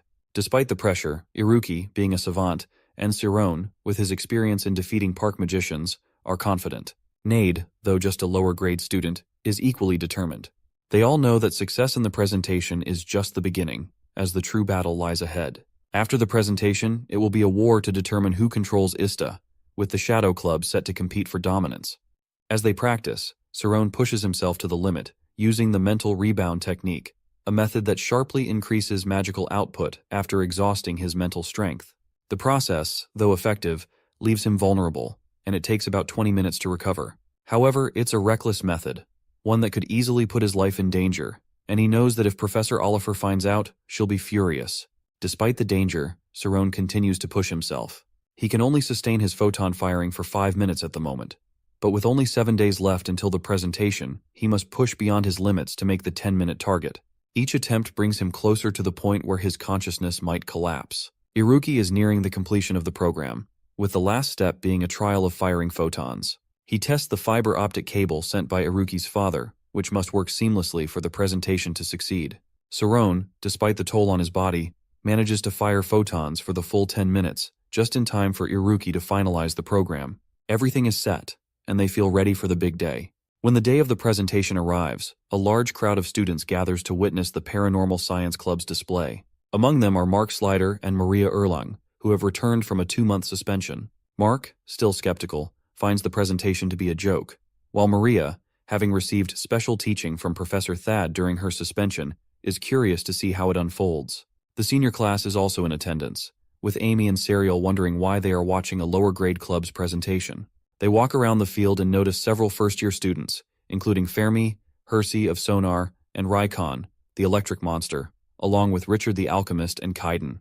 The seniors, unfamiliar with the significance, find it odd to see first-year students involved in what appears to be an advanced class presentation, especially since many of them are rumored to be part of the Shadow Club, a secretive group known as the Golden Circle. In the auditorium, the headmaster is present, curious about how the three boys have prepared for the day. The long-awaited presentation of the Paranormal Science Club begins, and after 30 minutes, the audience is left questioning whether they've been tricked, unsure of what to make of the spectacle before them. As the presentation of the Paranormal Science Club begins, Nade West, the club president, steps forward and introduces himself, thanking the students in the auditorium for their attendance. He warns them that the topic they are about to explore, the realm of spirits, might shock them. He asks if they've ever heard of the land that existed before the school was built, setting the stage for a dark and mysterious tale. Nade explains that 520 years ago, the area was home to a small town, one that fell victim to the infamous conquest. People, including soldiers and townsfolk, fled the war and sought refuge in the mountains and forests. But these weren't just ordinary refugees. Among them were inhuman entities, people who had been possessed by ravenous spirits. The students, unsure of what to expect, begin to wonder if the entire presentation is a joke, especially when they see Cerrone dressed in a girl's costume to illustrate his role. His performance, however, takes a darker turn as he does something unsettling that begins to worry the audience. Nade, undeterred, continues with the story. He explains that the club's research into the school's history uncovered an old journal from 6 months ago. This journal revealed shocking truths. The ravenous spirits feast on souls, turning their victims into spirits themselves, and they wander in search of new hosts. According to the journal, the spirits only appear at midnight, when the school bell rings, marking the hour they are most active. The students, now intrigued but skeptical, are told that if they've never seen a spirit at midnight, it's because spirits only reveal themselves to those who are truly willing to see them. Nade's cryptic words set a tone of eerie anticipation, as the students' curiosity is piqued, even though many of them doubt the validity of the claims. Nade goes further, encouraging them to pay attention the next time they hear the midnight bell, suggesting that they might just catch a glimpse of a wandering spirit. As the presentation reaches its conclusion, Nade finishes with a cliffhanger, promising shocking revelations yet to come. However, the students, frustrated by the lack of a concrete conclusion, begin to express their disappointment. They quickly gather their things, muttering among themselves, and exit the auditorium in frustration. Professor Oliver, dismayed by the students' reaction, rushes to the headmaster to express her disappointment in the club's performance. She insists on punishing them for ending the presentation so abruptly, but the headmaster, though critical of the presentation, tells her not to. He understands that it's part of the Paranormal Science Club's approach to leave their audience with a sense of mystery. The headmaster believes that if the presentation had ended without generating such curiosity, it would have been a failure from the start. Meanwhile, Cerrone, Nade, and Iruki gather in the background, their eyes gleaming with satisfaction. The seed of intrigue has been planted. Cerrone nods to Nade and Iruki, confirming that step 1 of their plan has been successful. Now, they're ready to move on to the next phase, revealing the spirits. As the clock ticks down to midnight, the Paranormal Science Club prepares to reveal the spirits. Nade West checks in with Cerrone, asking if his sequencing meditation is complete. On the night before, Nade had meticulously installed hundreds of hologram projectors all over the school, each running Iruki's behavior prediction program. Now, with only minutes to spare, Nade reminds Iruki to keep track of the time. They can't afford to start too early or too late. Their plan depends on the ghosts showing up exactly on time. Cerrone, preparing to output the hologram projections, uses his fire protons, but he's uncertain. Iruki, watching him work, is amazed at how Cerrone has progressed in just a month. But Cerrone is frustrated. It feels as though he's pouring water into a bottomless bowl. The output just doesn't seem to rise, and he can't tell if his calculations are even correct. Despite their hard work, their efforts to make the magic function seem to fail. Nade, feeling responsible, lashes out in frustration. He blames himself for the failure, calling himself stupid and incompetent for not even being able to build the machine properly. He apologizes to both Iruki and Cerrone for dragging them into this and making them look foolish. He promises to take full responsibility for their failures. However, Cerrone isn't ready to give up. They've spent all night working on this, giving their all, and Cerrone refuses to let their hard work end in defeat. As he tries again, Cerrone considers using the immortal function, a last-ditch effort to make the magic work. Iruki and Nade panic, trying to stop him. They fear that if Cerrone uses it, he could disappear forever, leaving them behind. They don't want to lose him, especially not over something like this. But Cerrone, recalling the words Armin had once told him, realizes he doesn't have to disappear. He doesn't need to run away. He needs to remember who he truly is. With renewed focus and determination, Saron pushes forward, and this time, the magic works. Iruki and Nade, overwhelmed with excitement and relief, watch as the hologram projections come to life, just in time. Meanwhile, across the school at the girls' dormitory, Maria Erlung from Class 7 is about to turn in for the night. She has an early class the next day, and almost forgets about the ghost story Nade had told during the presentation. She dismisses the whole thing as nonsense, not believing Saron's claims about spirits appearing at midnight.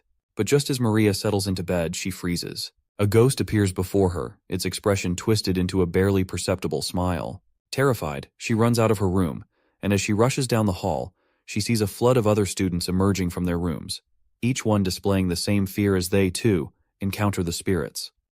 The ghosts, now haunting every corner of the school, are seen drifting through the air and following students relentlessly. Panic spreads as students shout in terror, urging Saron and Iruki to stop the apparitions from pursuing them. Amidst the chaos, the ghostly figures suddenly vanish, leaving the students to wonder if they have ascended to heaven. As the fear subsides, they spot Saron, Iruki, and Nade standing atop the school building, observing the scene below. Nade addresses the crowd of students gathered beneath the rooftop, acknowledging their presence and thanking them for staying for the night's presentation. Their voices mix with the lingering cries of students still reeling from the frightening experience. Soon, Professor Oliver arrives at the scene, followed by the headmaster, who insists that the presentation is not over. He urges the students to stay and listen, as Nade continues his explanation. Nade reveals that the ghostly apparitions were nothing more than advanced holograms. He then asks the students if they now believe in the paranormal. The students are shocked by the revelation, and begin to discuss how the holograms were able to move independently throughout the school. They are baffled by how it could have been done. One student suggests that the holograms must have been programmed, but the sheer scale of the operation, hundreds of holograms scattered across the school, raises more questions. How could they have gathered the immense amount of data and energy needed to pull it off? As the students continue to process what they've seen, Saron reflects on the nature of human curiosity and intellect. He understands that the thirst for knowledge often leads people to challenge their own understanding of reality. While some students express frustration at being tricked, others are awed by the sheer ingenuity behind the stunt. They can't fathom how Saron and his friends managed to execute such a complex plan. Professor Oliver, still upset, argues that despite the complexity of the trick, the Paranormal Science Club cannot be credited with it. The headmaster, however, points out that the value of the presentation lies not in the trick itself, but in what the students learned from it. He challenges them to think about why they were so terrified when they thought they saw ghosts, even though they had been certain that ghosts aren't real. Saron then asks the students why they had gathered outside the school when they thought the ghosts were fake, and why they had fled in fear when they believed the apparitions to be real. He highlights the fact that despite their skepticism, they still harbor a deep-seated fear that ghosts might exist. Nade adds that this is the essence of paranormal science, the exploration of doubt.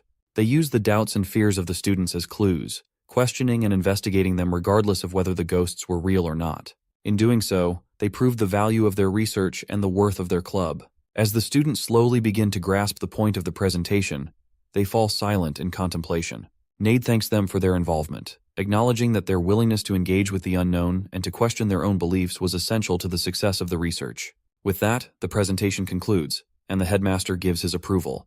While the students may have been tricked, they have learned something important about the nature of doubt and skepticism. As Saron, Iruki, and Nade share a moment of excitement, celebrating the success of their plan, there is a sense of relief and accomplishment.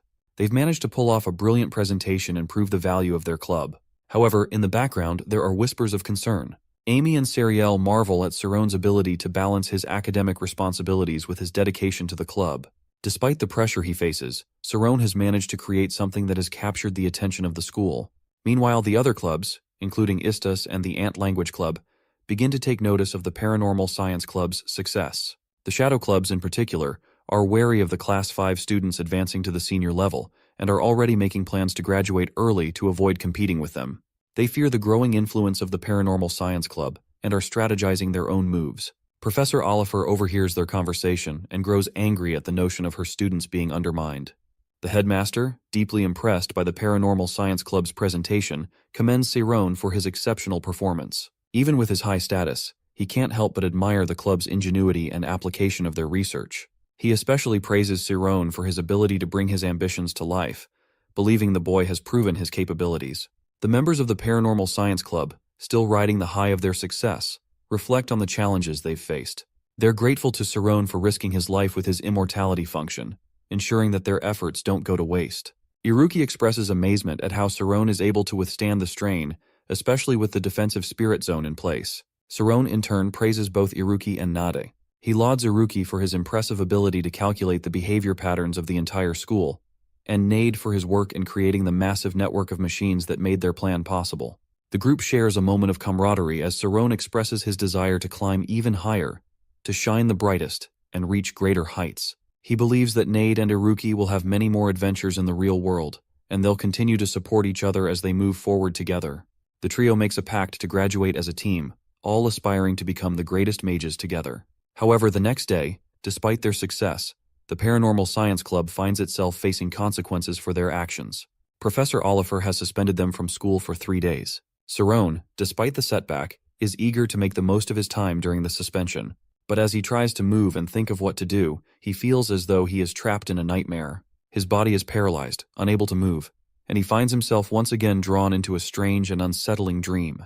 In this dream, a massive, pulsing light awaits him, a familiar presence that has appeared countless times before. Saron is accustomed to waking up just before reaching it, and this time is no different. Yet, the experience feels different, as if something within him has changed after the events of the previous day. He wonders if the unusual events have altered him in some way, leaving him to deliberate on what to do with his newfound suspension. After a moment of reflection, Saron decides that he will spend the next few days studying. He feels he has earned the right to indulge himself in something enjoyable, like reading. He makes his way to John Bookshop, a place he has always wanted to visit. The owner of the shop welcomes him warmly and encourages him to explore the books. Saroni picks out a novel titled The Dragon Tamer Who Slayed the Demon King, excited to finally purchase a book with the money he has saved from House Oyent. As Saron is about to leave the shop, he is greeted by two familiar faces, Altor and Rumina, childhood friends he hasn't seen in years. Altor then asks why Saron has disappeared from their lives for so long and what he has been up to. Despite Altor's questions, Saron has never shared his reasons with him before, and even his father has been secretive about Saron's whereabouts. Saron hesitates for a moment, wondering whether to keep his secret or tell the truth. He knows they will eventually find out about his time at the School of Magic, and he doesn't want to hurt their feelings by lying. In the end, he chooses honesty, confessing that he has been attending the prestigious School of Magic. Saron doesn't want to lie to his childhood friends, especially Altor. He knows that sooner or later, they will find out the truth, so he decides to tell them. With a sense of honesty, he admits that he has been attending the magic school. At 10 years old, Altor had already been brawny and big-hearted, a natural leader with a somewhat large ego. Growing up, Altor always had a clear vision for their future, to become stronger so they could protect their small country town from the many threats that loomed outside. As the self-proclaimed leader of their group, he had always been the one to set the rules. One of those unwritten rules was that everyone followed the leader, and the leader protected the town. That was the way the town survived, and Altor made sure his friends understood that. He had never encouraged Saron to focus on reading or studying since Saron wasn't even in school at the time, so Altor had always thought of it as a waste. But now, hearing that Saron is attending the magic school, Altor is surprised. Rumina and the others ask Saron if he can perform magic for them, but Saron hesitates. He hasn't been learning for long, so he's not very skilled yet. Besides, it's against the rules to use magic outside the school. Altor, ever the critic, tells Saron that he hasn't changed. He still walks around with a book in his arms, just like before. It's clear that Altor doesn't understand Saron's desire to learn magic and pursue his education, but Saron feels it's important to stand his ground. Eventually, Saron uses a bit of magic to stop a book from falling, which was forced out of him by his friend's playful teasing. The group then invites Saron to Rumina's party to celebrate selling out their stock for the day. They ask him to come and catch up with them. Altor, having grown even stronger since the last time they saw each other, lifts Saron onto the top seat as a show of affection. Saron realizes that Altor is likely running a business now, and his ambitions may be steering him toward becoming the next leader of their town. It's clear that Altor is determined, and Saron can't help but think about his own place in the world. When they arrive at Rumina's house, the party is already in full swing. As they sit down to eat, Altor asks Sironi to tell them more about the magic school, betting that Sironi will be the smartest student there. The others are curious too. Only nobles typically attend the magic school, and they want to know if Saron studies with powerful mages.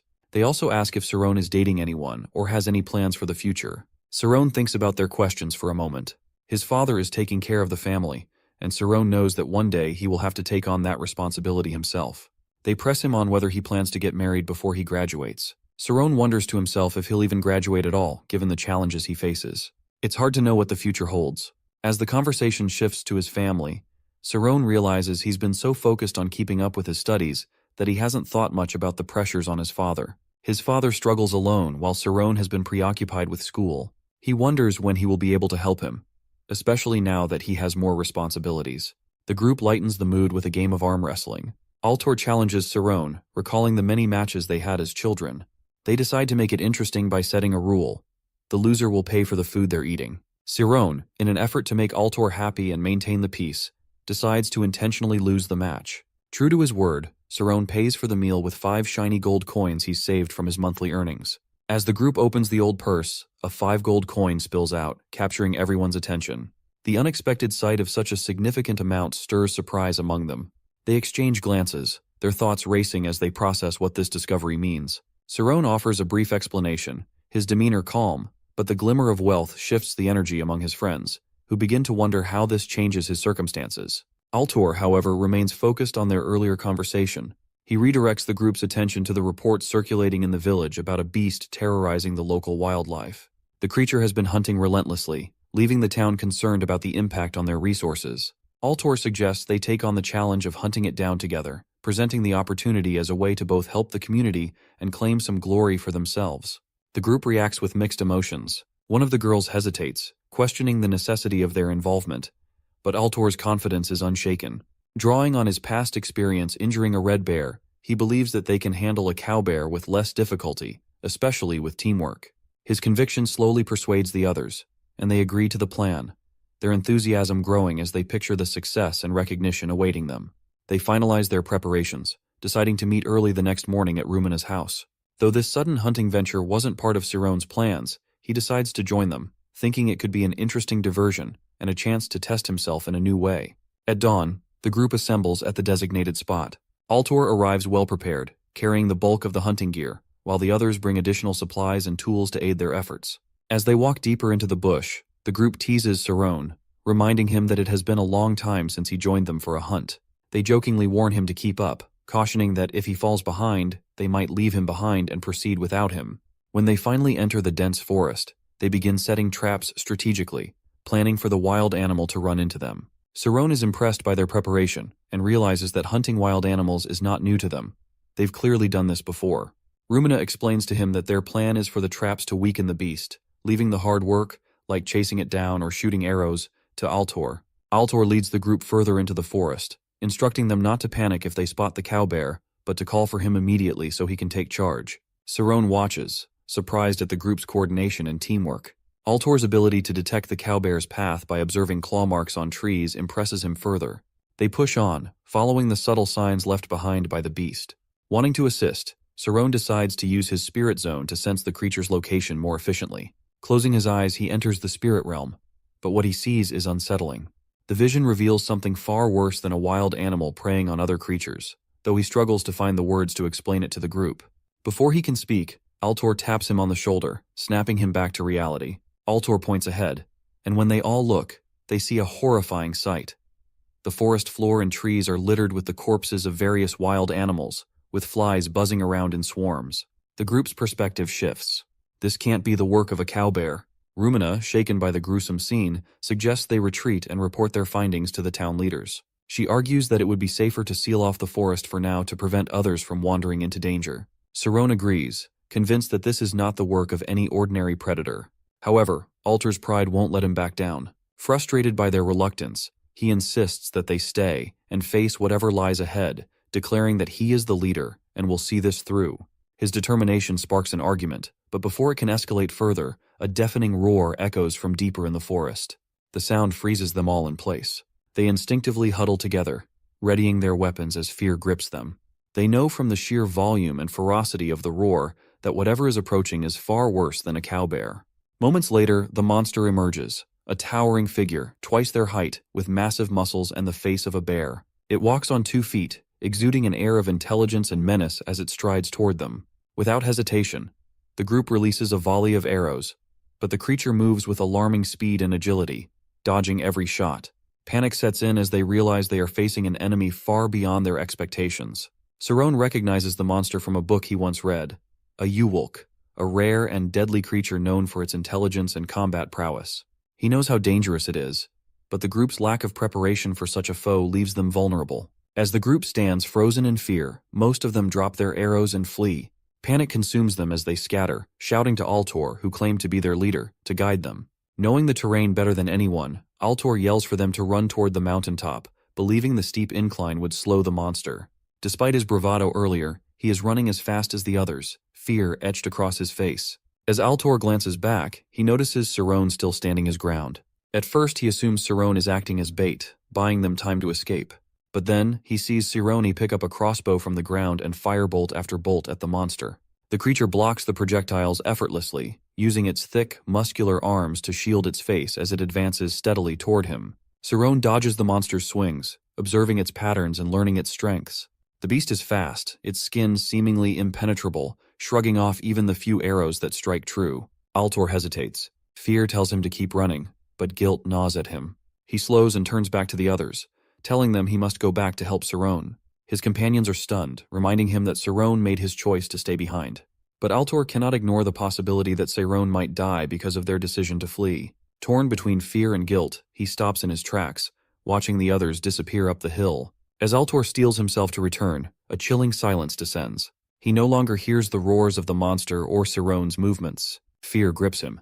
Has the beast already killed Cerrone? Just as despair sets in, Cerrone appears beside him in a flash of light, grabbing his arm and urging him to run.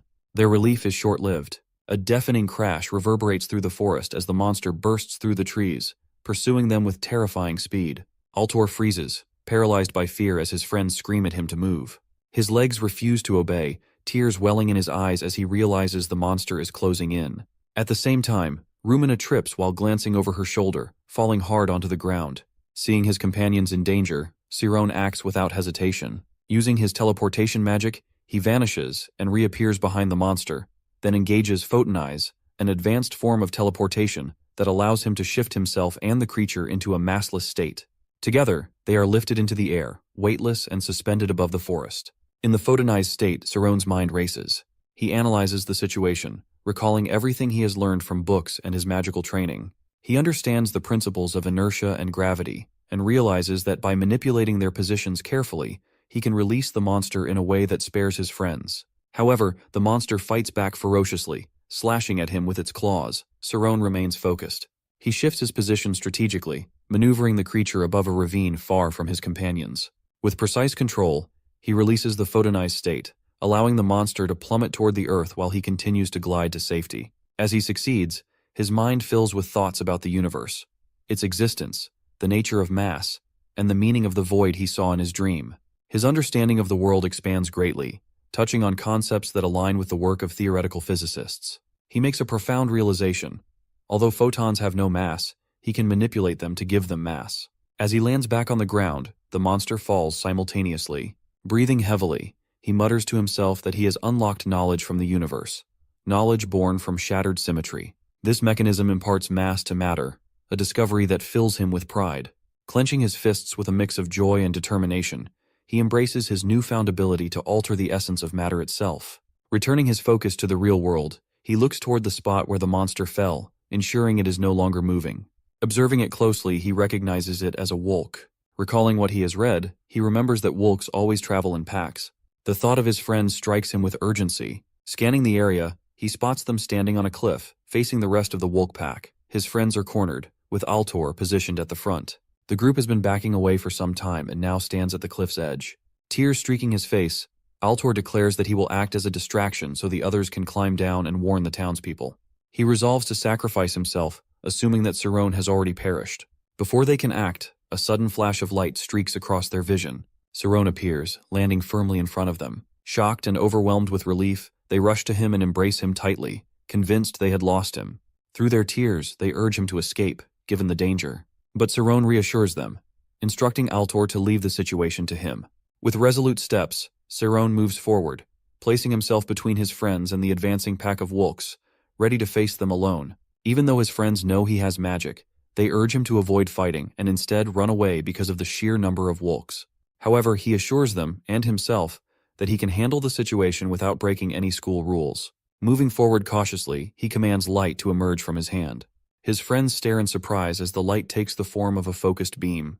It's photon fire enhanced with weight, a new ability he has mastered. He tests it on the lead Wulk, watching as the creature is struck down. Seeing the success, he presses on, summoning a bolt of lightning that strikes directly in the midst of the Wulk pack. The spell is effective, but the sheer number of enemies overwhelms him. He quickly realizes that this magic comes at a cost. Each attack drains his mental energy, and the faster his mental reserves deplete, the weaker his magic becomes. Minutes pass as he continues to battle the Wulks, exhaustion creeping over him. Despite his fatigue, he refuses to stop. He knows that if he falters, the remaining Wulks will kill not only him, but also his friends, who are standing helplessly behind him, relying entirely on his strength. Sweat drips from his face as he pushes himself to keep fighting. The endless onslaught of Wulks wears him down, and he can feel his body nearing its limit. Still, he knows he cannot give in. Desperate, he thinks of a final option, one that might save them all. It's risky and could be their last chance, but he believes it's the only way to end this battle before it's too late. With the Wulks charging toward them, their speed increasing as they prepare to devour his friends, he gathers the last of his strength. Though fatigue is setting in, he knows that after this final strike, if it doesn't defeat the Wulks or drive them away, it could lead to serious consequences for them all. Closing his eyes, he stretches out his hand, feeling the wind swirl around his fingers, and the light begins to shine brightly toward his palm. His friends shout at him from behind, urging him to act quickly, reminding him to retreat if he can't handle the situation. When the right amount of energy finally gathers, he commands it and throws it toward the oncoming Wulks. As soon as he releases the energy, a brilliant light erupts, and his friends know instantly that this is the magic of a powerful mage. The energy is so intense that the ground beneath it is scorched, leaving a trail marked with the immense power it carries. The moment the energy strikes the Wulks, almost all of them are obliterated on the spot. Only 2 Wulks remain standing, weakened and disoriented, unsure of what to do next. He commands them with a fierce light emanating from his eyes, warning them to never return to the town. He tells them that if they do, the fate of those already dead will be nothing compared to what he will do next. Terrified, the 2 remaining Wulks flee. As the last of the Wulks falls, he finally relaxes, his body exhausted. The moment the threat is over, he collapses, unable to stay conscious any longer. Altor rushes to him, catching him before he hits the ground. His friends, frantic, call his name, but he remains unresponsive. After a moment, they notice his heartbeat and breathing are still steady. They realize that it's not a serious injury. He's just drained, both physically and mentally, from the immense energy he expended. They look down at him with mixed feelings of gratitude and pity. Despite not planning to join them in the hunt, he had been convinced to come at the last minute. Finally back in town, night has fallen. Saron sits outside, alone, gazing at the sky as if he's seeing it for the first time. Altor approaches and sits next to him, asking when he left the house. Saron replies that it was only a few moments ago. He can't believe he's finally able to sleep so deeply again, without the nightmares that used to wake him in terror. It's been a long time since he's slept like this, feeling at peace. Altor asks about the others, and Saron is told that everyone is inside, preparing an enormous feast to celebrate their survival. All are in good health, with no injuries, except for Rumina, who fell while running from the Wulks. Altor also mentions their plans to head out again tomorrow to gather the Wulk corpses. Saron is surprised they can go so soon, but Altor assures him they're only going because the elders of the town will accompany them. The elders are organizing a gathering of the Wulk remains to collect valuable materials, like teeth and hides, which could bring in a good amount of money. Saron tells Altor that the creatures they fought are called Wulks. Altor seems to have trouble remembering their name, but when Saron mentions the value of the Wulk fangs in the market, Altor smiles, clearly pleased. He then confesses that he's always envied Saron. When they were little, while the others played, Saron would sit alone, reading as many books as he liked. Altor admits that Saron has been chasing his dream ever since then. Altor now begs him to reach his full potential so that he can achieve his dream. Saron thanks him for the support, feeling grateful for the encouragement. He can't believe that after all this time his friends are still standing beside him.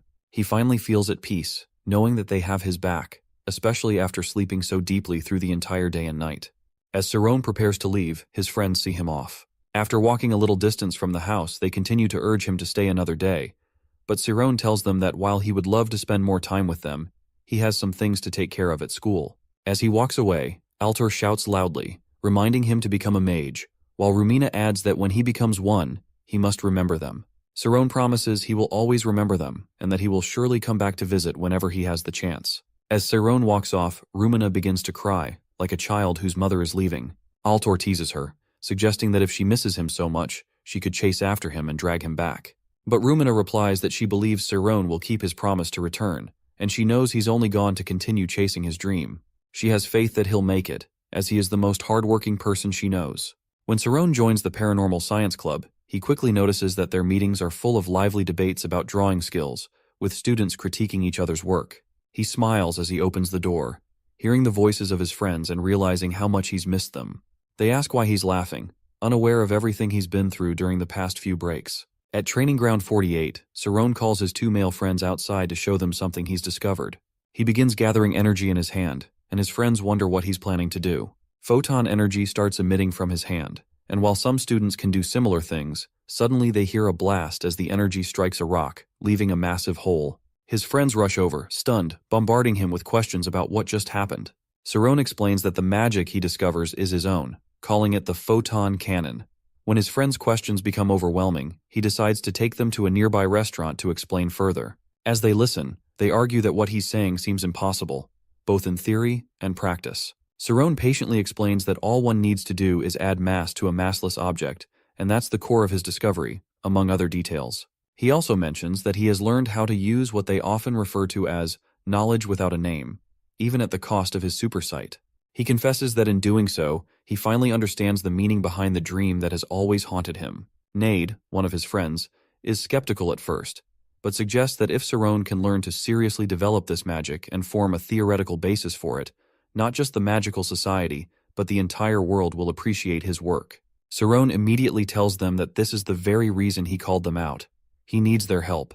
Since they're suspended and unable to use the school library, he asks for their assistance in accessing the Noble Library, which has books just as valuable as those at the school. His friends are surprised by his request, questioning why a fellow noble like him wouldn't simply go to the Noble Library alone. After a moment of silence, Saron decides to tell them the truth about his background. He explains that he is an orphan, abandoned to a lumberjack family in a small village. He tells them how he managed to enter the school, and as he speaks, there is a heavy silence among the three of them. They are stunned, struggling to find words in response. Finally, Iruki, the third person in their group, laughs it off, saying it won't be a big deal since they're close enough to help someone like him. Nade, however, is more taken aback by Saron's revelation. He can't believe that someone who has entered the school only this year is already preparing to conduct research on magical studies after achieving feats like becoming a Year 5 student in just 3 months, defeating him in front of the entire school, and dating the most beautiful and brilliant girl in the school. Before Nade can finish his thought, Iruki playfully blocks his mouth and tells Saron that they will gladly help him, no matter whether he is a noble or not. Saron's heart leaps with joy at their support. As they are about to leave, they ask if Amy knows that Saron isn't a noble. Saron replies that yes, she knows, and his friends are once again shocked that someone like Amy could date a non-noble. They beg him to share more about their love story, how they met, and other details, but Saron just laughs and changes the subject. Meanwhile, in Bashuka, the capital city of Tormia, the streets are brightly lit, almost as if it were still daytime.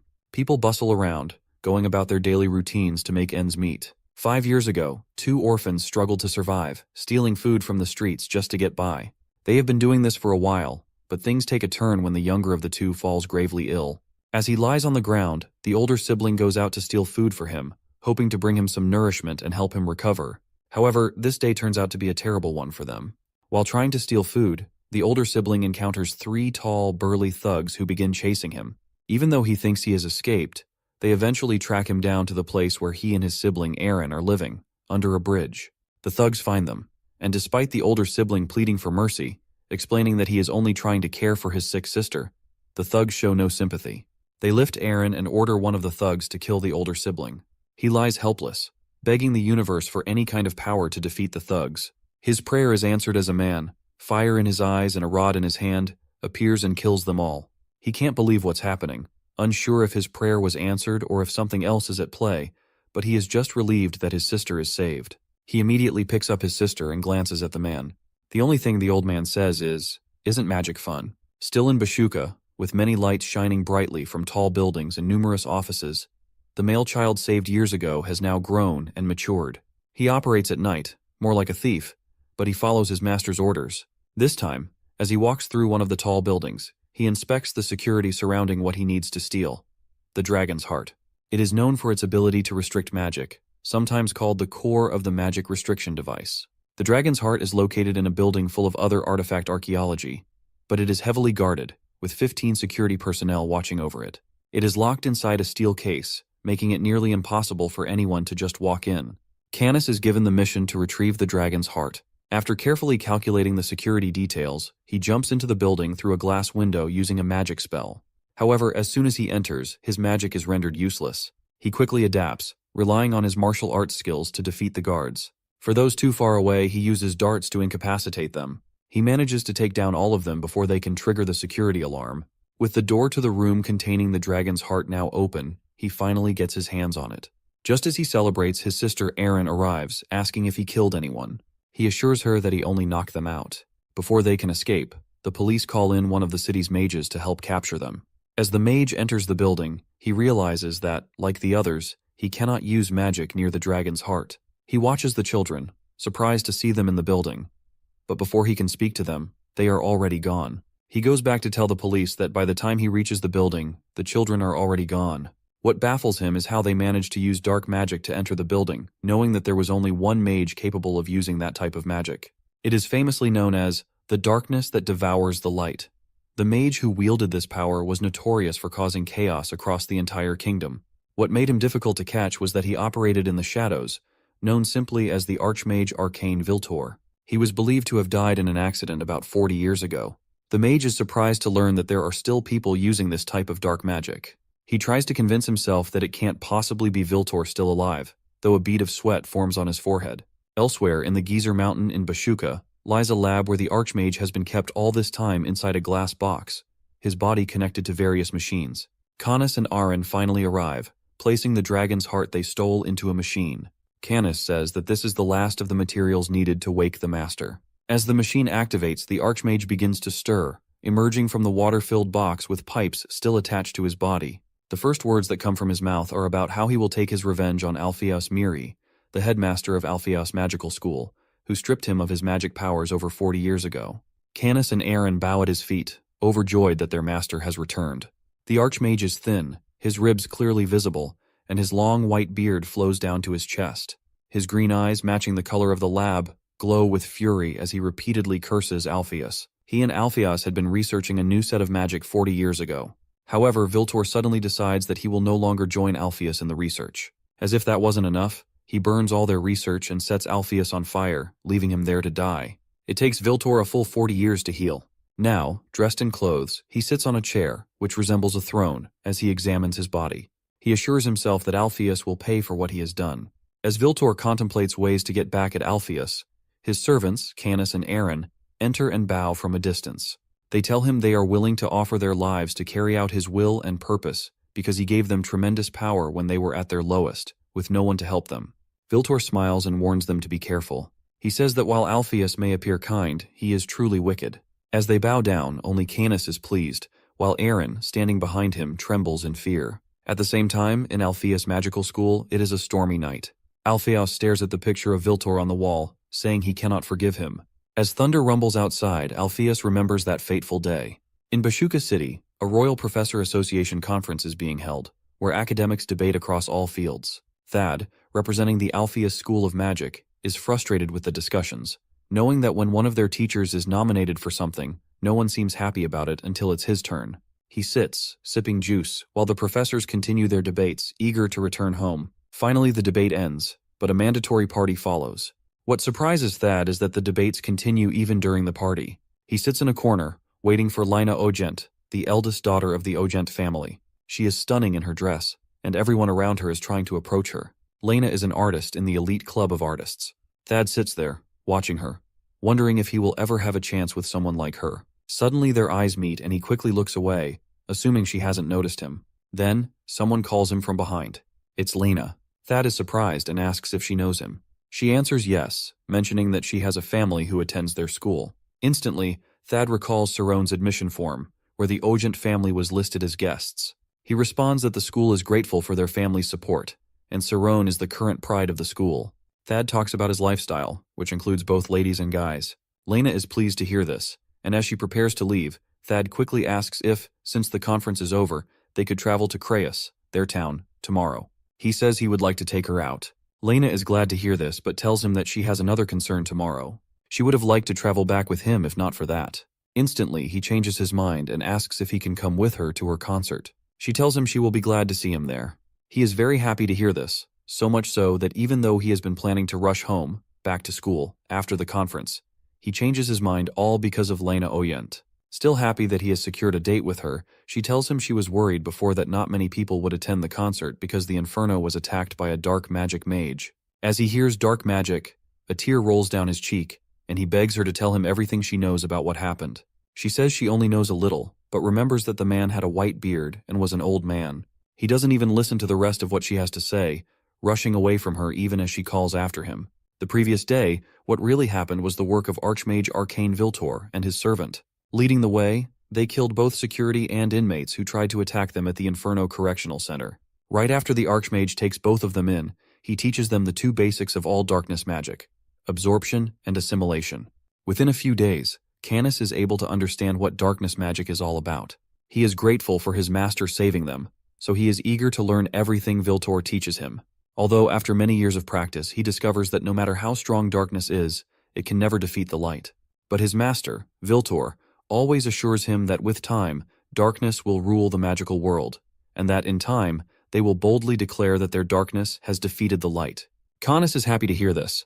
Back in the present, as they enter the correctional center, they kill so many people that blood flows from the cells. However, as they kill everything in their path, Aren does not kill anyone.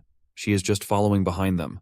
When she sees that the ground is full of the dead, she whispers to Canis, asking why Master is killing all these innocent people, since this is not where he said he wanted to take his revenge. Canis assures her that all she needs to do is trust the Master, saying that he is sure Viltor must have a reason for devouring this place like this, laughing as though he is enjoying everything happening.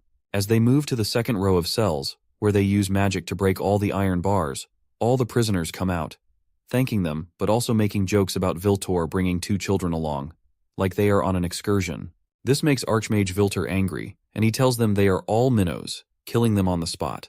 There is still one person who does not come out when the others do. He is chained by his hands and legs and is a very muscular man. When he sees the amount of people they have killed, he throws the iron ball attached to his hand at Archmage Viltor in an attack. He is surprised to see that despite the force he used, Viltor is able to absorb it, and when the iron ball finally reaches his face, it just drops to the floor. Viltor tells the man that he has passed. The man is confused and says he doesn't remember auditioning for anything.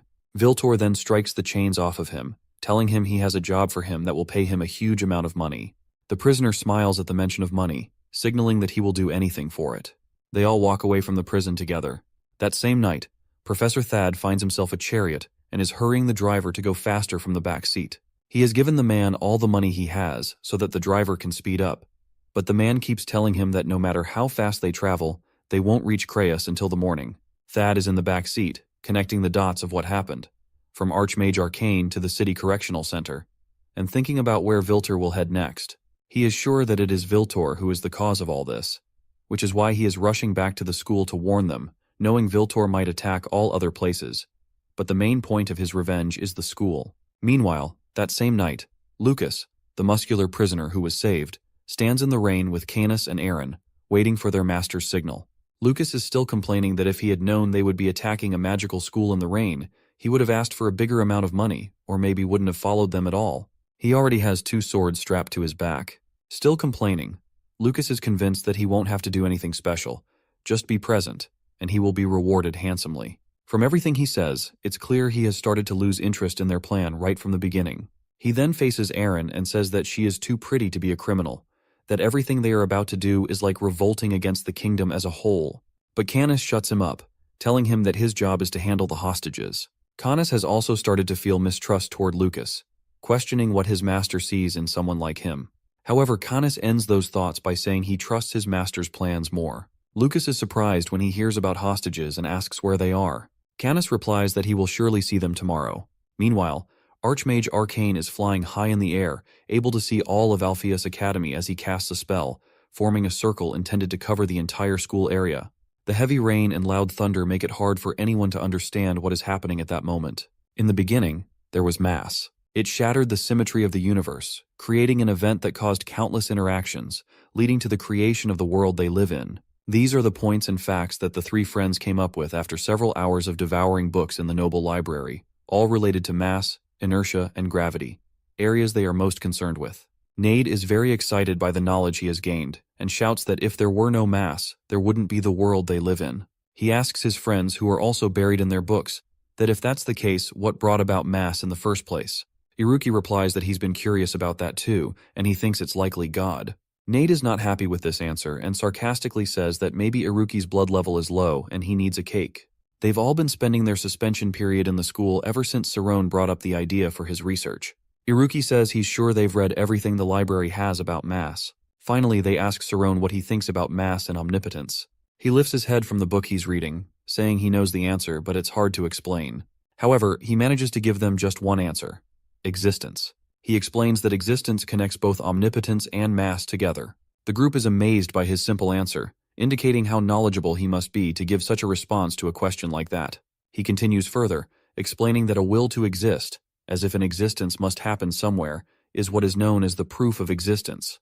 This makes all of them think for a while, as they now behave like professors debating a theory. Nade suggests that they should separate it, calling it a particle of God, something that sparks imagination. He continues, saying that the clearer the image, the stronger omnipotence becomes, which leads them to their next study topic, the particle of God. They all promise to continue their studies on it.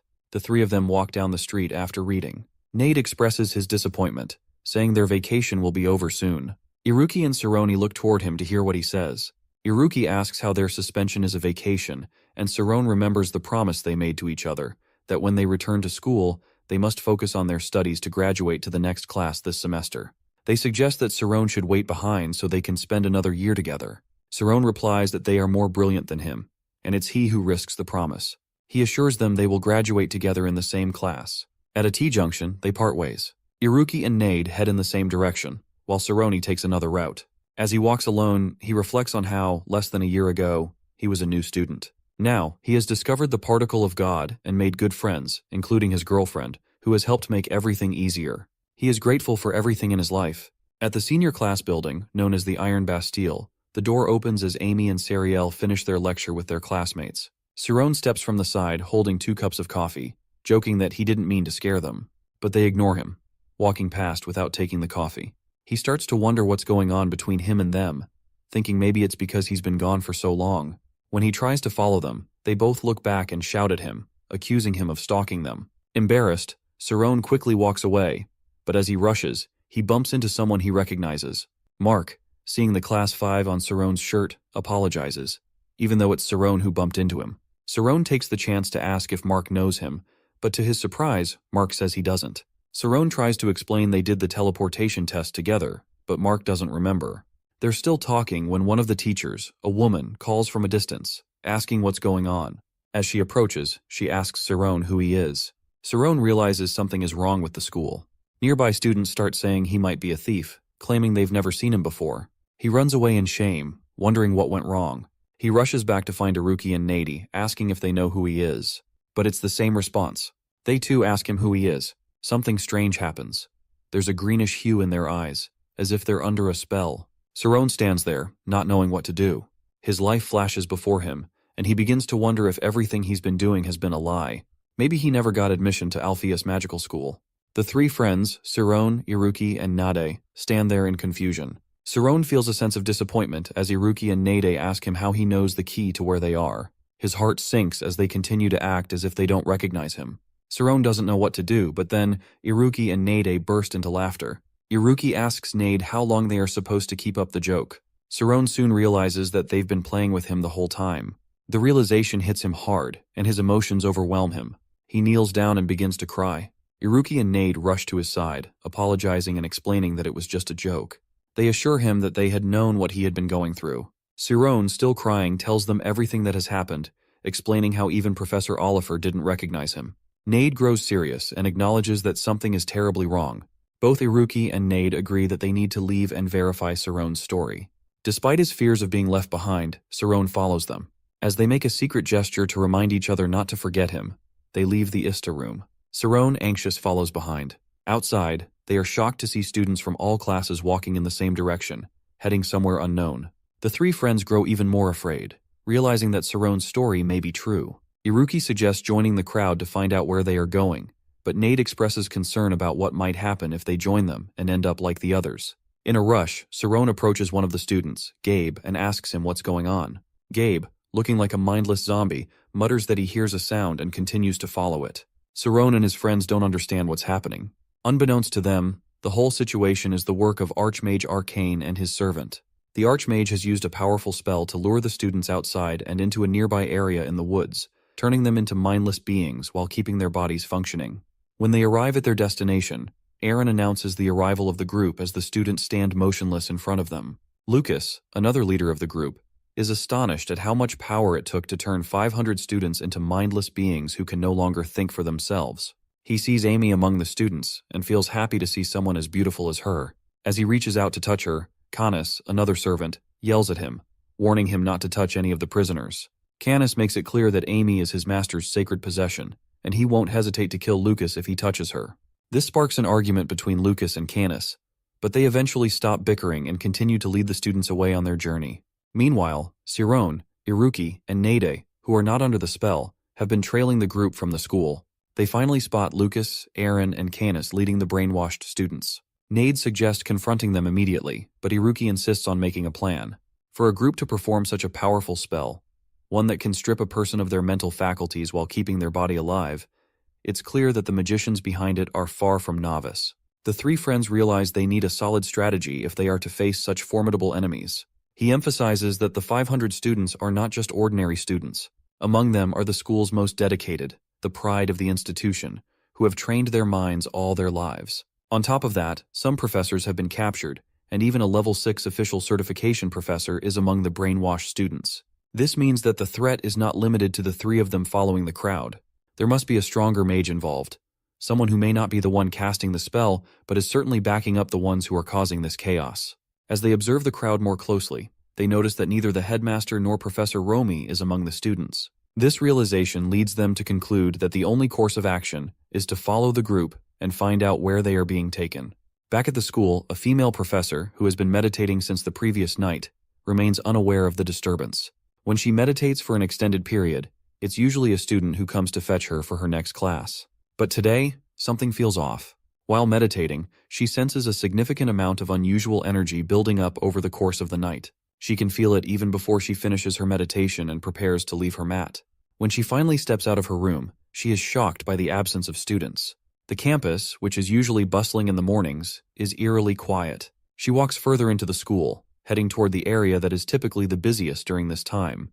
But there is no sign of life. Just as she is beginning to process what is happening, she hears footsteps running toward her. Turning around, she sees Professor Thad, who shouldn't even be around at this time, running toward her with sweat dripping down his face. As he gets closer, she struggles to understand his words, but he finally speaks clearly enough for her to grasp the gravity of the situation. The school is under attack. He continues to call Professor Romy's name, urging her to understand the gravity of the situation. When he finally reaches her, he explains what has happened, revealing that the person behind the chaos is an archmage. Professor Romy is taken aback by this revelation, realizing that an archmage, someone even greater than the headmaster, is involved. The archmage is also a practitioner of dark magic, which has been causing the disturbances. Professor Romy is struck by the implications, reflecting on how someone could achieve such a title. Mages rise in level based on achievements and renown, and becoming an archmage, a level 3 mage, requires an astounding 280 million points. The mage responsible, Archmage Arcane Viltor, has accomplished this. Professor Romy becomes frustrated and fearful as she processes this information. She presses for more details about the Archmage, and although the professor hesitates at first, he eventually reveals that the individual in question is the headmaster's teacher. This revelation shocks her, and she grows even more agitated, understanding the danger posed by such a powerful figure. She decides they must act immediately to save the students. Using her magical abilities, she locates the students and confirms they are heading toward the mountain.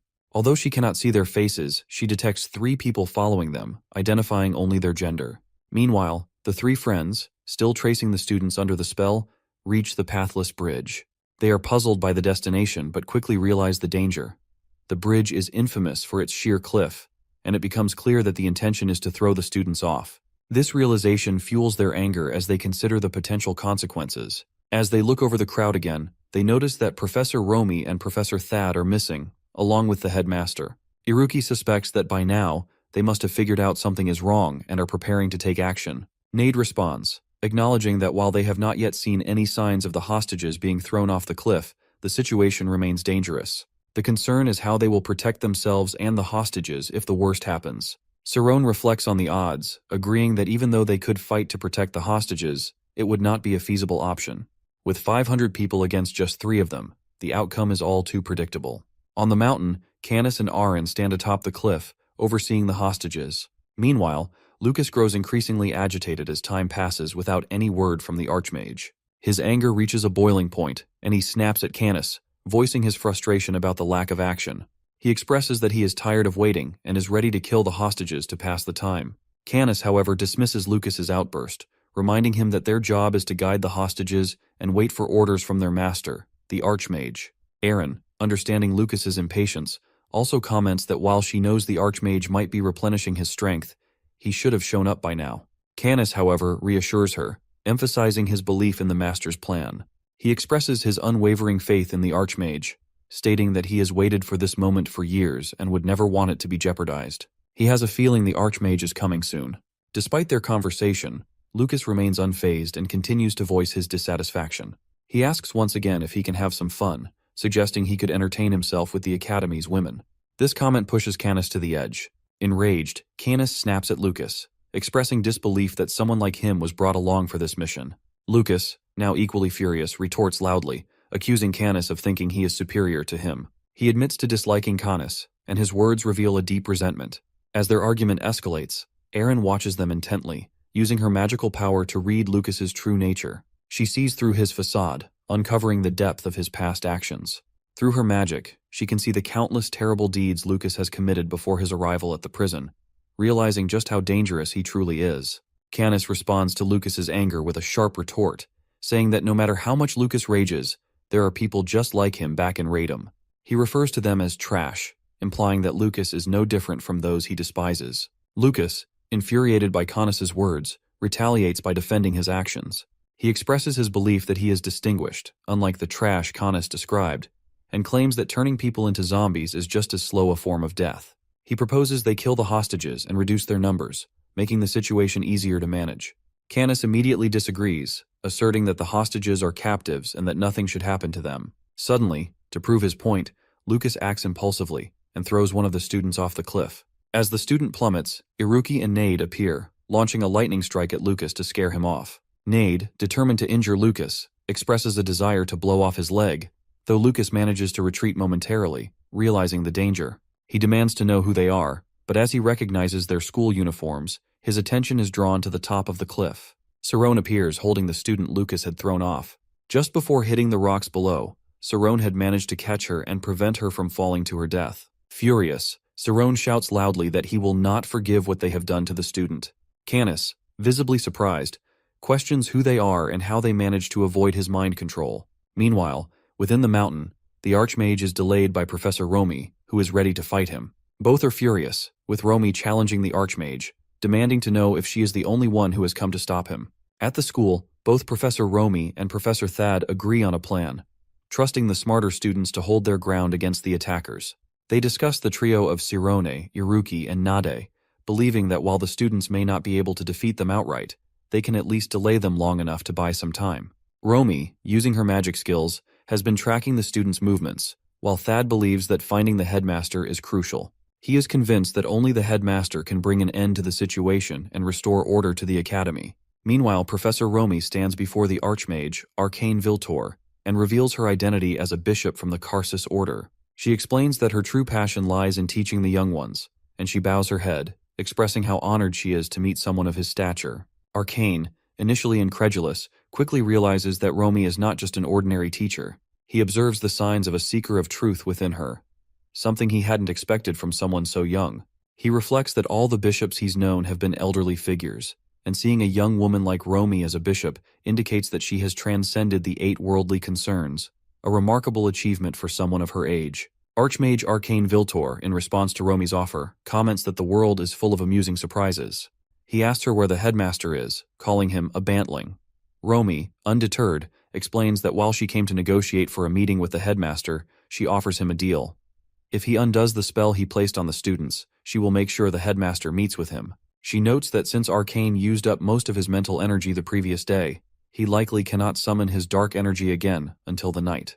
However, Arcane bursts into laughter, revealing that he already knew Romi's plan. He mocks her, acknowledging that her only purpose is to buy time for the headmaster and his friends. With an evil laugh, Arcane commands the roots from the bushes to spring up and pin Romi down as he revels in his power. Meanwhile, at the Pathless Bridge, students remain unaware of the gravity of the situation. Lucas, amused, laughs at Canis and suggests he has a backup plan in the form of more reinforcements. Canis, unfazed, silences Lucas, stating that he will deal with the situation himself. He tells his sister to stay behind and monitor the hostages while he confronts the 3 students, Sirone, Iruki, and Nade, along with the rescued professor. Lucas, now sitting on a rock, watches the situation unfold and taunts Canis, calling him a punk as he heads toward the trio. As Canis stands before them, he questions how they managed to break free from the spell. Iruki responds with a laugh, admitting they broke themselves free. Canis, skeptical, dismisses their claim, pointing out that there were no professors among the hostages.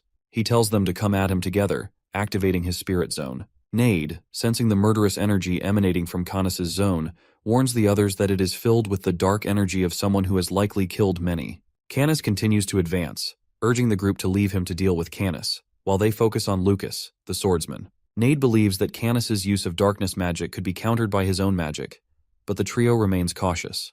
Though the situation is tense, the group decides to fight together against Canis. Sirone warns the others not to underestimate him, noting that Canis has proven his ruthlessness by throwing someone off the cliff. In the midst of the conversation, Sirone's quick thinking becomes apparent, as he starts to tap into his own spirit zone, revealing a shift in his demeanor.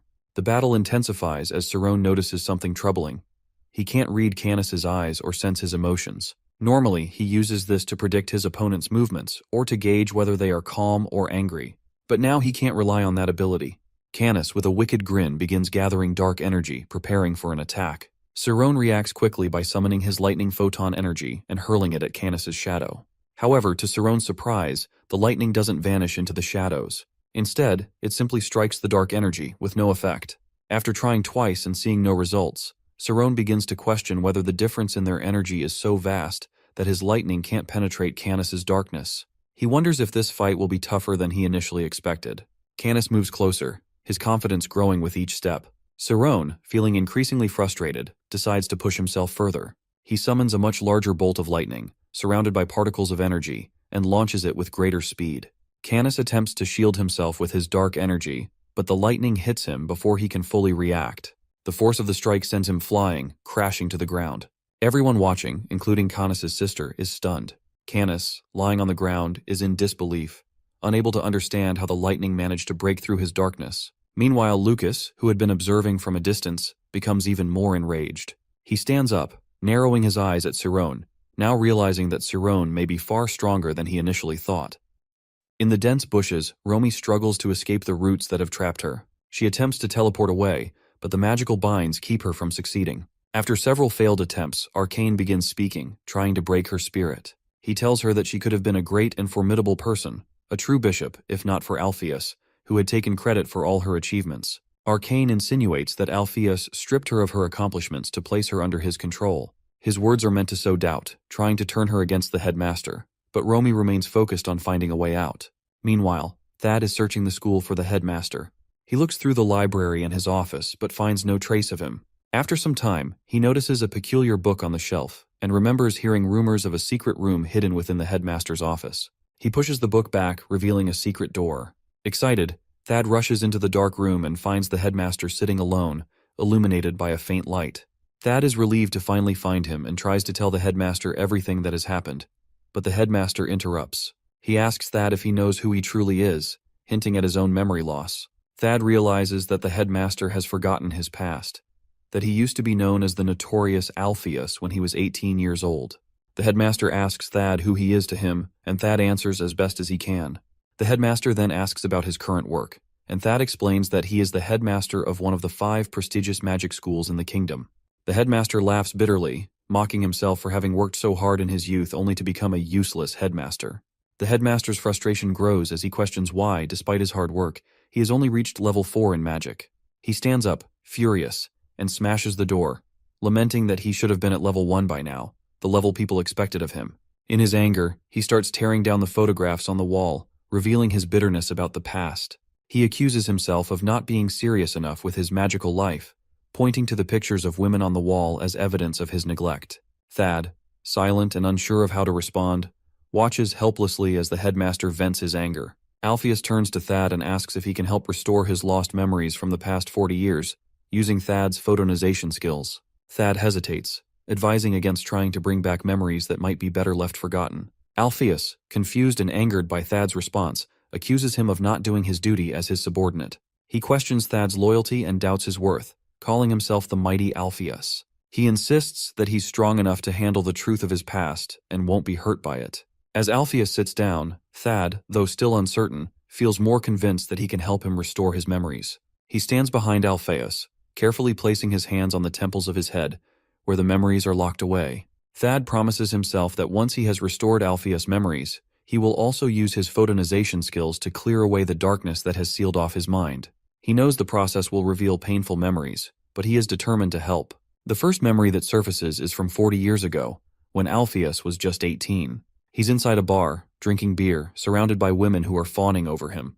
They admire his intellect and ask how he became so wise at such a young age. Alpheus enjoys the attention, raising his cup in a toast to the women and telling them that life is long and they should make the most of it. At this age, he has long white hair with a yellowish tint, making him strikingly handsome, and his presence attracts all the ladies.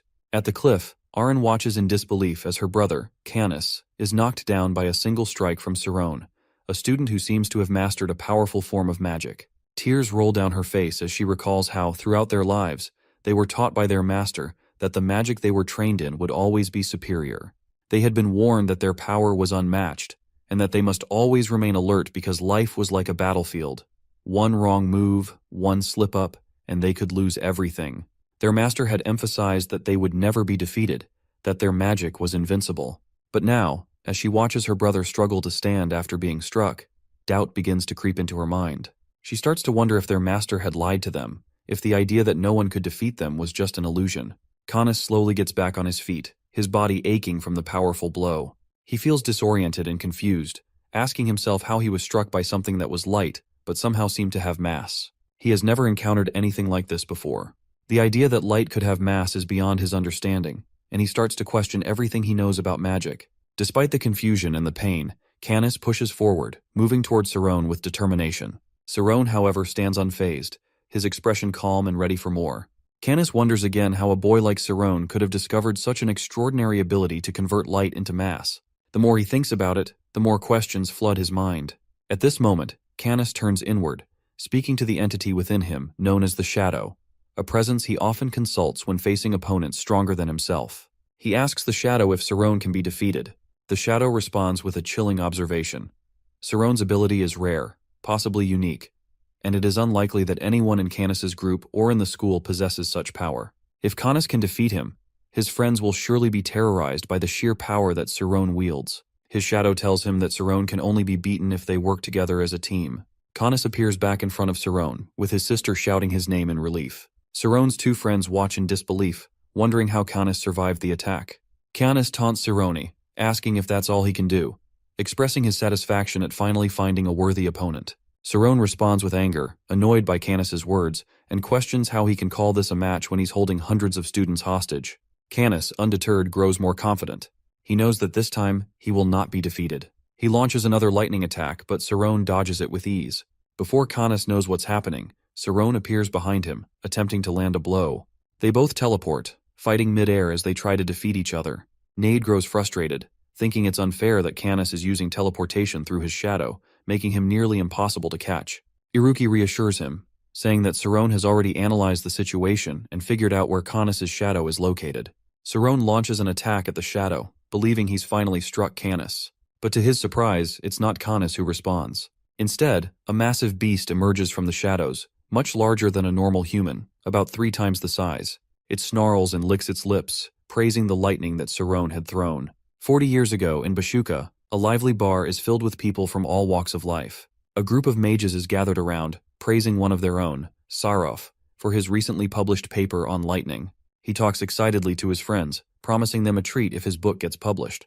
Meanwhile, across the bar, Alpheus watches from a distance. Upon hearing Seraph boast about his paper, Alpheus approaches him, telling him that his paper has been rejected and that all his efforts were wasted. Seraph storms off in anger, declaring that he never wants to speak to Alpheus again. Alpheus can't help but notice that Clump, a 23-year-old in military uniform, is watching him. Clump angrily shouts at Alpheus, accusing him of humiliating Seraph, and tells him that he's heard people call Alpheus the arrogant one. Clump can't believe what he's seeing and calls out Alpheus for his behavior. Back at the cliff, the fight intensifies as a massive bio-creature formed from shadow stands behind Canis. The sight of the creature stuns everyone. None of them have seen anything like it before. With a voice full of pride, Canis speaks, noting the fear in their faces. He explains that this creature is the pinnacle of dark magic. Saron's two friends standing at the back whisper to each other.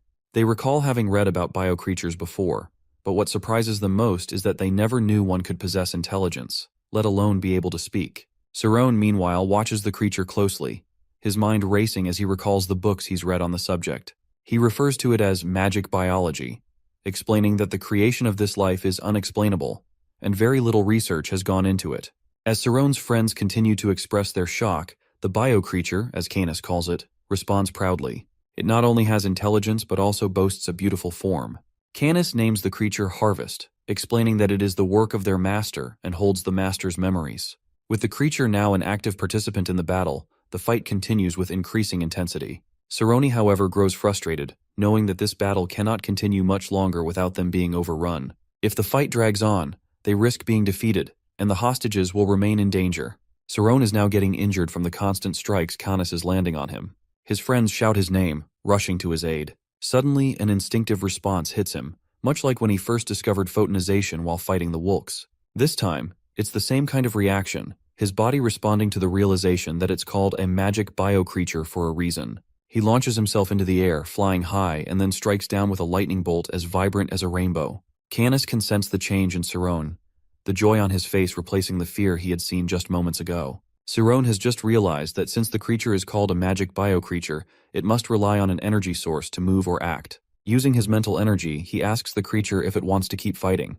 The bio-creature laughs, curious about where the conversation is going. Saron tells it that it will soon tire of his mental energy, and Canis laughs, saying that he and Harvest, the bio-creature, are the same and that nothing will happen to them. Saron then focuses, intensifying his lightning strike with the aim of depleting the bio-creature's energy source, knowing that if the energy runs out, the creature will be unable to act. Canis quickly realizes what Saron is trying to do, and the bio-creature warns him, calling Saron a lunatic for thinking a mere student could possess such special knowledge. The bio-creature suggests a plan. Canis should lure Saron into the nearby bush, where there will be more shadows to help defeat him. The bio-creature believes Saron will follow, eager to save his friends. Canis agrees, reassured that with Harvest's knowledge of the master, they will be fine. He follows the bio-creature into the bush, showing his trust in the creature and his master's guidance. Meanwhile, as expected, Saron follows them into the bush, ignoring his friends' warnings. They shout for him to be careful, but Saron does not respond. His friends left behind decide to deal with what's left. Lucas, now back on his feet, draws his sword from his back, bouncing on his heels with a devilish smile, ready to fight. At the bar, Clump is trying hard to enjoy himself, hoping to impress a woman or maybe even find a girlfriend. He dresses well, sporting a neat, low haircut, something Alpheus had suggested to him years ago. Back then, Alpheus had recommended that Clump grow his hair long, as that was the style most appreciated by women in their youth. At that time, both Clump and Alpheus were close friends who often attended royal balls together. On one such occasion, they were having a pleasant conversation when they noticed the host of the ball, the oldest daughter of the House of Bastad. Clump admits that he's never seen her before and doesn't know who she is. She is being avoided by all the men who she tries to dance with. Alpheus, curious, asks Clump why this is happening, as he doesn't think she looks that bad for a lady. Clump explains that rumors about her mental state have circulated. People say she has the mental capacity of a 10-year-old due to an accident she had when she was younger. Her family doesn't let her leave her room much because of their reputation. But tonight, it seems she managed to escape, and Clump can see that her presence at the ball is causing discomfort among the other guests. As they watch her, Clump's father is seen standing in a corner, sweating and visibly distressed by the situation. He is considering sending a servant to escort her back to her room. Meanwhile, her mother begs him to allow her to stay a little longer, since she rarely gets the chance to enjoy such an event. Alpheus, observing the situation, grows angry as he recalls how his own parents used to limit what he could do. just as Erica's parents are doing now. Alpheus, feeling empathy for Erica, decides he won't let her feel stranded at her own ball. He tells Clump that he won't stand by and let her be left out, and he makes his way toward her. Clump tries to warn him, telling him that approaching her will only make things worse. But Alpheus is resolute. He reaches Erica and, with a polite gesture, stretches out his hand, asking her to join him on the dance floor. To his surprise, Erica bursts into tears, even after he has complimented her beauty and invited her to dance. The whole ballroom falls silent, eyes on them as they wonder what Alpheus has done to upset the daughter of the noble family hosting the event. Back at the cliff edge, Iruki and Nade face Lucas, both determined to fight him. But Iruki can't shake the memories from 3 years ago, when they had first encountered him. He warns Nade to be cautious this time around, knowing Lucas is a formidable opponent. Lucas holds 2 swords in his hands, his posture confident and aggressive. As he charges toward them, Iruki and Nade spring into action, running toward him with synchronized precision. But as they get closer, they split, attacking from different directions to throw off Lucas's focus. Lucas is quick to respond, using his schema technique in battle. He's highly skilled and adaptable, but Iruki and Nade have trained together for years, knowing every possible move Lucas might make. Lucas, however, counters with a unique technique of his own, called the mitochondrial build, also known as the body powerhouse build. This method accelerates his body's metabolism, significantly boosting his stamina and energy levels. As Lucas becomes faster and more resilient, the fight intensifies. Despite this, Iruki and Nad continue to press forward with a mix of lightning-fast attacks, both in the front and from behind.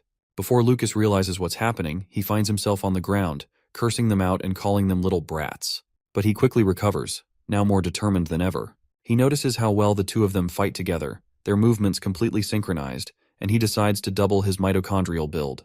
Now Lucas is faster, stronger, and more agile, dodging their attacks with ease. He begins to appear behind them in an instant, landing strikes of his own. Meanwhile, in the bush, Professor Romy is bound by both hands and legs in a cross-like position. Arcane stands before her, watching with a slight grin on his face as he comments on how surprised he is that she's lasted this long. He says she's taken enough of his time and prepares to end her life. A green, poisonous light flows toward her, and Romy recognizes it immediately as poison. Her only chance now is to use her rare ability, Prama Roar. She activates it, breaking free from the roots that had bound her. As Romy ascends into the air, knowing she cannot defeat Arcane with magic alone, she shifts to her schema technique. Arcane, seeing her do this, quickly adapts and uses his own schema to counter her movements. The battle between them escalates in the sky, each trying to outmaneuver the other. At the same time, at the royal ball, Alpheus remains frozen, unsure of what to do as all eyes are on him. The once beautiful lady, the eldest daughter of the House of Bastad, is crying in front of him. She behaves like a 10-year-old girl, upset and unable to control her emotions, calling out for her mother. Her tears only seem to make the situation more tense. She stands up from her seat, ready to leave, insisting that her mother told her not to speak to strangers. Alpheus, seeing her distress, grabs her hand, trying to calm her down. He gently insists that he only needs 1 minute of her time, telling her that if she could just look him in the eye, she wouldn't have any trouble speaking to anyone ever again. The atmosphere in the ballroom shifts as all the other guests stop dancing to watch the unfolding scene. Even Seraph, who had never liked Alpheus, tries to stir up trouble. He loudly declares that everyone must stop Alpheus from harassing the eldest daughter of the Bastad family. But Alpheus ignores him, focusing solely on the crying girl in front of him. Despite his calm demeanor, she continues to resist, insisting that it was her mother's rule not to speak to strangers. Alpheus, ever the smooth talker when it came to women his age, immediately recognizes what he's been doing wrong. He realizes that approaching her in the same way others have would only make her more upset and disorganized. She isn't refusing to dance with him because of him or the party. She's scared. Scared not of him, but of her mother, who she fears will scold her if she does anything improper. She keeps repeating her name, perhaps as if trying to remind herself of her place, of the expectations her family has set for her. Clump, standing off to the side, is beginning to panic. He knows that Alpheus has unintentionally made things worse. The whispers from behind him only add to his anxiety. People are gossiping, some saying that if they were in Alpheus's shoes, they would have just left the girl alone, apologized for causing a scene, and walked away. Yet the more Clump hears these whispers, the more determined he is to support his friend. He can't help but feel that Alpheus's persistence might be the only thing that can make a difference now. Alpheus, hearing the whispers, realizes this might be his last chance. He takes a deep breath and, with his calm and reassuring demeanor, speaks again. His voice is cool, masculine, and steady, carrying an assurance that seems to reach the girl in ways words alone could not.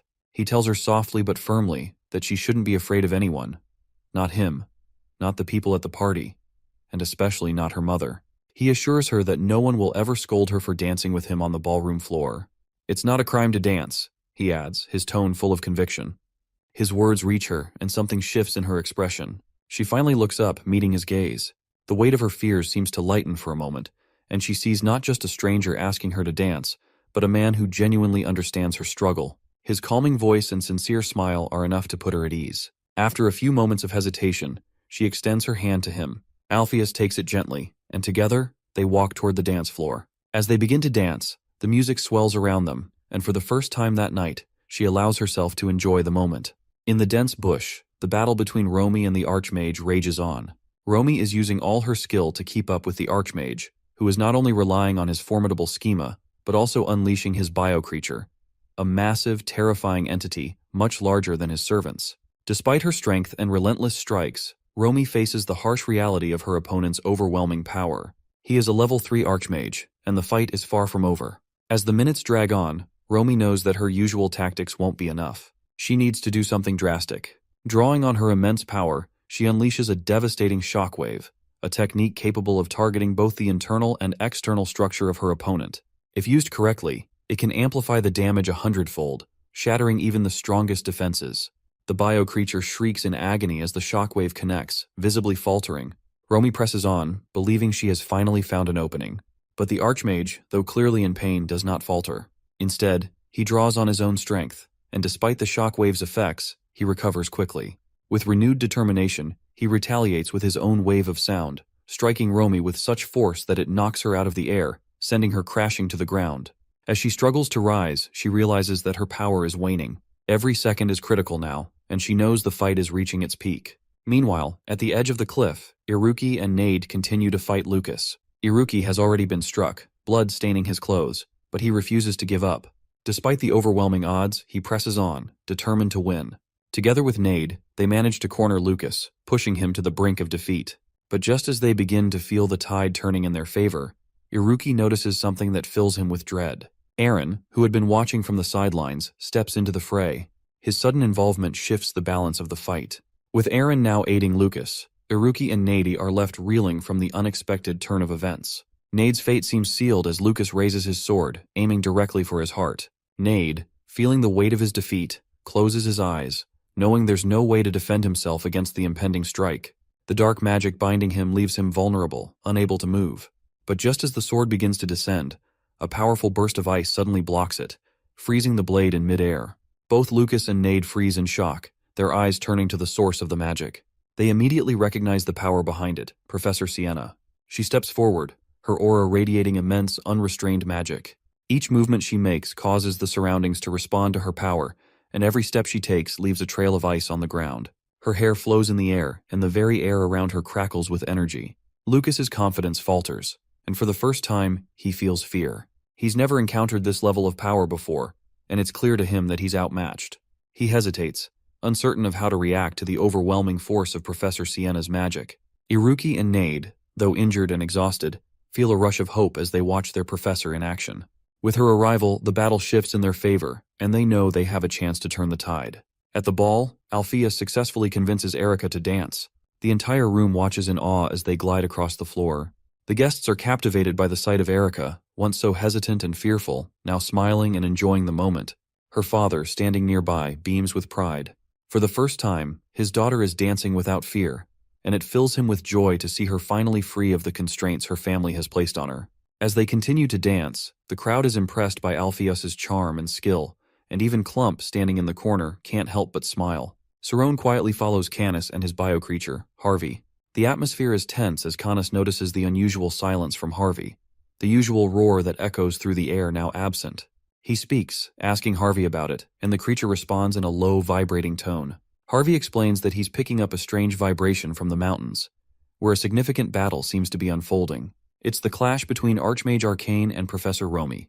Harvey, sensing the power behind Arcane's strikes, urges Canis to wrap things up quickly with Cerrone. As their master, Arcane is drawing closer, and the battle will soon come their way. Meanwhile, at the edge of the cliff, Lucas seethes in anger as he sees Professor Sienna's presence interrupting his battle. His anger deepens when he realizes that she has somehow broken free from a powerful spell. one of the most formidable magic known in the magical world, the Abyss Nova. This spell, often used to seal memories, is something most people cannot escape, and seeing her do so infuriates him. For a brief moment, the battlefield becomes quiet as all eyes are on Sienna. Iruki and Nade, relieved to see their professor awake, share a look of hope. They knew if anyone could turn the tide, it would be Sienna. However, Aine, still grappling with disbelief, cannot fathom how this mere schoolteacher could break free from such a powerful spell. She recalls her master's teachings, where he had stated that those who attend school are often weak in magic, ignorant of its deeper powers. This makes Sienna's escape even more perplexing and frustrating to Aine. But then, things take a dark turn. Sienna, thought to be freed, reveals that she has been playing a much darker game. The truth becomes clear when she uses her ice magic to immobilize Lucas, pinning him down by his legs and arms with ice. She summons a massive glacier bombing aimed at Lucas, and with a powerful wave of her hand, the ice explodes, sending a chilling force through the air. Lucas, realizing his impending death, regrets taking the job for the mere promise of 1,000,000 gold coins from Archmage Arcane. His thoughts are filled with panic and the bitter realization of his failure. The glacier bombing doesn't stop at Lucas. It threatens everyone in its path, including Aaron. But Nade, quick thinking, grabs Aaron and pulls her away from the blast, narrowly escaping the strike. Nade, in a desperate move, pleads with Sienna, urging her to release the spell she has cast on all of them. He warns her that if she doesn't, not only will they all die, but she too will be doomed. He stresses just how dangerous and powerful Sienna's magic is, knowing full well the potential consequences if she continues down this path. As the glacier continues its descent, Aaron realizes the gravity of the situation. She turns to Nade, urgency and resignation in her voice. She explains that even if she wants to release them from the spell, it will take time, especially with the glacier rapidly approaching. The situation is dire, and there is little hope unless something drastic happens. Iruki, ever the fighter, steps forward without hesitation. He knows what needs to be done. Determined, he squares his shoulders and focuses on the massive glacier, which weighs at least 15 to 20 tons.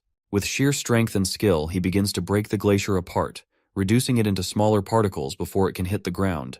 His magic and focus are the only things standing between the students and certain death. He knows that if the glacier hits the ground as a solid mass, it will obliterate everyone in its path. Meanwhile, Nade, trying to shield Aaron from the incoming danger, lies on top of her, his body an additional layer of protection. Aaron, however, is distracted by the overwhelming power she has witnessed that day. Magic and power beyond anything she has ever seen in the academy. It is both terrifying and awe-inspiring to her, making her wonder just how deep the magic world runs. Despite his efforts, Nade's protective stance doesn't go unnoticed. Aaron, irritated and conflicted, throws him off her, questioning why he would be saving her when they are clearly enemies. She can't understand his actions, but Nade silences her with a firm command. He tells her to focus on the situation at hand, urging her to release the spell or face the consequences. His words are sharp, reminding her of the lives at risk, including the students. Aaron's heart clenches with conflict, but she stubbornly insists that she doesn't care about anyone else's fate.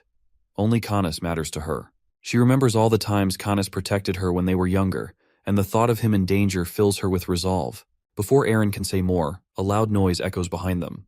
They turn to see Canis, injured and bleeding from his mouth, stumbling out of the shadows of the bush. His condition is grave, but he has made it to them, despite the pain. The sight of him, wounded but still standing, shifts the atmosphere.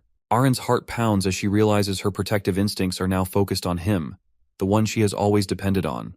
Meanwhile, at the ball, Alpheus and Erica stand outside in the quiet of the night, talking about life and magic. Alpheus, with his usual enthusiasm, speaks about his studies as a mage, explaining how light can exist as both a particle and a wave. He is used to explaining his interest to others, but Erica's attentiveness feels different. As he speaks, he notices her smile, a genuine and warm expression that makes him feel appreciated. She calls him a nice person, something he has rarely heard from anyone, especially from a noble lady like her. For Alpheus, it is a moment that makes him feel seen, a feeling he has not experienced before. As the conversation continues, Alpheus confides in Erica about his struggles with writing his thesis, unsure whether to argue that light is a particle or a wave. He has no expectations from her, knowing she isn't a mage, but to his surprise, Erica's answer is one he will remember forever. She simply says, "Light is beautiful." As they sit together in the library reading, Nade's eyes widen in surprise as he discovers something remarkable in one of the old texts. The book explains how energy can be converted into mass. He quickly turns the pages, his excitement growing as he reads further. To his astonishment, it also explains the reverse process. how mass can be converted back into energy using a specific formula. Shocked by the complexity and implications of what he's reading, Nade eagerly shows the book to his friends. But what leaves them even more stunned is the revelation that the formula was created by none other than their headmaster. Meanwhile, in the dense forest where Canis and Cerrone are fighting, the battle has escalated. Canis is running for his life, his mind racing as he struggles to defend himself against Cerrone's increasingly powerful attacks. He starts to question whether Cerrone's strength is growing with every strike, making it harder for him to keep up. Canis bio-creature Harvey notices this too. After seeing Cerrone's photonized power increase with each attack, Harvey reluctantly tells Canis that it might be time to escape. He admits that they are no longer strong enough to fight Cerrone, even after Canis gave him the willpower to fight back. Harvey, sensing the danger, urges Canis to retreat before it's too late. As Canis retreats, injured and bleeding, he finds himself back at the edge of the forest where they had started. Cerrone emerges from the shadows, still intent on the battle. Nade, standing nearby, is the first to spot the photon cannon Cerrone is wielding. He turns to Iruki, telling him to look at what their friend has done, clearly shocked by the intensity of the attack. Iruki, too, is surprised, especially since they had just seen the energy mass conversion formula yesterday. The connection between the formula and Cerrone's weapon is immediate, and they both realize the magnitude of what they are dealing with. Before they can speak further, Canis stumbles forward, barely able to stand. Despite his injuries, he manages to speak, his voice weak. He tells them that he is getting weaker, and that he didn't think he would survive the fight with Cerrone. Even though he is still standing, Canis admits that Cerrone, who seemed so powerful earlier, is now the weaker of the two. The boys quickly decide that they must protect him. Iruki steps forward, facing Canis and Aaron, who have now joined him. He insists that the best course of action is for everyone to release the students and avoid the wrath of the boys. He warns that they won't be able to defeat them, and that it's better to accept defeat and leave since no students have been harmed yet.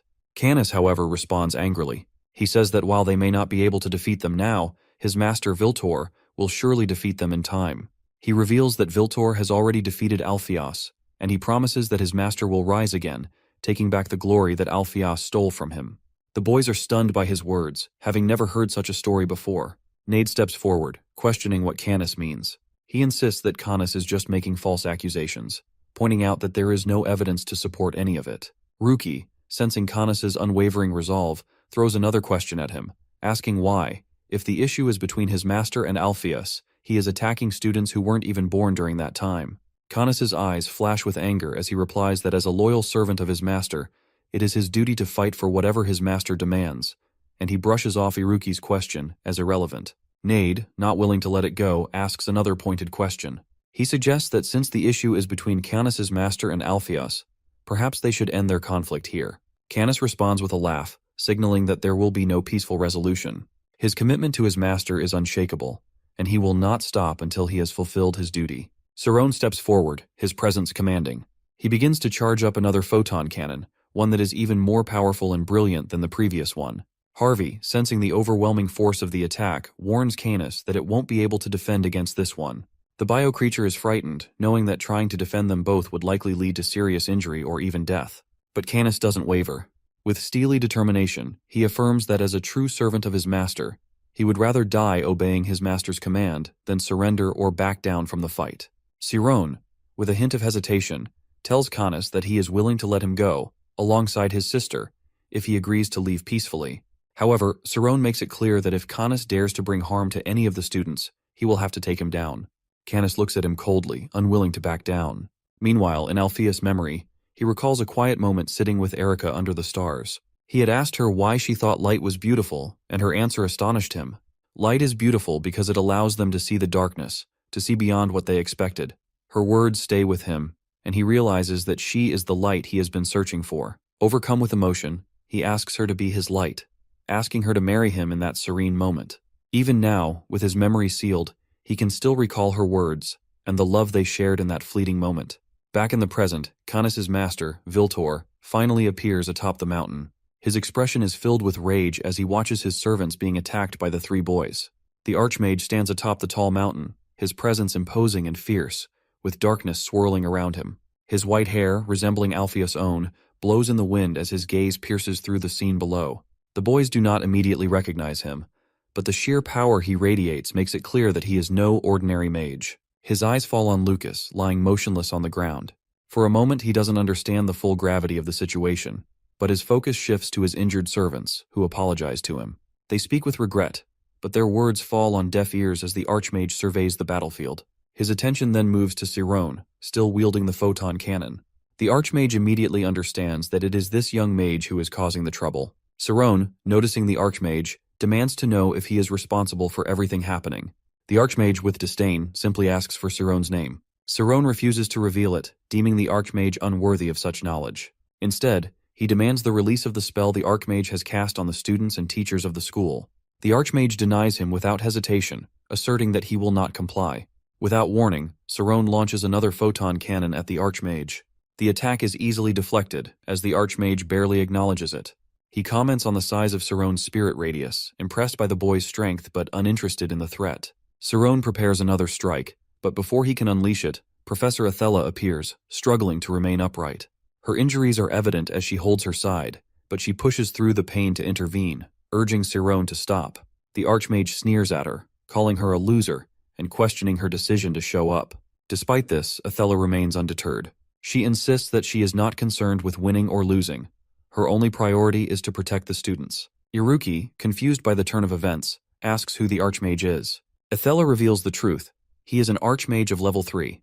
The revelation sends a wave of fear through the boys, who now realize the severity of their situation. Athela adds that the Archmage harbors a deep grudge against their headmaster, Alphaeus. The Archmage laughs mockingly, dismissing her concern and implying that she doesn't understand the magnitude of the situation. Meanwhile, Harvey whispers to Canis, informing him that the Archmage's willpower has diminished significantly. Only about 10% remains. Canis is surprised to hear this, as it is the first time he has witnessed such a dramatic loss of power. However, Harvey reassures him that even with only 10% of his strength, the Archmage is still more than capable of destroying them all. Arcane, the Archmage, steps forward, ignoring his servant's reassurances. He declares that he does not need to worry about the boys and will take matters into his own hands. His gaze turns back to Sirone, and he questions whether Sirone is truly Alphaeus' student. Sirone's response is filled with anger, warning the Archmage not to disrespect their headmaster's name. The Archmage laughs bitterly, as if the entire situation is some twisted joke. He then orders Canis to fight Sirone again. Canis, despite Harvey's departure, accepts the challenge, seeing it as another opportunity to prove his loyalty. He takes to the air, embracing the darkness within him. He prepares to use the shadows as his weapon, determined to strike. Sirone, focused and resolute, targets Canis' entire spirit zone, unleashing a barrage of lightning. Canis struggles to comprehend what is happening as Sirone launches hundreds of balls of lightning toward him. The sheer volume of attacks is overwhelming, too numerous to dodge or avoid. His eyes widen in disbelief, but before he can react, he realizes that the lightning is not targeting him directly. Instead, Sirone is aiming at his shadow, restricting his movements and making it difficult for him to escape. As the realization dawns, Canis tries to reach out to Harvey for help, but the response he receives is silence. At this moment, Canis is hit with the full weight of the battle. The immense power Sirone wields is far beyond anything he anticipated, and he finds himself unable to defend. The desperation builds, and just when it seems like he is on the brink of death, Harvey finally responds. In a split second, Harvey drops Canis to the ground, but this action only results in a near-fatal strike for Harvey himself. Sirone adjusts his strategy, switching from photon magic to a more devastating photon output, which attacks with even greater precision and force. The blast strikes Harvey, causing him to release a pained cry. Canis, still reeling from the earlier attacks, watches in horror as his servant, his link to survival, suffers. As Sirone grows more confident in his power, he intensifies the assault. He gathers all his lightning energy and condenses it into a devastating lightning laser. The attack is a hellish display of raw energy, and it tears into Harvey, causing immense pain. Canis, connected to Harvey through their shared willpower, feels every ounce of the agony Harvey experiences. The pain is overwhelming. Canis falls to his knees, coughing up blood as his body reacts to the barrage of torment. His sister, watching helplessly from the side, fears for his life. Professor Romy and the other students, witnessing the destructive force of the battle, desperately try to intervene, calling out to Sirone, urging him to stop the attack before Canis is killed. But Sirone cannot halt his assault in time. The lightning laser continues to devastate the battlefield until Harvey's body finally explodes in a violent release of energy. In the chaos, Canis lies on the ground, nearly lifeless, and the connection between the two is severed. Sirone, realizing that his attack has taken a deadly toll, feels the weight of what he has done, but it is too late. Canis' suffering, once shared between them, has escalated to a point beyond return. Meanwhile, far away, Canis' master Viltor, watches the scene unfold. From his vantage point, he observes his servant being beaten and tormented in the air, powerless to intervene. Despite his position, Viltor does nothing to aid Canis, even as the boy struggles for his life. Harvey, taking the fight upon himself, seems to be abandoned by his master in his most critical moment. Auron, standing nearby, notices the lack of concern from Professor Romy and the others, particularly regarding Canis's deteriorating condition. He turns to Arcane and demands that he order Canis and Harvey to stop their fight, but Arcane remains unfazed. At the mountaintop, just 1 minute before Harvey's explosion, he recalls his first encounter with Arcane, Canis, and Aaron. Both of them were taken from the streets by Arcane, who brought them in front of Harvey, who was inside a glass tube. Arcane ordered them to choose one between the two siblings, but Harvey remembers that Arcane insisted it must be Canis. Harvey knew that Arcane had chosen the siblings because of Aaron's innate ability to sense people's true intentions, which would be valuable in the future. Aaron had the power to see the real meaning behind people and their actions. Arcane asked Canis why he wanted to be with him, to which Canis answered that he wanted to be with Harvey as a companion, to gain enough power to save his sister from the world. Harvey smiled at Canis's determination and called him an amusing guy. That was the moment Canis was chosen to be with Harvey. Now, as Harvey is about to explode, he tells Canis to live on and not worry about him. The explosion rips through the air, and Canis screams in anguish, tears streaming down his face, his sorrow raw and heart-wrenching. His cries only intensify the fury in Cerrone, who turns toward Arcane, anger burning in his eyes. He confronts Arcane, accusing him of planning to kill everyone in his path with his stupid revenge. Arcane, however, responds with a cold, distant tone, revealing that Cerrone looks exactly like his student, Alpheus, from 40 years ago. Arcane explains that Alpheus caused all of this with his greed. He threw Arcane into a fire and burned all his life's work. Professor Romy and the others, their voices echoing in unison, demand to know the full story. Arcane begins to explain, recounting the events that happened 40 years ago when he won the award as the best accomplished mage of the year, recognized by the Golden Circle. He was celebrated for his groundbreaking theory about light as both a particle and a wave, a discovery that had everyone talking. Even Clump was present at the award ceremony. That night, after the award ceremony, Arcane returned home, where he was already married to Erica. He proudly showed her the award, but despite his newfound fame, there was one major problem. Both their families disapproved of their marriage. Arcane believed that as he built more fame, his parents would eventually accept their relationship. One day, members of the Seraph family came to his house to greet him, but he found only his wife there. They entertained her until one of them got drunk, and the conversation turned sour. Arcane overheard them talking badly about him, calling him successful only because he married into the bastard family, and accusing him of not even writing his own thesis. When Arcane entered and heard their conversation, he was enraged. He punched one of them so hard that they immediately begged for mercy, promising never to return. After they left, Arcane lashed out at his wife, furious that she had let them in. He scolded her, saying that these people had claimed to be her friends, yet they spoke so cruelly about him. He told her she was foolish for allowing such disrespect. But as the words left his mouth, he immediately realized the weight of what he had said. Seeing his wife in tears, Arcane turned away, filled with regret. Arcane begs his wife for the hurtful things he said, his heart filled with regret. She too apologizes, promising not to act like a child again. Yet Arcane feels too embarrassed to accept her apology right away. He tells her he needs some air and steps outside. Seeking solace, he heads to the bar with his best friend, Clump. There, he opens up about the tension between him and Erica, confessing how he feels unsure of what to do next. Clump tries to ease his mind, reminding him that every married couple has their disagreements. Then, Clump suggests that they consider having a child to help stabilize their relationship, as they clearly love each other. Arcane, however, replies that the doctor had told him Erica wouldn't be able to handle pregnancy, given her emotional maturity, which he compares to that of a 10-year-old. Clump disagrees strongly, urging his friend to trust his own instincts, not the doctor's assessment. Clump insists that Arcane should be the one to decide, and Arcane, moved by his friend's advice, agrees to do what Clump suggested. 2 days pass, and Arcane assumes control of the school. Amidst the chaos, he finally meets Alpheus. The young man stumbles into Arcane's office, bleeding, and collapses on the floor. He weakly tells Arcane that he needs his help, having read about Arcane's theory on memory storage. He wants to transfer his memories to his wife, but before he can explain fully, he loses consciousness. Arcane helps him regain his strength, and upon waking, Alpheus explains more about his request. He shares that he wants to use light magic combined with dark magic to restore his wife's memory. Arcane realizes that, with this information, Alpheus now knows that he is a dark mage, a title that could ruin his reputation if the knowledge spreads. Arcane, while pondering the moral dilemma, asks if Alpheus's wife knows about the plan.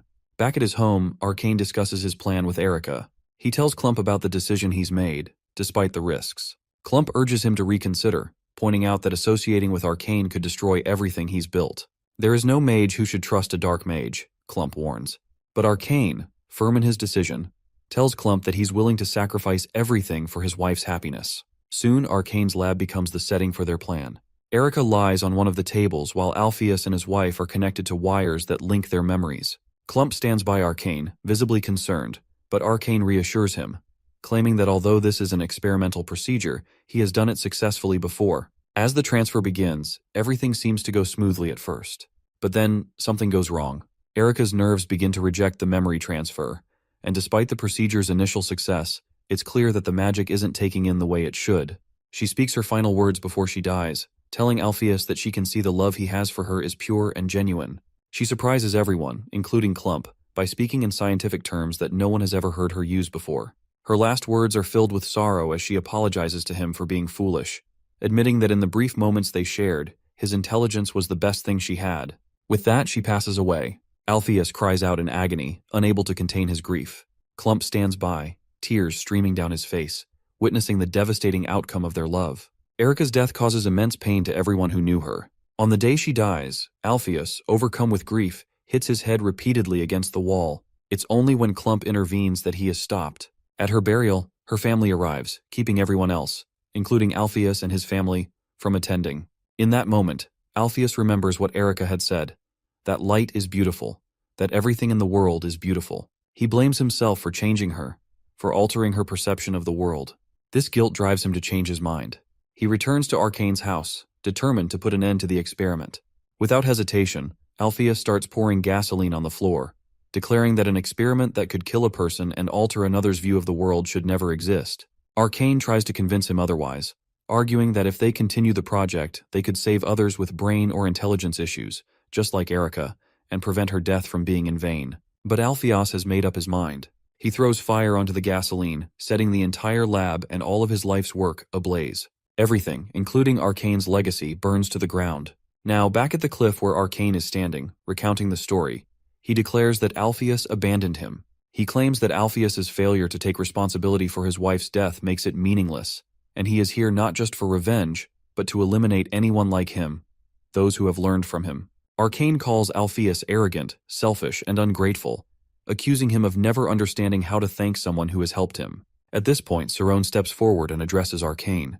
He admits that while he knows what the headmaster, Alpheus, did was wrong, his own judgment has been clouded by the past. He reveals that, like Arcane, he is also still tied to something that happened 40 years ago. Cerrone raises his voice, asserting that even if what Arcane is saying is true, the real reason for his anger isn't just the past. It's because Arcane misses Erica too. There is a brief silence between Cerrone and Arcane, and it's clear to everyone present that Cerrone's words have struck a chord. Arcane suddenly remembers the first time he saw Erica with Alpheus. What stands out to him is the innocence and purity in her face, purity so bright that it both awed and terrified him. He realizes that her innocence had the potential to light up the world, something he feared. A sinister laugh escapes Arcane, as he dismisses emotions like empathy and sympathy as weaknesses. He believes that humanity can transcend itself, either to great evil or great good. Then he turns to face Cerrone, mocking him. He says that he will never align himself with Alpheus' students. Suddenly, Arcane casts dark magic in a final attempt to destroy them, even as it seems he is growing weary. But Cerrone isn't done yet. He asks how Arcane was able to bypass the law of equivalent exchange, learning from his enemy's actions. Arcane laughs, pleased with the question, revealing that he has used dark energy to command an asteroid, which, if it falls, will destroy the entire mountain and everyone on it. Now the real problem is how to stop an archmage. Just as the situation seems hopeless, a blinding light appears in the distance. Alpheus, walking toward Arcane with an aura of power surrounding him, approaches with eyes full of light. Everyone present knows that this is a side of Alpheus they've never seen before, a level of anger rivaling Arcane's own. The students can only see Alpheus when he gets closer to them, and they all call out "Headmaster" in unison. Alpheus strikes Arcane with a bolt of lightning, hitting him directly on the mountaintop. He observes how Arcane has aged and comments on how he never expected to fall victim to the memory sealing Arcane had performed on the entire school. Alpheus expresses that he is glad he can still remember his love life despite the memory seal. He then turns to the students and thanks them for protecting the others who were under the spell. He acknowledges that without their help, Arcane could have done much worse to the others. As Alpheus walks toward Arcane, Cerrone runs after him, and Alpheus asks if Cerrone's willpower has recovered. Cerrone is surprised by how Alpheus knew. Alpheus explains that despite Arcane's age, he still retains considerable willpower. Alpheus reveals that Arcane's best project, the memory sealing, was something he had implemented on himself too, which allowed him to forget his magical memories, giving him more willpower. Cerrone is taken aback by the existence of such a method. Alpheus further explains that in the battle they are facing, without a trump card, they wouldn't be able to defeat Arcane. He suggests that they should fight alone, without involving the students, and Cerrone agrees. However, Cerrone points out that although Alpheus had sealed his intelligence, the students could still hear and process everything happening around them. He doubts they will want to see him as their headmaster after hearing about the awful things he did, like burning people alive and killing his wife. Turning to the students, Alpheus tells them to follow him. He explains that if they want to continue with the memory implant experiment, it was only possible because of Erica's sacrifice. This fuels his anger even further, and he reveals that taking the memories of himself and Erica was part of his plan to create hundreds of magical organisms. He shows Arcane evidence from his research thesis and books written 40 years ago before the lab was destroyed. His true intention was to conquer the world. Arcane is stunned to learn that the real reason behind Alpheus's actions has been exposed. Alpheus reveals that he knew Arcane's memory was inside the harvest, which is why the harvest disobeyed him. It self-destructed to save Canis and Aaron. Canis, hearing all of this, becomes enraged and starts crying, realizing that everything they had done for Alpheus had been in vain as he planned to kill them all. As the situation escalates, Arcane sees that not only are the students against him, but even his servants have turned on him. In response, Arcane suspends an asteroid-like object in the air with dark magic. He waves his finger, causing the object to fall quickly toward them. The students, now afraid for their lives, call out to Alpheus for help.